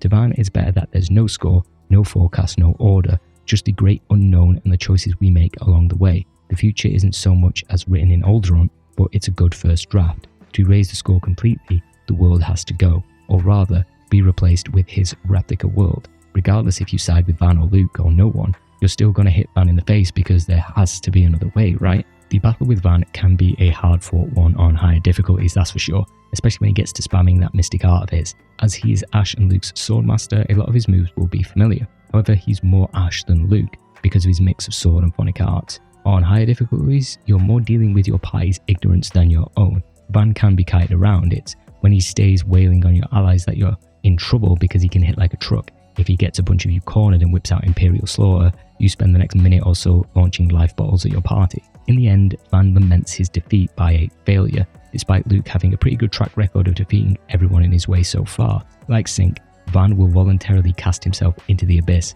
devoured by light. With the hard part done, Luke, with the help of Ash, can reconfigure the passage rings to guide the Outer Lands downwards. The twins receive an existential phone call from Lorelei, who claims that someone is trying to claim its power. In response, it sent them a couple of tools to help fight against this unknown threat. A little foreboding, but for now, everyone's earned a bit of a break.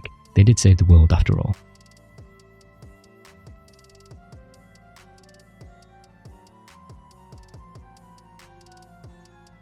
A month has passed since killing Van at the Absorption Gate. Since then, Luke's been cooped up in Batigal through choice rather than demand. The others have all returned to their new or old lives, leaving him bored and alone. Well, you still hanging around. Cecile has visited the mansion to confirm something. Was Van's sword still embedded in the ground at the Absorption Gate because it's not there anymore? Strange. Of course, this was never going to be the end of the game. Tales games, more than any other JRPG series, tend to have these very deliberate ends to their acts. In Symphonia, think of it as coming to Tetheala. In Vesperia, it's after defeating Barbarous. It's often a chance for them to bring a close to the villain of that particular act and set up the actual threat. As the slight aside, one of Abyss's greatest strengths is that it keeps its antagonist very present throughout the entire experience. I think that's why Abyss resonates with a lot of fans, amongst other factors. And though it sometimes leads to the antagonist acting a little, shall we say, stupid, it's ultimately for the better. In any medium, it can be very difficult to give enough time to the antagonist, not in terms of making them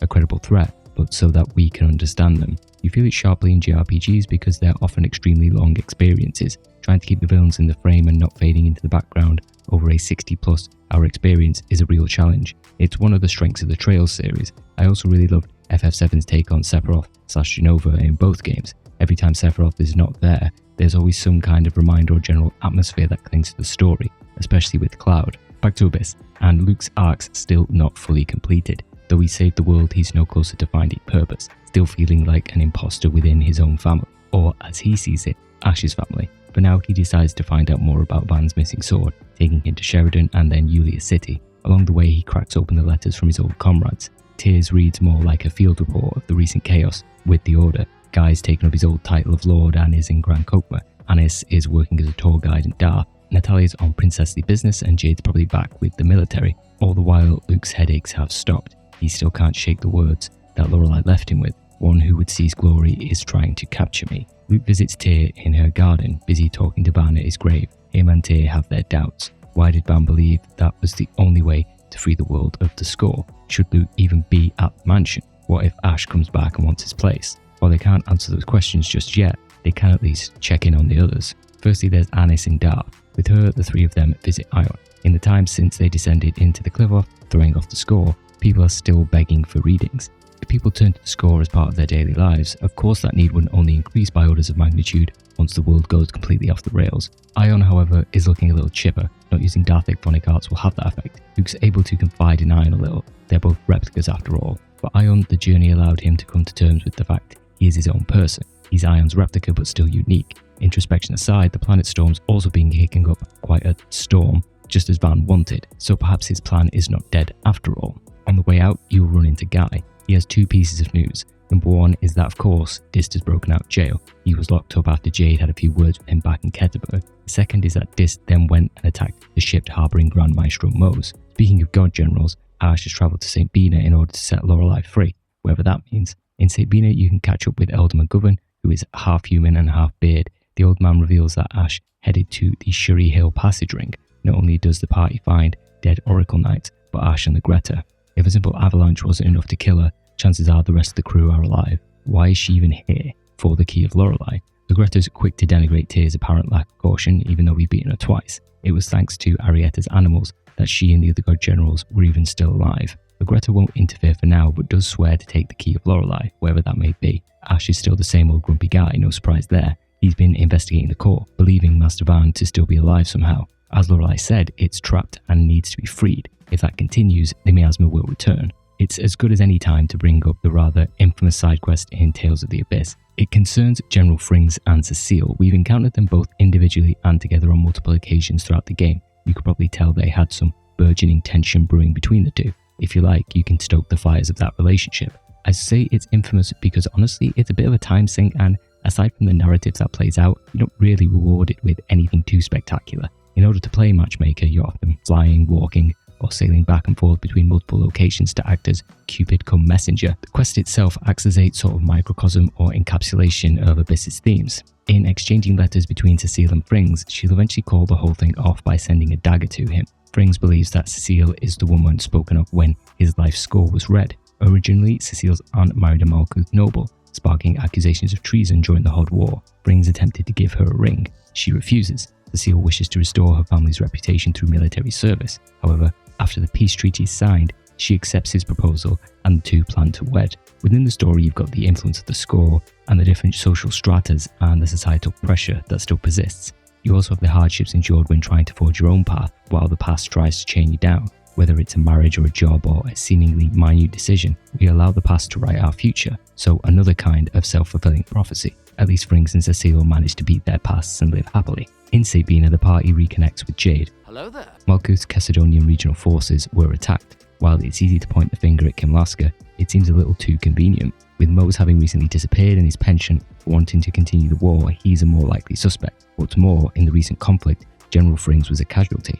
His mortal wounds mean he's not long for this world. Poor Cecile. The party transports him to a chapel where he breathes his last. Guess the wedding's off. With someone sowing the seeds of dissent, the team checks in with Peony. The Emperor wants Luke to act as an envoy to King Ingobert to get behind the recent attacks. Plus, Luke finally mentions Lorelei's message about the key of Lorelei. In another instance of Luke lacking general knowledge, which is a bit of a plot contrivance, the one who would seize glory is Van der Stelker. Chances are he's the one who trapped Lorelei. I don't know why everyone else in the world never put the clues together about Van being behind much of everything. I never quite understood that. Time to get the final party member back in Batical. Natalia has just returned from Macedonia. Speaking with King Ingobert reveals more about the aggressors. They had lifeless eyes. There's a good chance they're replicas being used as fodder. There's more to Van using these replicas that make him an even bigger hypocrite, but there's a time and a place for that. Just before investigating further, you can engage in a high-level side quest in Mushroom Road in order to find a rare ingredient to help heal Luke and Ash's mother from a sickness. Ash can join you for this quest, replacing Luke. It's a shame his equipment and levels suck. The enemies in this area far outclass anything you fought up until this point, and it can be a real challenge and somewhat confusing. I think this is the point where you can also glitch it so that Ash becomes a permanent party member. However, if you leave and return, Ash will have gotten tired and dipped. The quest has no bearing on the plot whatsoever, but you get a rarely seen moment of compassion from Ash. Regardless of if you engage with that plot thread, when you return to Darth, Tyr's feeling a little under the weather. She's been taking medicine in order to numb the pain, but the effects of the miasma, which is a stand-in for cancer or radiation sickness, is obviously still taking its toll. Despite Annis greeting the party, she's then suspiciously absent when the party visits Ion. Miasma, the planet storm, Tyr, the problems keep piling up. Then Annis rushes in, grabs Ion's hand and tells everyone the miasma's even here in Dar. Of course it's a trap. The Greta's waiting for them with her overwhelming forces of a handful of Oracle Knights. Surely the party must throw down their weapons. She's still angling for the key of Lorelei, but surprisingly, Arietta is the one to bail them out. She doesn't want Ion reading the 7th Phone Stone because there's a good chance it'll do him irreversible damage. In returning to the entrance of Mount Saleho, we finally get answers to Annis' strange behaviour. She's been working for Mose all this time. All the debt her parents racked up meant they basically had to work in indentured servitude to Mose. Annis really had no choice. While the old way to the Phone Stone is a no-go, there's always another path. However, outside of the city, the party encounters the replicas for the first time. Amongst the dead-eyed horde, Guy spots a familiar face, his sister Mary. There's even General Frings and Eamon. They have orders to kill the party, but it's not as if you can let the arts fly in a populated centre. Besides that, Guy really doesn't want to kill his sister, or his sister's replica. Tyr whips out the sleeping gas instead. For all Van's bluster about bringing about this new replica world where humanity can live free of the Score's bondage, he's not really giving replicas a good rep. So far, he's used them as nothing more than mindless fodder in order to fulfill his own goals. I'd argue it's not just replicas he cares nothing for, but humanity in general. He's so bent on erasing the score that building a replica world is just an excuse to kill the planet's memory. This pure new world is just a side effect to him. Also, deliberately using replicas of people Luke and the others are familiar with is obviously a deliberate action to have them hesitate rather than trying to win them over to the fact that replicas are human. Then again, I doubt they require convincing, as they know Luke and Ion. You're forced to take the roundabout route into Mount Rainier, the requisite lava dungeon of the game. Its gimmick is timing your passage through undulating lava pools that cause tick damage if you happen to come into contact with them. Along with that, there's also an angry dragon type thing that will blast homing fireballs in your general direction. The goal here is to reach Ion. Though the party is successful, it already seems too late. Ion's been forced to read the phone stone. It spells out that prosperity which has been predicted, but with a little more nuance, because it's only good news for one side, Kimlaska. The score sees that prosperity built on a mountain of Malkuth corpses through war and plague. A plague brought by a single man, the light of the sacred flame. Luke will then seek to cure the taint through the use of a forbidden power. A little good, a lot bad perhaps. With it read, Mose gets what he wanted. Unfortunately, it costs Ion his life. He's dying. Even dying, Ion still doubts his individuality. He's just one of many and can be one of many more. Though it's not his fault for thinking this way, it's been reinforced his entire short life. If Luke accepts it, then he also has to accept that he is a mere copy. Ion doesn't mean to consciously compare himself to Luke, he's just being honest. But he tells Luke that, unlike him, he can choose his own path. Ion's also bafflingly capable of removing the miasma from Tyr's body. Thanks. I mean, it's never been stated he could do that despite it being his plan all along. At least in the game, as far as I'm aware, Darthic phonic arts aren't explicitly explained. I suppose they're just a handwave to be whatever they need to be at the moment. Ion's 7th phonons will remove Tyr's contaminated 7th phonons. And then there's Anis. Ion thanks her before fading away. Anis probably knew this is where it would end, but much like Ion was just Moses' pawn, Mose himself is doing an excellent job of being a dick as well. Just like Van, he's so focused on the score that he'll use every tool in his arsenal to protect its prophecy, including replicas. Mose runs off, leaving the party to sit with Ion's death. Back in Darth, Arietta's none too pleased and gives Anis a Tifa-inspired slap. Arietta's still under the impression that the replica Ion is her Ion. His death acts as the final straw in their already fragile relationship. Arietta challenges Anis to a duel. Despite Anis's parents trying to call off the fight, Anis feels obligated to settle things with Arietta, more as a punishment for being complicit in Ion's death. She could have told Arietta that she's mourning a replica's death, but that may deflect her ire to Van instead of Anis. Luke finds Anis in the chapel, alone. It's one of those rarer moments in games, especially JRPGs, where everyone actually puts events into perspective. First time through the game, the trope dictates that everyone be pissed at Anis. She got Ion killed. The result engulfs the entire frame. Instead, everyone's on her side. Honestly, what could Anis do? Mose had her family hostage. No one's blaming her. It's the opposite, but Anis needs someone to blame her. In fact, this whole thing should be a wake-up call for Anis's parents. They got scammed into debt, which I don't hold against them, and were indebted to Mose. Mose is a dick, no argument there, but Anis's parents are still getting scammed. It's fitting that Luke is the one to comfort Anis too. I mean, who else is a likely candidate from her support system? Tyr, Jade, Guy probably couldn't even make contact. With that over, the team heads to Belkand and finds people collapsing in the street. After being read the score, people are dropping like flies for some reason. Jade believes it's related to a replica having been made of them. While Jade did touch on this with the Cheagle in Ortine Cavern, he left out the part about the original's life being a ticking time bomb. The culprit in gathering replica data was apparently someone coming through town and reading people the score. Before checking that out, the team check in with Spinoza. The liquefaction is worsening. In time, the problems they had before may return. If Luke was powerful enough to use his hyper-resonant or had some kind of amplification device, it may be possible. The Sword of Lorelei is one of those possibilities. The other would be sacrificing the lives of 10,000 7th phonists. It would also cost the user their life. Now, as a slight aside, when most people hear 10,000 7th phonists, they may just think Jade or the team pulled that number out of their arses. But being the dedicated student that I am, I actually checked the Japanese and it is still 10,000, or Ichimaru. In the Bible, 10,000 crops up quite a few times, particularly in Revelations 5:11. Quote, "And I beheld and I heard the voice of many angels round about the throne and the living beings and the elders, and the number of them was 10,000 times 10,000, and thousands of thousands." End quote. In the case of the Bible, 10,000 is not a literal number, but alludes to an uncountable number. If you put your analysis hat on, you could say it's 10,000 because it represents a plan that Luke would never go through with. At a stretch, it could have been a direct nod to the Bible. On the Trail of Ash, the team is back at Mount Rainier, grabbing a new power-up for Mew from Mount Alejo along the way.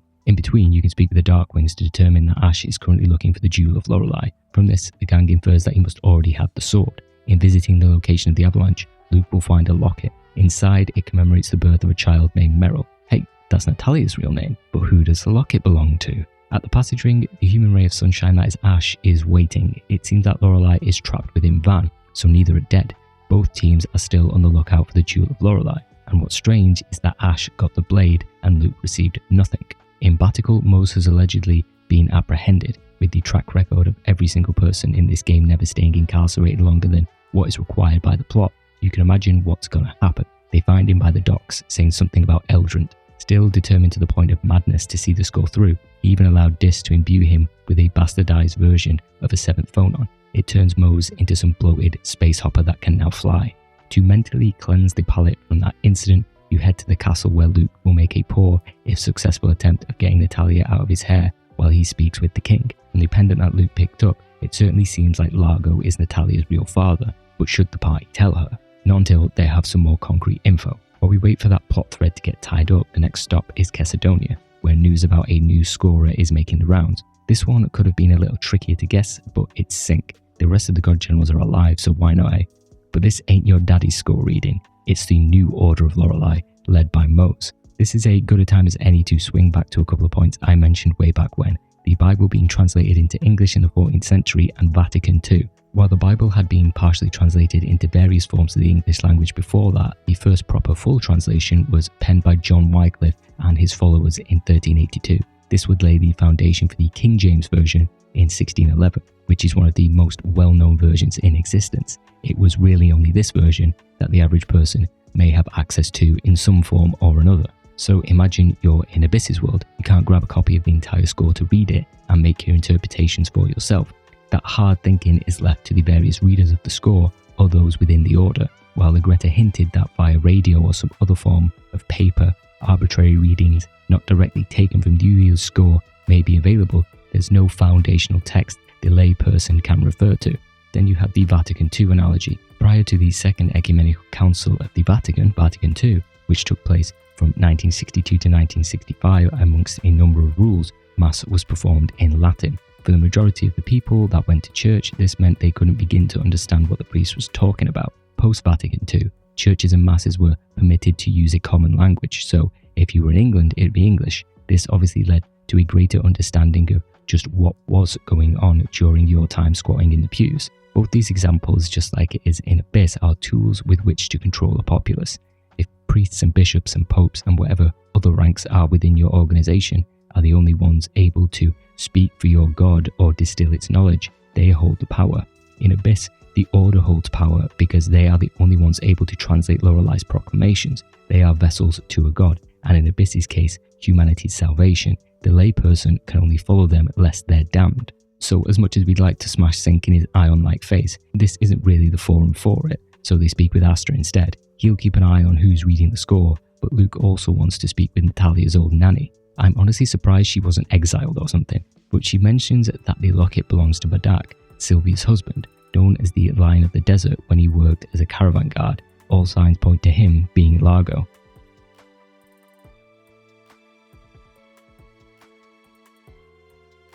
Next up is finding out just what this Eldrant thing is. Speaking to Teodoro in Yulia City, Eldrant is a promised land of sorts from ancient Hispanian legend. Not much to go on. However, the old man also says that there's been a sharp decline of 7th phonons, probably the work of Thaumaturgy. It's coming from around the oceans. Upon investigation, the crew finds the Isle of Feres, a veritable Atlantis that was sunk by a tidal wave from Hod's destruction. Though this place has been reconstructed by 7th phonons, it's honestly not in the best shape. Buildings are boarded up, pathways are left in ruin. Maybe someone messed up during the rendering or they used an old file. The place is crawling with monsters and members of the new Order of Lorelei.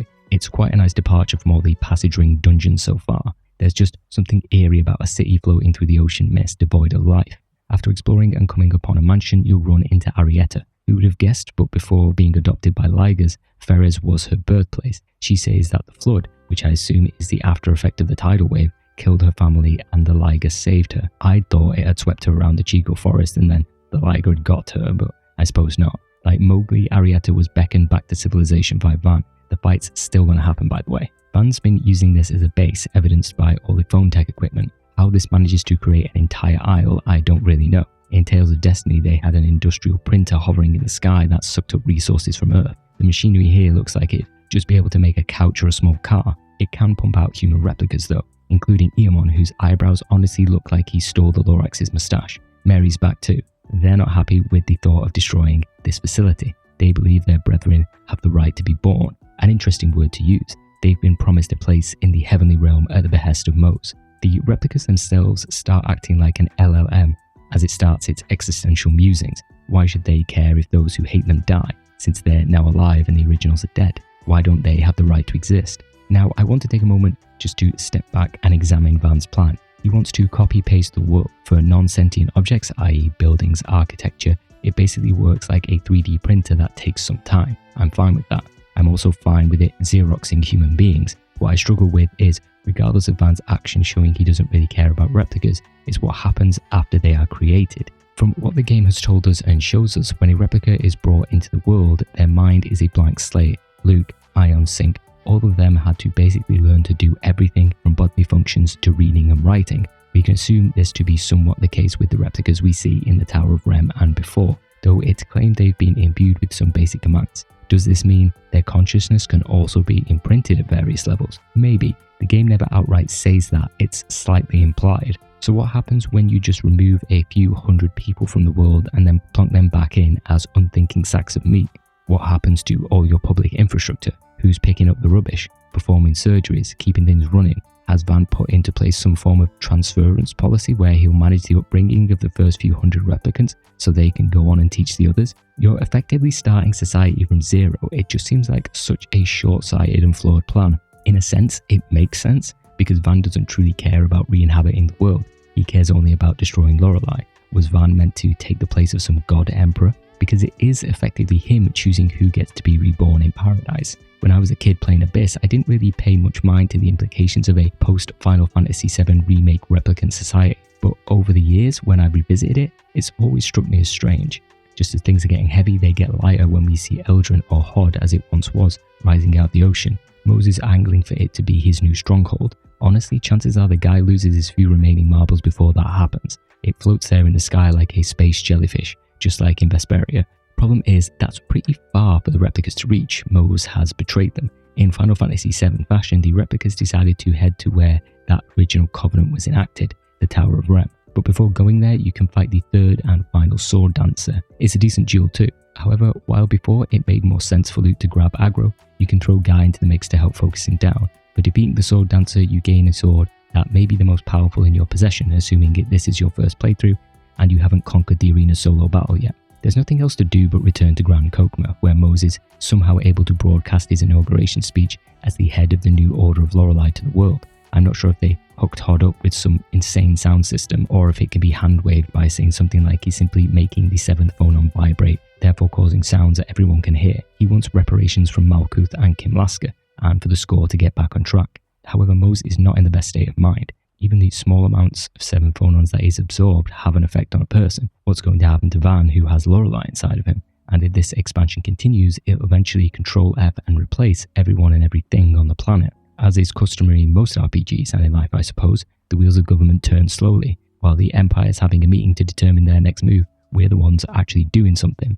Firstly, sending a small child to the recycle bin of life, Arietta. The duel is set in the Cheagle woods where Luke, Tyr and Jade killed the Liger matriarch in what seemed like an age ago. Anis wishes to go alone, but of course the power of friendship and shared experience demands that everyone stand against Arietta. Largo sets the rules, it's 4v4. What a sucker. The battle itself can be a little chaotic due to Arietta's flying friends. However, because the girl's the only caster of the bunch and can output some frustrating damage, taking her out first is the optimal game plan. When Arietta is down, you can then switch your attention to the fast-moving Liger, while the rest of your party will busy themselves on the remaining monsters. Arietta's demise is perhaps the most senseless out of the god generals. She's a child, a manipulated child at that. I'm sure part of Anis wanted to tell Arietta about what truly happened to Ion. After all that had passed, it was probably too late, and as Largo says, Arietta would have killed herself if she knew. Just a sad state of affairs all round.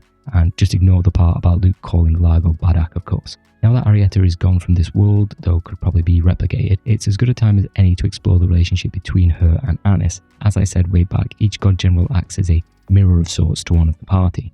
Overall, I think there's a theme of death and rebirth for each character in the party, in a sense that a part of each party member metaphorically dies and then is born again. Well, we'll get to Luke when it's his turn. He's basically Jesus Christ. For Anis, it's the death of the original Ion that led her to becoming a Phone Master Guardian. Of course, there was Mose basically forcing her into the position because of her indebted parents too. It's a game, and a Japanese one at that, so you can just handwave why you would employ a child in the protection of what is essentially the Pope. There's also the fact that through the entire journey, Anis wanted to kill her previous life, one that was bound by debt and indentured servitude. If Anis could simply find a wealthy husband, then all the problems would have been solved, right? Honestly, not a chance. No way Mose would have let her go. But I suppose it's easier to focus on something that could be relatively easily solved, rather than dwelling on how you'd separate yourself from one of the most powerful men in the world. As far as the Anis and Arietta parallels, they're pretty obvious. They're both young girls who were in charge of Anis' protection. They both wield magic, and they were both manipulated into their roles. I touched on it before, but this battle is a punishment of sorts for what happened with Ion.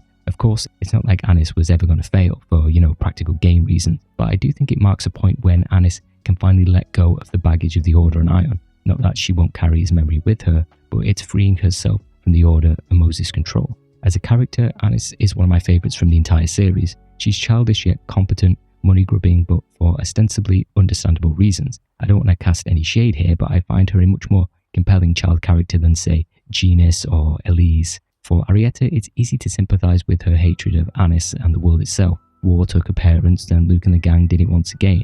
Then we systematically started wiping out her surrogate family and wanted to destroy any chance of her getting them back. Why would she care about the world as it is now? All it's done is steal everything dear to her. After all that, the party returns to Yulia City to find that replicas have been appearing across the world, at funerals, wandering aimlessly in the wilderness as fodder for monsters, or with little or no recognition of who they are. I don't know if replicas just appear in the vicinity of the original, or if there are these Fomicry machines spitting them out and allowing them to wander where they please. When it comes to Van and his relationship with rebuilding the world and its replicas, which we'll get to, his actions always speak louder than words, whether replicas are being used as decoys to incite war, to acts of psychological warfare against the current population. This newly formed diaspora of blank slates in human form are treated as lesser beings, and Van knows exactly what he's doing. Yulia City has stepped up to provide them with shelter. However, even their resources have limits, so a more permanent solution will eventually be required. Let's not turn this into a tangent on immigration replacement theory, but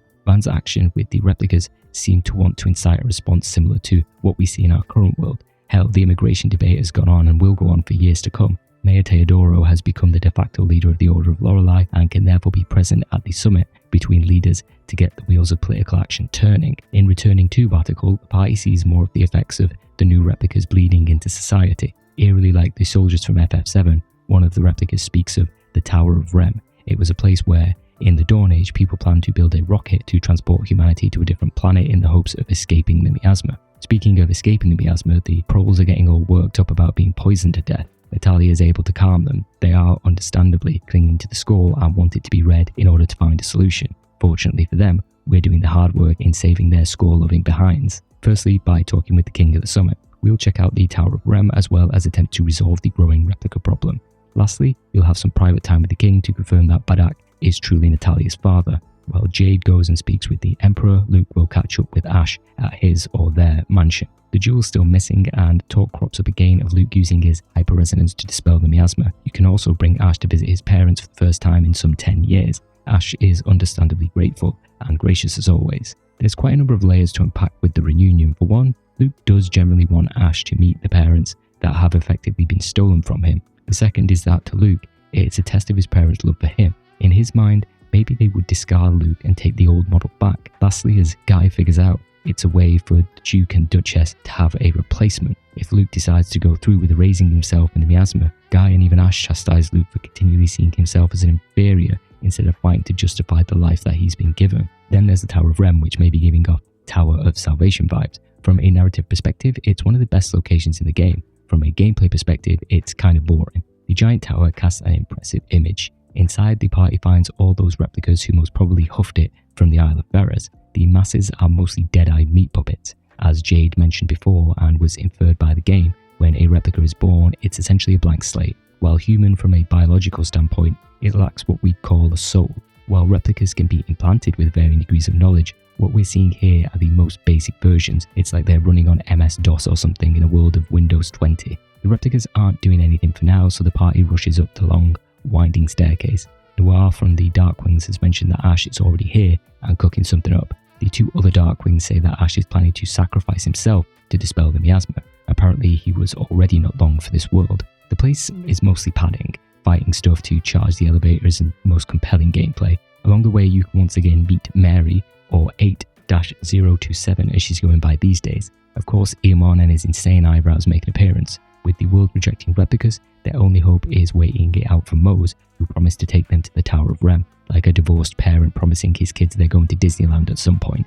Then disappears with his latest creation. Still hellbent on bringing back Professor Nebelim, who was his, Jade and Nefri's teacher, he's willing to sacrifice the world to revive her. The battle itself is not particularly challenging, but Dist does do his best impression of Team Rocket at the end when Luke blasts him into the stratosphere. Ash finally shows his face. He's truly determined to sacrifice his life to save the world, something Luke also has designs on. However, to do so, he needs the replicas to act as an energy source to make this feat possible. With no Jewel of Lorelei, there's no other choice. Obviously, the party is determined to stop him. However, what options do they really have? As for giving the replicas time to consider their options, it's a bit of a strange one. They appear to have some kind of robotic, underdeveloped consciousness. Is that who you should be leaving the fate of the world to? Technically, they are human, but there's more to living than just being alive. What's their level of comprehension here? A child? What level of self-determination do they really possess? Do you think replicas should even be given a say in the matter? If the argument is that they're not acting human enough, what does that even mean? They're not conforming to the standard of what we consider to be normal. Technically, biologically, and technologically, they're the same as Luke, except they've not had time to grow.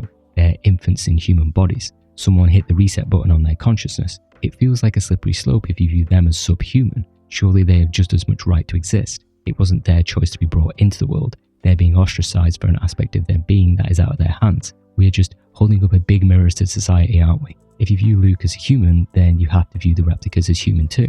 You end up heading back to Darth to meet with the brain trust of Pioneer Teodoro and Engelbert. Ash sent a letter conveying his intentions. He can neutralize the miasma with the replicas as fuel, but it'll cost him his life too. No leader is particularly fond of the idea, especially when Jade offers up Luke. It's not that Jade's necessarily in the right, but the game has touched on the needs of the many, weighed against the needs of the few before. Whether it's the Score's prophecy of trying to find a solution to the end of the world, it's not going to happen without some kind of sacrifice. Luke has some time to think about it and confer with his friends. Guy wants him to fight. Natalia is conflicted because of Ash. Tyr would respect his decision but hate him for it, not really helping all that much. Ash turns up to throw some shade at Luke. It's a frustrating position for both of them. Ash doesn't want to die but feels like he doesn't have a choice. He's the one fighting for the wrong side, though he's technically not aligned with Van anymore. Luke's taken his parents, his place in the world, his life. If Luke dies in his place, then how would he even go back to that life? He's scared of being Luke von Fabra again. He's Ash. Every time he sees Luke confronted with that meek personality, someone who's ready to throw everything away so easily that was stolen from him, he's unable to contain his frustration. He wants Luke to fight for it, which they do, going so far as to nearly cause another hyper-resonance. Luke is determined to sacrifice himself, nothing more to do than head to the Tower of Rem. There they find the replicas waiting. Having grown in numbers, still look a little shy of 10,000 mind you, they've not been having the best of times. Ostracized and chased out of anywhere they wander to, death may be the only humane option. In their opinion, they're sacrificing their lives so that other replicas have a chance at a peaceful existence. Natalia also pledges that she'll provide safe refuge for the other replicas in light of their sacrifice. Once Ash arrives, he's still unwilling to let Luke take his place. Of course, it results in a bit of a pushing and shoving match. Luke wrestles the key of Lorelei from Ash and is ready to make his heroic sacrifice. Tyr wants to stop it. Guy accepts his friend's wishes. Still, Luke continues with it, just as he's finding his resolve. Everyone, give me your lives! I'm going with you! Stay back! Guy, thanks. You stupid bastard.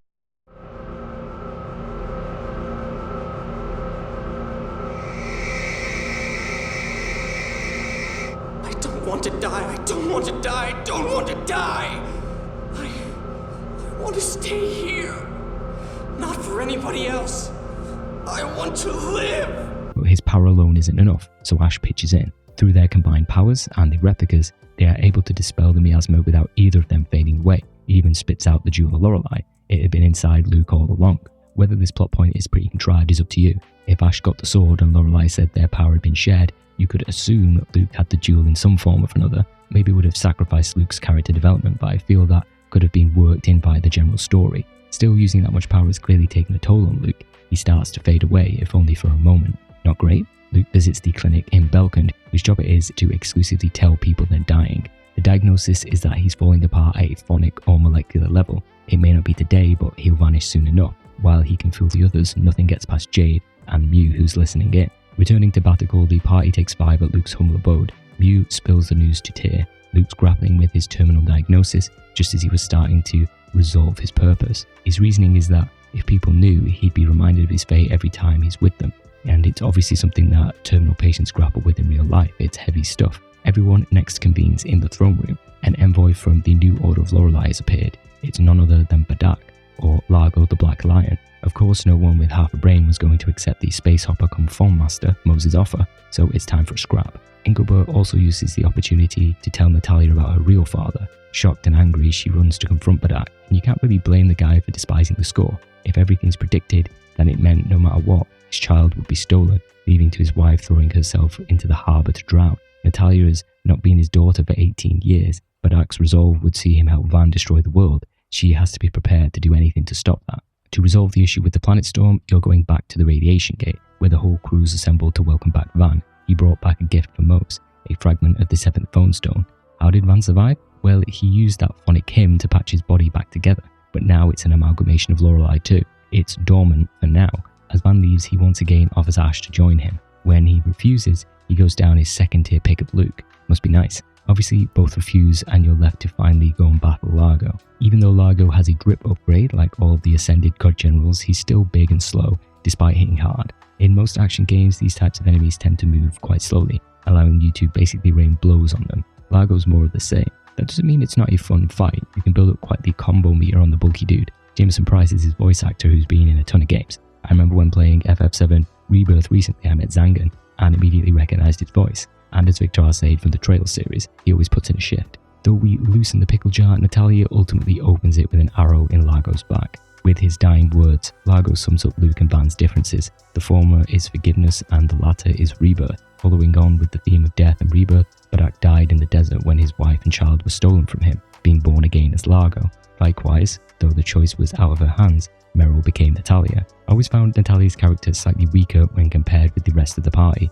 She has her arc of going from a somewhat selfish, sheltered princess into a more princess of the people, but honestly a lot of her character development was already done before we actually met her. I think it would have been more interesting if Natalia was selfish and unconcerned with the plight of the commoner, then through her journey became more aware of it. However, that may have taken some of the meaning from Luke's story, as it could have been a little too symmetrical. For Largo, out of all the god generals, he has the most clear-cut and understandable motivation. The thematic connection with the desert is prominent in the Bible. Whether it's Moses travelling through the desert to guide his people or Jesus being tempted, it carries a certain weight. Largo acts as another micro-example of the score and its ability to steal people's free will. For me at least, it's difficult to wrap my head around a world that would be complicit with such a thing, but we're living in it. People attribute awful things to the will or grand design of a higher power. That aside, Luke and the party came here with a job to do. He ends up getting absorbed into what's basically Abyss's version of the live stream to witness Van's rebirth and the absorption of Lorelei. He also witnesses Ash in danger battling Sync. The little faunist soon flees to Van and another copy of Ion who's reading the score. It's not good news. The miasma is set to engulf Eldrant. Everyone will die. Mose turns into a pierced balloon and flies all over the place in response. Van then confronts the party, causing a reaction with the Jewel of Lorelei. When it's in close proximity, it's almost like a magnet drawing Lorelei out. Though lacking Arietta, the monsters are still able to airlift Van and Co from the scene. He does drop a killer line before leaving though. Step across the sea of corpses and make your way to me, Ash and Luke. However, they may have left something behind, a new Ion clone. Understandably, Anis wants to look after the little guy. Tritaim agrees to take him in, and they name him Florian. The next stop is the Radiation Gate to help quell the planet storm.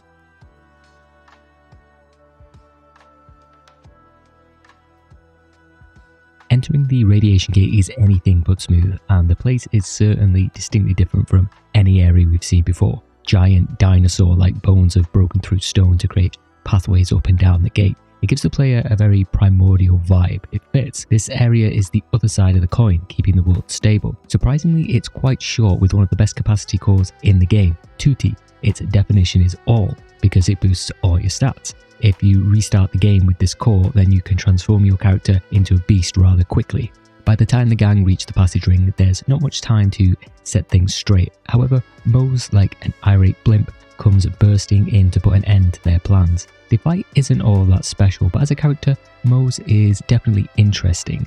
The Tales and Trails games, more so than Final Fantasy, tend to give a lot more time and effort into setting up their antagonists. Mose's motivations are honestly more understandable and clear-cut than Van's. People have lived in a world where the score, Yulia's score at least, hasn't missed. Yeah, we can lean into the self-fulfilling prophecy, but for the past 2,000 years, it's ultimately led to a stable world where most people are better off. There's no specific abject poverty or illness. When wars aren't being waged, Aldrun is a pretty chill place. The populace are happy with the score because it's all they know. It's a giant gilded cage, just like Luke inhabited.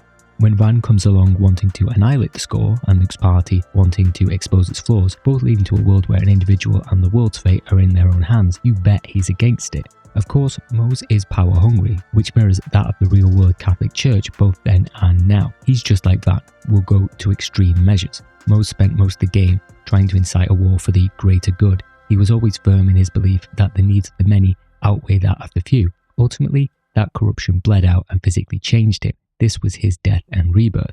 He's a tragic character and works perfectly as a lesser antagonist. Van, Luke, Mose, they're products of a world under the score. In the end, he melts away, still clinging to Yulia's words in his madness. Unbeknownst to him, he was ultimately working against Yulia's wishes. With Mose out of the picture, the passage ring can be accessed and the planet storm quelled.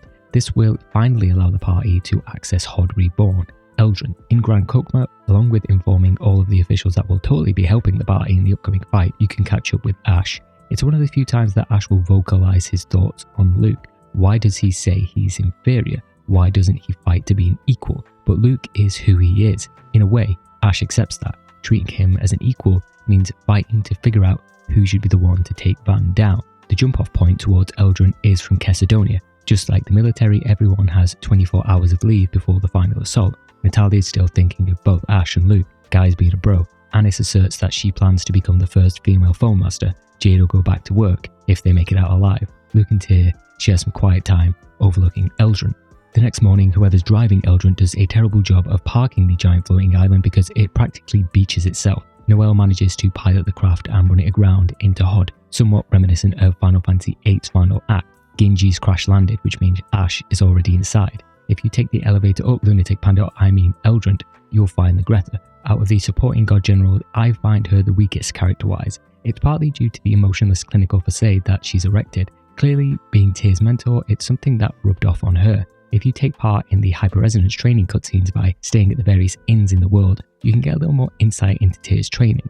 More than giving insight into Ligretta's past, it functions more of an explanation as to why Tyr acts the way she does. Mirroring Tyr, Ligretta was once supposed to kill Van, however she obviously failed and then turned into his fiercest ally. Supplementary material does provide a little more backstory on her thoughts and feelings. As an aside, while I don't mind this kind of material expanding character backstories, I do wish it had been contained within the game. Ligretta then fell in love with Van, but her hatred of the score, by default, means that she even hates those feelings of affection. In a way, the score has poisoned her life. If happiness was predetermined, would that invalidate the experience? Would it feel scripted? Would you doubt your partner's affection? For Ligretta, it's all artificial. You're constantly forcing your head to overrule your heart. At least we understand why she's so cold. She's severed herself from all emotion. Not so different from a replica with a single goal implanted in her head. What kind of existence is that? In the end, her rejection of the score leaves her dying alone in service of Van's dream, another corpse on the road. When looking at Tyr, the Tales series does love the hot and cold dynamic between its central party members. Vesperia had the throuple that was Yuri, Estelle, and Flynn. Destiny had Stan and Ruti. Zelia had Jude and Mila. Symphonia had Lloyd and Colette. I say hot, cold, not to paint that one character as particularly antisocial, but in the TV tropes red only, blue only dynamic, with the red being more passionate and the blue being somewhat more level-headed. Muyen Jin from Samurai Champloo is another typical example. Tyr's character arc, much like Luke, exhibits a shared otherness to the world, whereas Luke was divested from society by both being a noble and being locked away in a mansion. Tyr was born in Yulia City and would have been a citizen of Hod if not for the war. She is not of the Outerlands. Add that to her installation by being part of the Order and being groomed to take the mantle of Van's right hand. The path she was on before meeting Luke and the others would have only widened her connection to the rest of the world. Though it's not interrogated as much, her connection with Van was the only true thread running to her past. Yulia City is not her real home. She has no remaining family. Despite that, she was willing to kill Van, seemingly under her own volition and not under instruction from Mose. Whether it was her belief in her duty, the score, or she does value the life of a world she's alien to, marks Tyr as an extremely strong character. Aside from her role as a soldier in the service of the Order, she owes the Outerlands very little, and let's not forget she's just 16. As a slight aside, in most media, especially anime, manga and games, a character's age is more decoration than anything else. And I'm not saying this like one of those people who defend, oh, it's fine, she's a 3,000-year-old dragon trapped in the body of some prepubescent teenager. It's from the perspective that, although allegedly young, most characters tend to act like they're far older than their age would portray. And that's fine. I've talked about Trails and the majority of Class 7 who aren't even old enough to rent a car, but they're still killing God and disrupting the best laid plans of people far older and more experienced than them through the sheer power of friendship and the 8 Leaves style. Yes, in times of yore, you certainly did have to mature fast and take on roles and responsibilities far beyond your years. At 16, she's already assumedly killed a fair number of people. Absurd by our standards, but not as uncommon in ages past. That, coupled with an upbringing under Van, who's presented as rather cold, as well as most probably being raised by the Order, she has quite a clinical and frosty veneer. Through the events of the game, Tyr learns to break away from the score, the Order, and her brother in order to become more of an individual, and by accepting this, she's also able to become emotionally vulnerable. Sure, we have her fawning over Mew and cutesy things, but her most significant scenes often involve Luke, who acts as a catalyst. Whether it's appreciating his confined upbringing, much like her, guiding him in his journey of growth, being able to articulate to him that throwing his life away is not the only path available. Other significant moments are Tyr allowing herself to be vulnerable when learning of a diagnosis, speaking to Luke when the situation has been reversed, and of course her final words come the end of the game. Her themes, just like the game itself, is about allowing oneself to rely on others and work with them to grow, not just as human beings, but as a society at large. Eldrant itself clearly takes inspiration from angelic Christianity. A lot of white marble, a totally impractical city, towering angelic statues dot a very cold, sterile environment. You've got broken mesh-like bridges stretching for what seems like a mile. We've only heard of Horde through the characters' memories. The reality, at least on the outskirts, is like a mausoleum. Then as the party's wandering round, Luke just so happens to fall down a hole to find Ash. Sure, it was a trap meant for him, but come on. What's worse is that the gate can only be opened by a 7th bonus, meaning one of them would have to stay behind. Conveniently, this is an opportunity and a great part of the game overall, where Luke and Ash's relationship comes to the fore. In Ash's words, it's a fight to settle who we are. You then have the trope that I love in JRPGs, you know it's a significant battle when the normal boss battle music is replaced by a unique track to give it that punch.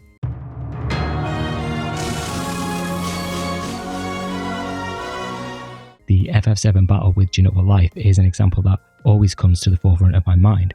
What's also cool about this fight is that because Luke and Ash are identical, when Luke uses his Mystic Art, it triggers Ash's Mystic Art. Ash is still bitter at Luke's victory. He hands over the key of Lorelei and resolves himself to hold the line and battle the new Order of Lorelei. Turns out both of them are going to disappear soon. We're then treated to one of the hardest lines in the game.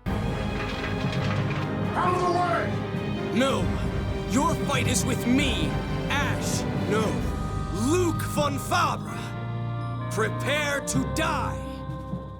A little further on, you come across Guy's old house under construction, complete with the fireplace. Not the good kind of nostalgia, I imagine. Guy in some ways is similar to Tyr, in that they have lost their home and been reintegrated into society at varying levels. Tyr lived in Yulia City, joined the Order, but that was still the role of an outsider. Guy, in a sense, has been naturalized, his identity colonized by Kimlaska. Lest we forget, Guy was kidnapped and made an indentured servant by a man who had personally slaughtered his family. When reflecting on that, we could have viewed Guy's actions and behaviour through a different lens. Rather, unfortunately, we never really know what Guy was like after being brought to the Fabre mansion. Of course, he was still young, but old enough to understand what was happening to him. All we really see of him as a person is acting as a regular citizen, best friends and protector of Luke, and in some ways you could see that as a weakness of the writing.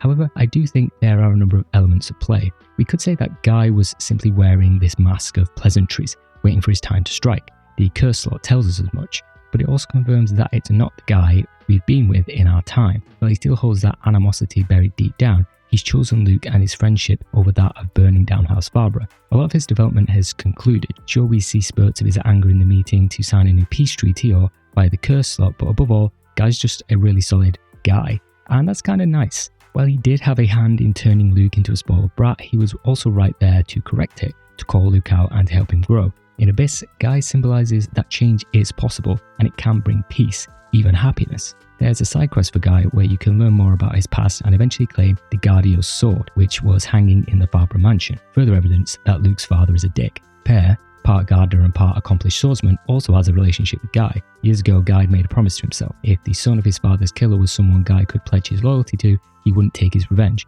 Obviously, Guy feels Luke's passed the test, and you also get the Jewel of Guardios too. Another important factor for Guy is his relationship with Van. As the Commandant had previously been guardians of Guy's household, he was once loyal to him. The plan had been to replicate Horde and take their revenge. Yet, despite Van's numerous invitations, Guy quickly turns them down without a second thought. There's very little, if any, hesitation. Guy may have been forcibly dragged into his new life, yet he came to accept it, overcome his past and grow as a person. It was a feat that Van would never be able to achieve. Back in the old house, as Natalia says and Jade confirms, Fomicry isn't inherently bad, it's a tool. Jade was the one to ban Fomicry because of what happened with his mentor Nefri. Perhaps in the right hands it could serve a purpose. Similarly, as Anis says, maybe the score can be useful too, if used as a guide rather than an absolute prediction. But Yulia hid the seventh bone stone telling of the world's destruction. Perhaps she wanted the world to break free of its shackles by themselves. Van's pact with Lorelei, won through force, would be against Yulia's wishes. The problem's this: Yulia was able to read the planet's memory, so she recorded it in the phone stones. However, the seventh phone stone, one of destruction, was hidden in order to not cause panic. Yulia wanted people to have the free will to change those predestined events carved into the planet's memory in order to avert disaster. However, as Mose was guilty of too, people just rigidly stuck to the score because they lacked the last phone stone. They thought they were heading to paradise. Was Yulia correct in hiding the phone stone? Was she right in even recording the planet's memory, thus being responsible for what happened on Aldrin in the ensuing 2,000 years? In trying to fight against destiny, she unwittingly made it more unyielding. She helped trap the world in the score. There are the parallels of the Bible, of any religious text really. Think of how many conflicts, like the Crusades, happened because of what was written in a book. Who knows? Yulia was a victim of the planet's memory too. If she was fated to do it, can she be blamed? If her existence ended up being the only thing to avert disaster, then she's the planet's savior. Without it, without all those sacrifices leading up to this point, salvation may not have even been possible. It depends where you fall on predestination. Would things have developed the same regardless of Yulia's score? Whatever could or should have happened, Luke and the others have to stop Van. Ash, who was doing his best to hold off the new Order of Lorelei, has finally reached his limit too. Through Luke's connection, he can sense the life drain out of Ash. Time's run out for Ash, and it's running out for Luke. Ash is most probably the most tragic and conflicted character in the game. Luke has no past, so he learns to look forward and forge his future. Ash, however, constantly battles between the real Luke, the family and memories that were once his, and the god general he'd become. All that he had was stolen from him and given to someone who, for a large part of the game, had either abused it or didn't know what to do with it. Unbeknownst to the party, Ash had been trying, in his own way, to subvert Van and Moses' plan. Too proud or untrusting to ask for the party's help. If he had reached out, would he have died? It wasn't predicted in the score, so that may be. Despite how much Ash would like to deny it, he and Luke share that same admiration of Van. The Locrian general was their father, and Van abuses that relationship with both of them during the story. Both Luke and Ash seem incapable of expressing their emotions. While Luke is able to change, and Ash to a certain degree, the latter tells no one of their impending death, while Luke has his support network. Ash is the what could have been. There's more about Ash in the accompanying manga, but in regards to the supplemental material, I'd prefer to take the game on its own terms. No one is given time to mourn because Sinks laid a trap. They're only saved due to what could be Ash reaching out from the beyond to cause a second level hyper-resonance. Of course, Sinks a dick as always, but you can't really blame him. As an empty vessel, he plans to test himself against the party for the final time. Though his fit may have changed, his moveset or battle plan really hasn't. In the end, out of all the god generals, Sink is the easiest to pity, vanishing in a flash. Now the only one standing in the way of saving the world is Van.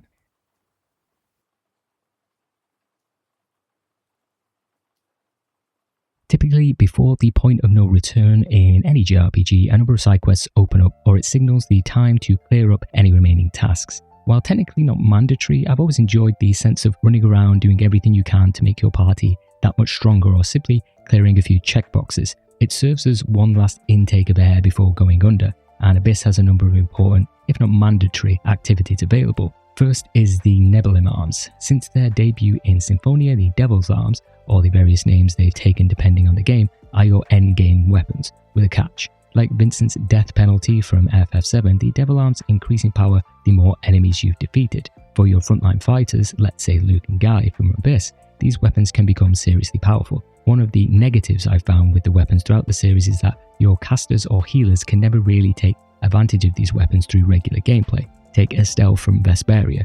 She's mostly healing other characters or offering support, so unless you're going out of your way to grind battles, she'll never see the true benefits of her Devil Arm. Still, it doesn't mean that the quest to obtain said weapons isn't a whole lot of fun. Invariably, you're tackling some of the game's toughest monsters in order to acquire them. In Abyss's case, you acquire your first Nebulum Arm after defeating a T-Rex-like enemy in the Meggiora Highlands. While the quest is gated by game progression, you can travel the world acquiring new Nebulum Arms from the likes of General McGovern and Emperor Peony. It's a shame they're not gated behind boss battles like with other games in the series, but the ultimate boss fight more than makes up for it. The lore around the Nebulum Arms is a decent place to examine Jade too. Out of the main party, he's clearly carrying the most baggage, and the first, and maybe last time, you have an actual sociopath in your ranks. Jade himself admits as much, bearing the signs of it as a child. Happy to slaughter, let's say, semi-defenseless monsters, he felt nothing towards them and others. In a sense, an emotional blank slate, much like the replicas he would later create. Jade is clearly a genius. He invented Fomicry when he was a kid, and outside of perhaps Van, is the strongest phonist in the game's world. You can discover through a side quest that the glasses Jade wears actually help limit his phonic abilities. It's referenced again in the final battle when he removes them. Then at the end when we can see his irises are reverted to their original colour. While various media outside the game does add a bit more colour to Jade's past, what we get with the game, informed from those around Jade rather than from himself directly, helps us to slowly understand the kind of person he's become. In a sense, it's a veneer, an act of what a normal person is supposed to be like. Thanks to the likes of Professor Nebulum and later Peony, Jade is mimicking emotions. Like most people, his sarcasm and dry wit are defences. However, through the game, he's forced to confront the fruits of his research being used to effectively erase the world. His relationship with Luke is fatherly in a sense. He's always pushing him to take responsibility and consider his actions in a roundabout way. When Luke destroys Akzeriuth, Jade has his own share of self-loathing, but I also think he's disappointed in himself for having allowed Luke to stray to Van. There are a number of slightly side quest-like scenes where you can visit the Fontech research lab in Belkend and speak with specialists, then have a little debrief with Jade afterwards. Its purpose is, of course, to give more insight on Luke's condition and its upcoming terminal nature. But in those series, it also reveals a side of Jade that is using research to fuel his hopefulness that there may be some other destiny that awaits Luke, one that may not see him vanish forever. It's one of the few times where Jade leans on faith as opposed to strict science, like he's going through a stage of grief. While still a child, Jade caused the death of Professor Nebulum while trying to wield a powerful 7th phone on R. He then attempted to resurrect her through Fomicry, inadvertently turning her into, for lack of a better word, monster, which went on to slaughter a brigade. Jade then banned Fomicry for all that was achieved. Through your accrual of the Nebulum Arms, you learn they are planetary phonic art catalysts, which Nebulum has researched. Jade purposely unseals their power and you travel to Nebulum's Crag, located close to Keterberg.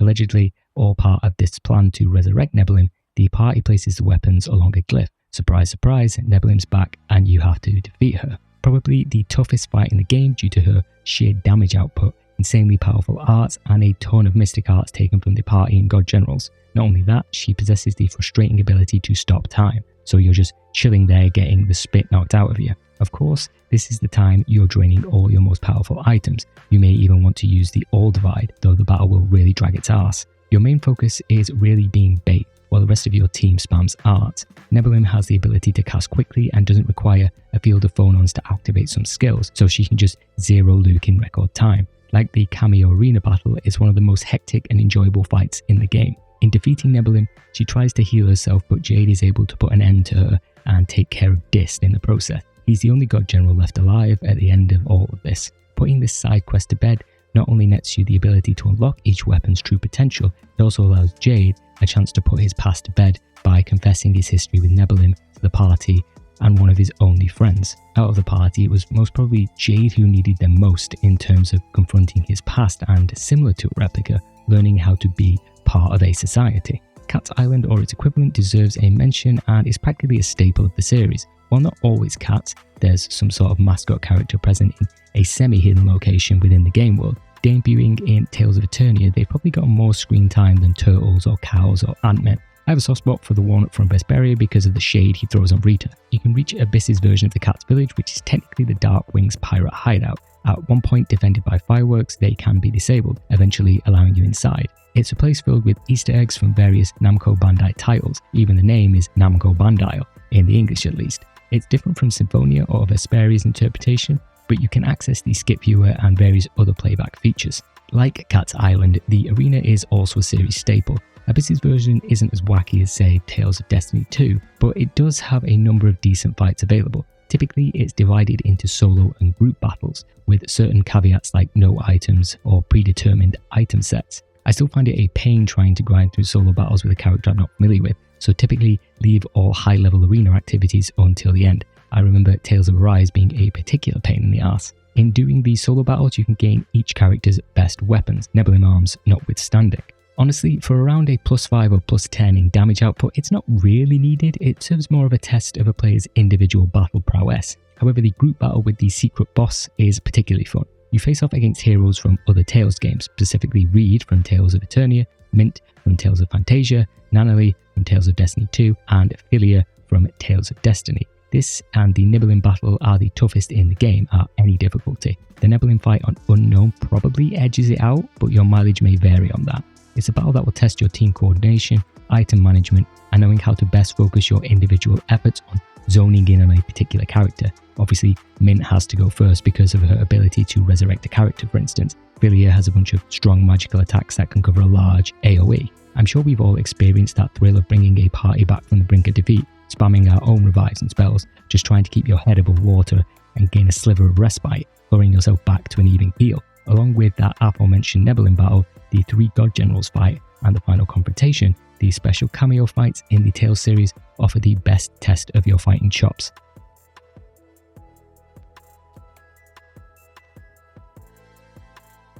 The rest of Eldrant has a number of puzzle rooms that you can interact with. The slightly unique thing, when compared to previous and future Tales games, is that the team relegated the confusing walkway dungeon to the end of the game's second act. The final area is actually much more diverse than other entries. Why in Yulia's name did someone design a residential city in this way, which can flip at a moment's notice? I'll never know. Good luck dealing with that. Of note is a little puzzle which will take you to Yulia's grave. Van and his family had protected the grave for generations. Even now, Van has still been taking care of it, or a replication of it at least. Van doesn't hate Yulia, he hates the skull. As descendants of Yulia, he and Tyr have a responsibility to lead the world in her image. Van still believes he's doing that by destroying the planet's memory. As is tradition, there's a large set of stairs leading into light for the final battle. I don't think it's specifically meant as a homage to a stairway to heaven, but we are essentially fighting a god in true JRPG fashion.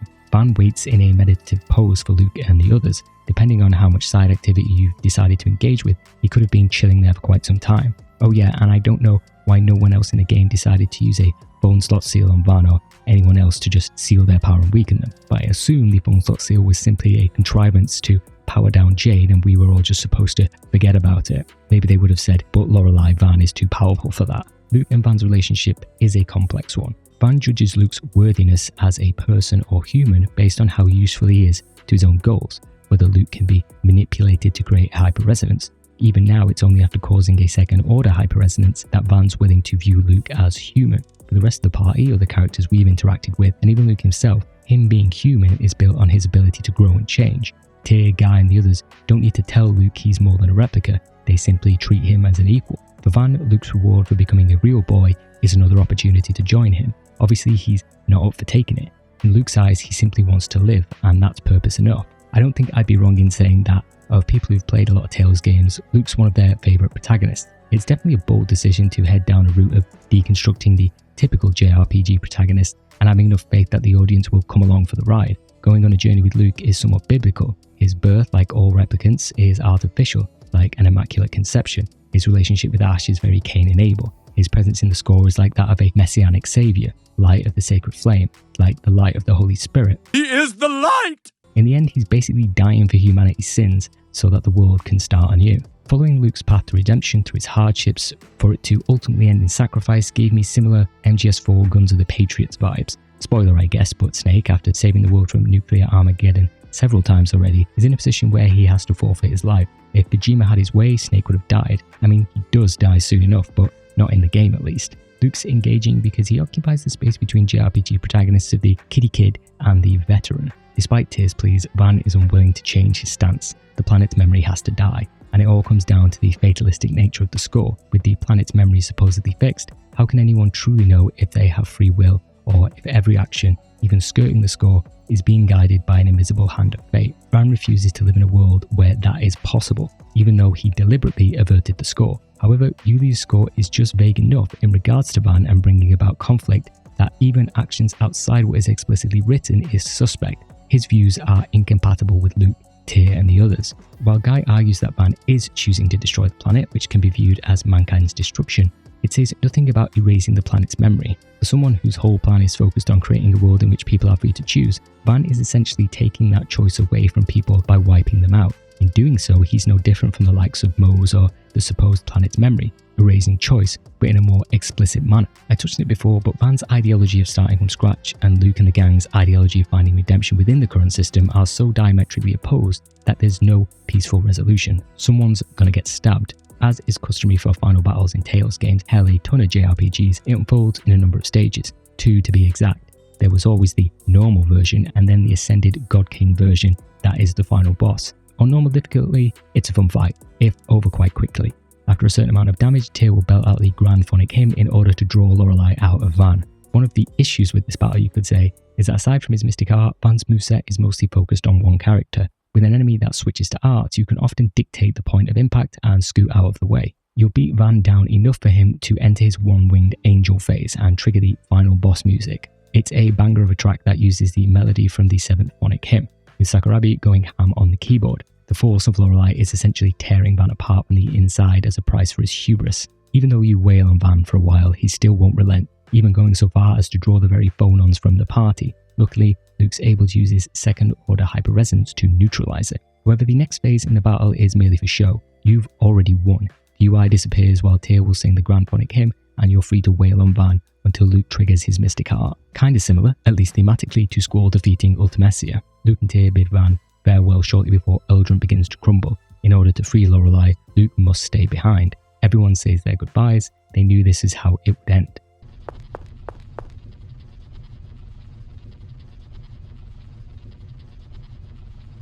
Come home!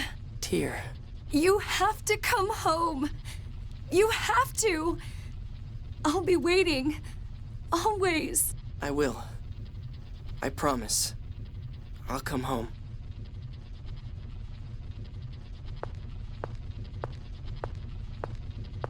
Luke, I love you.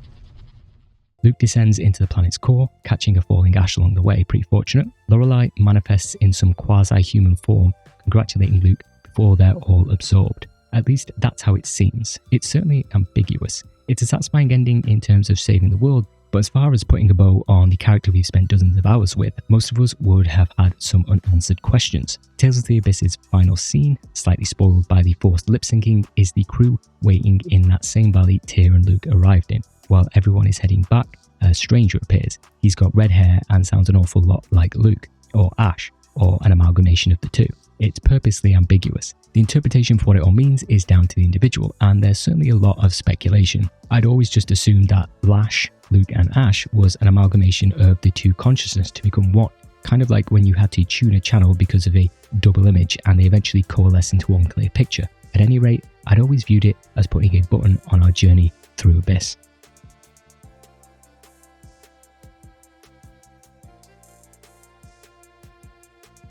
Tales of the Abyss's overall story and the themes are probably some of my favourite from the series so far. Directors Kyoshi Nagai, Eiji Kikuchi and Takumi Miyajima had worked together on a number of flagship Tales titles over the years. Destiny, Grace's Symphonia, and up to Xillia in some cases. It's often why Xillia is seen as the last Dream Team Tales game. Though there were mothership titles in between Symphonia and Abyss, this does feel like the true spiritual successor in terms of philosophy, themes, and overall storytelling. It's almost as if Abyss is a do-over in some respects. Trees of Life, a corrupt religion, breaking a ritualistic cycle, self-sacrifice. Abyss manages to take some of the less polished themes and plot executions in Symphonia and work out the kinks for Abyss, particularly how the Order is more sympathetic than the Church of Martel, ethos himself and his inclusion in the narrative, the way the two ideologies clash, Tetheala and Silverant, free will and predestination, and making our antagonist's motivations somewhat more rational. Don't get me wrong, I love me some Symphonia, but from a narrative perspective, Abyss leapfrogs it. Symphonia felt like feast and famine, in particular with some of the characters. I'm looking at you, Genus, but every character has their arcs and their journey is an integral part of the plot. Luke as a protagonist is one of my favourites from the tons of JRPGs that I've played over the years. These struggles of self-determination to find meaning in one's life is a road we travel until the day we die. It's never too late to change, to question our role in society, or to stand up against the corrupt systems we find ourselves entrenched in. Unfortunately, the truth is that more often than not, rather than the Lukes of the world, we find ourselves as the scared, directionless populace reaching out for guidance. Whether it's a score, broader religion, political leaders, or even some far-fetched conspiracy theory, there is comfort in handing over our autonomy to a greater power. In doing so, we may be casting off our worries to a degree, but so too are we doing the same with our sense of self-determination. At its core, I think that is Abyss's message. You have the right to self-determination, whoever you are. While not a luxury that everyone has, it's a fundamental human right. For what it's worth, the Universal Declaration of Human Rights champions the notion that we are all born free and equal. Tales of the Abyss's exploration of those themes from macro to the micro, the self and society, through the lens of each character, organizations, empires at both ends of the social spectrum, always pulled me in. Consciously and subconsciously, we're molded into the people we are because of the environment, but we don't have to like it. If you made it this far, then thanks for watching.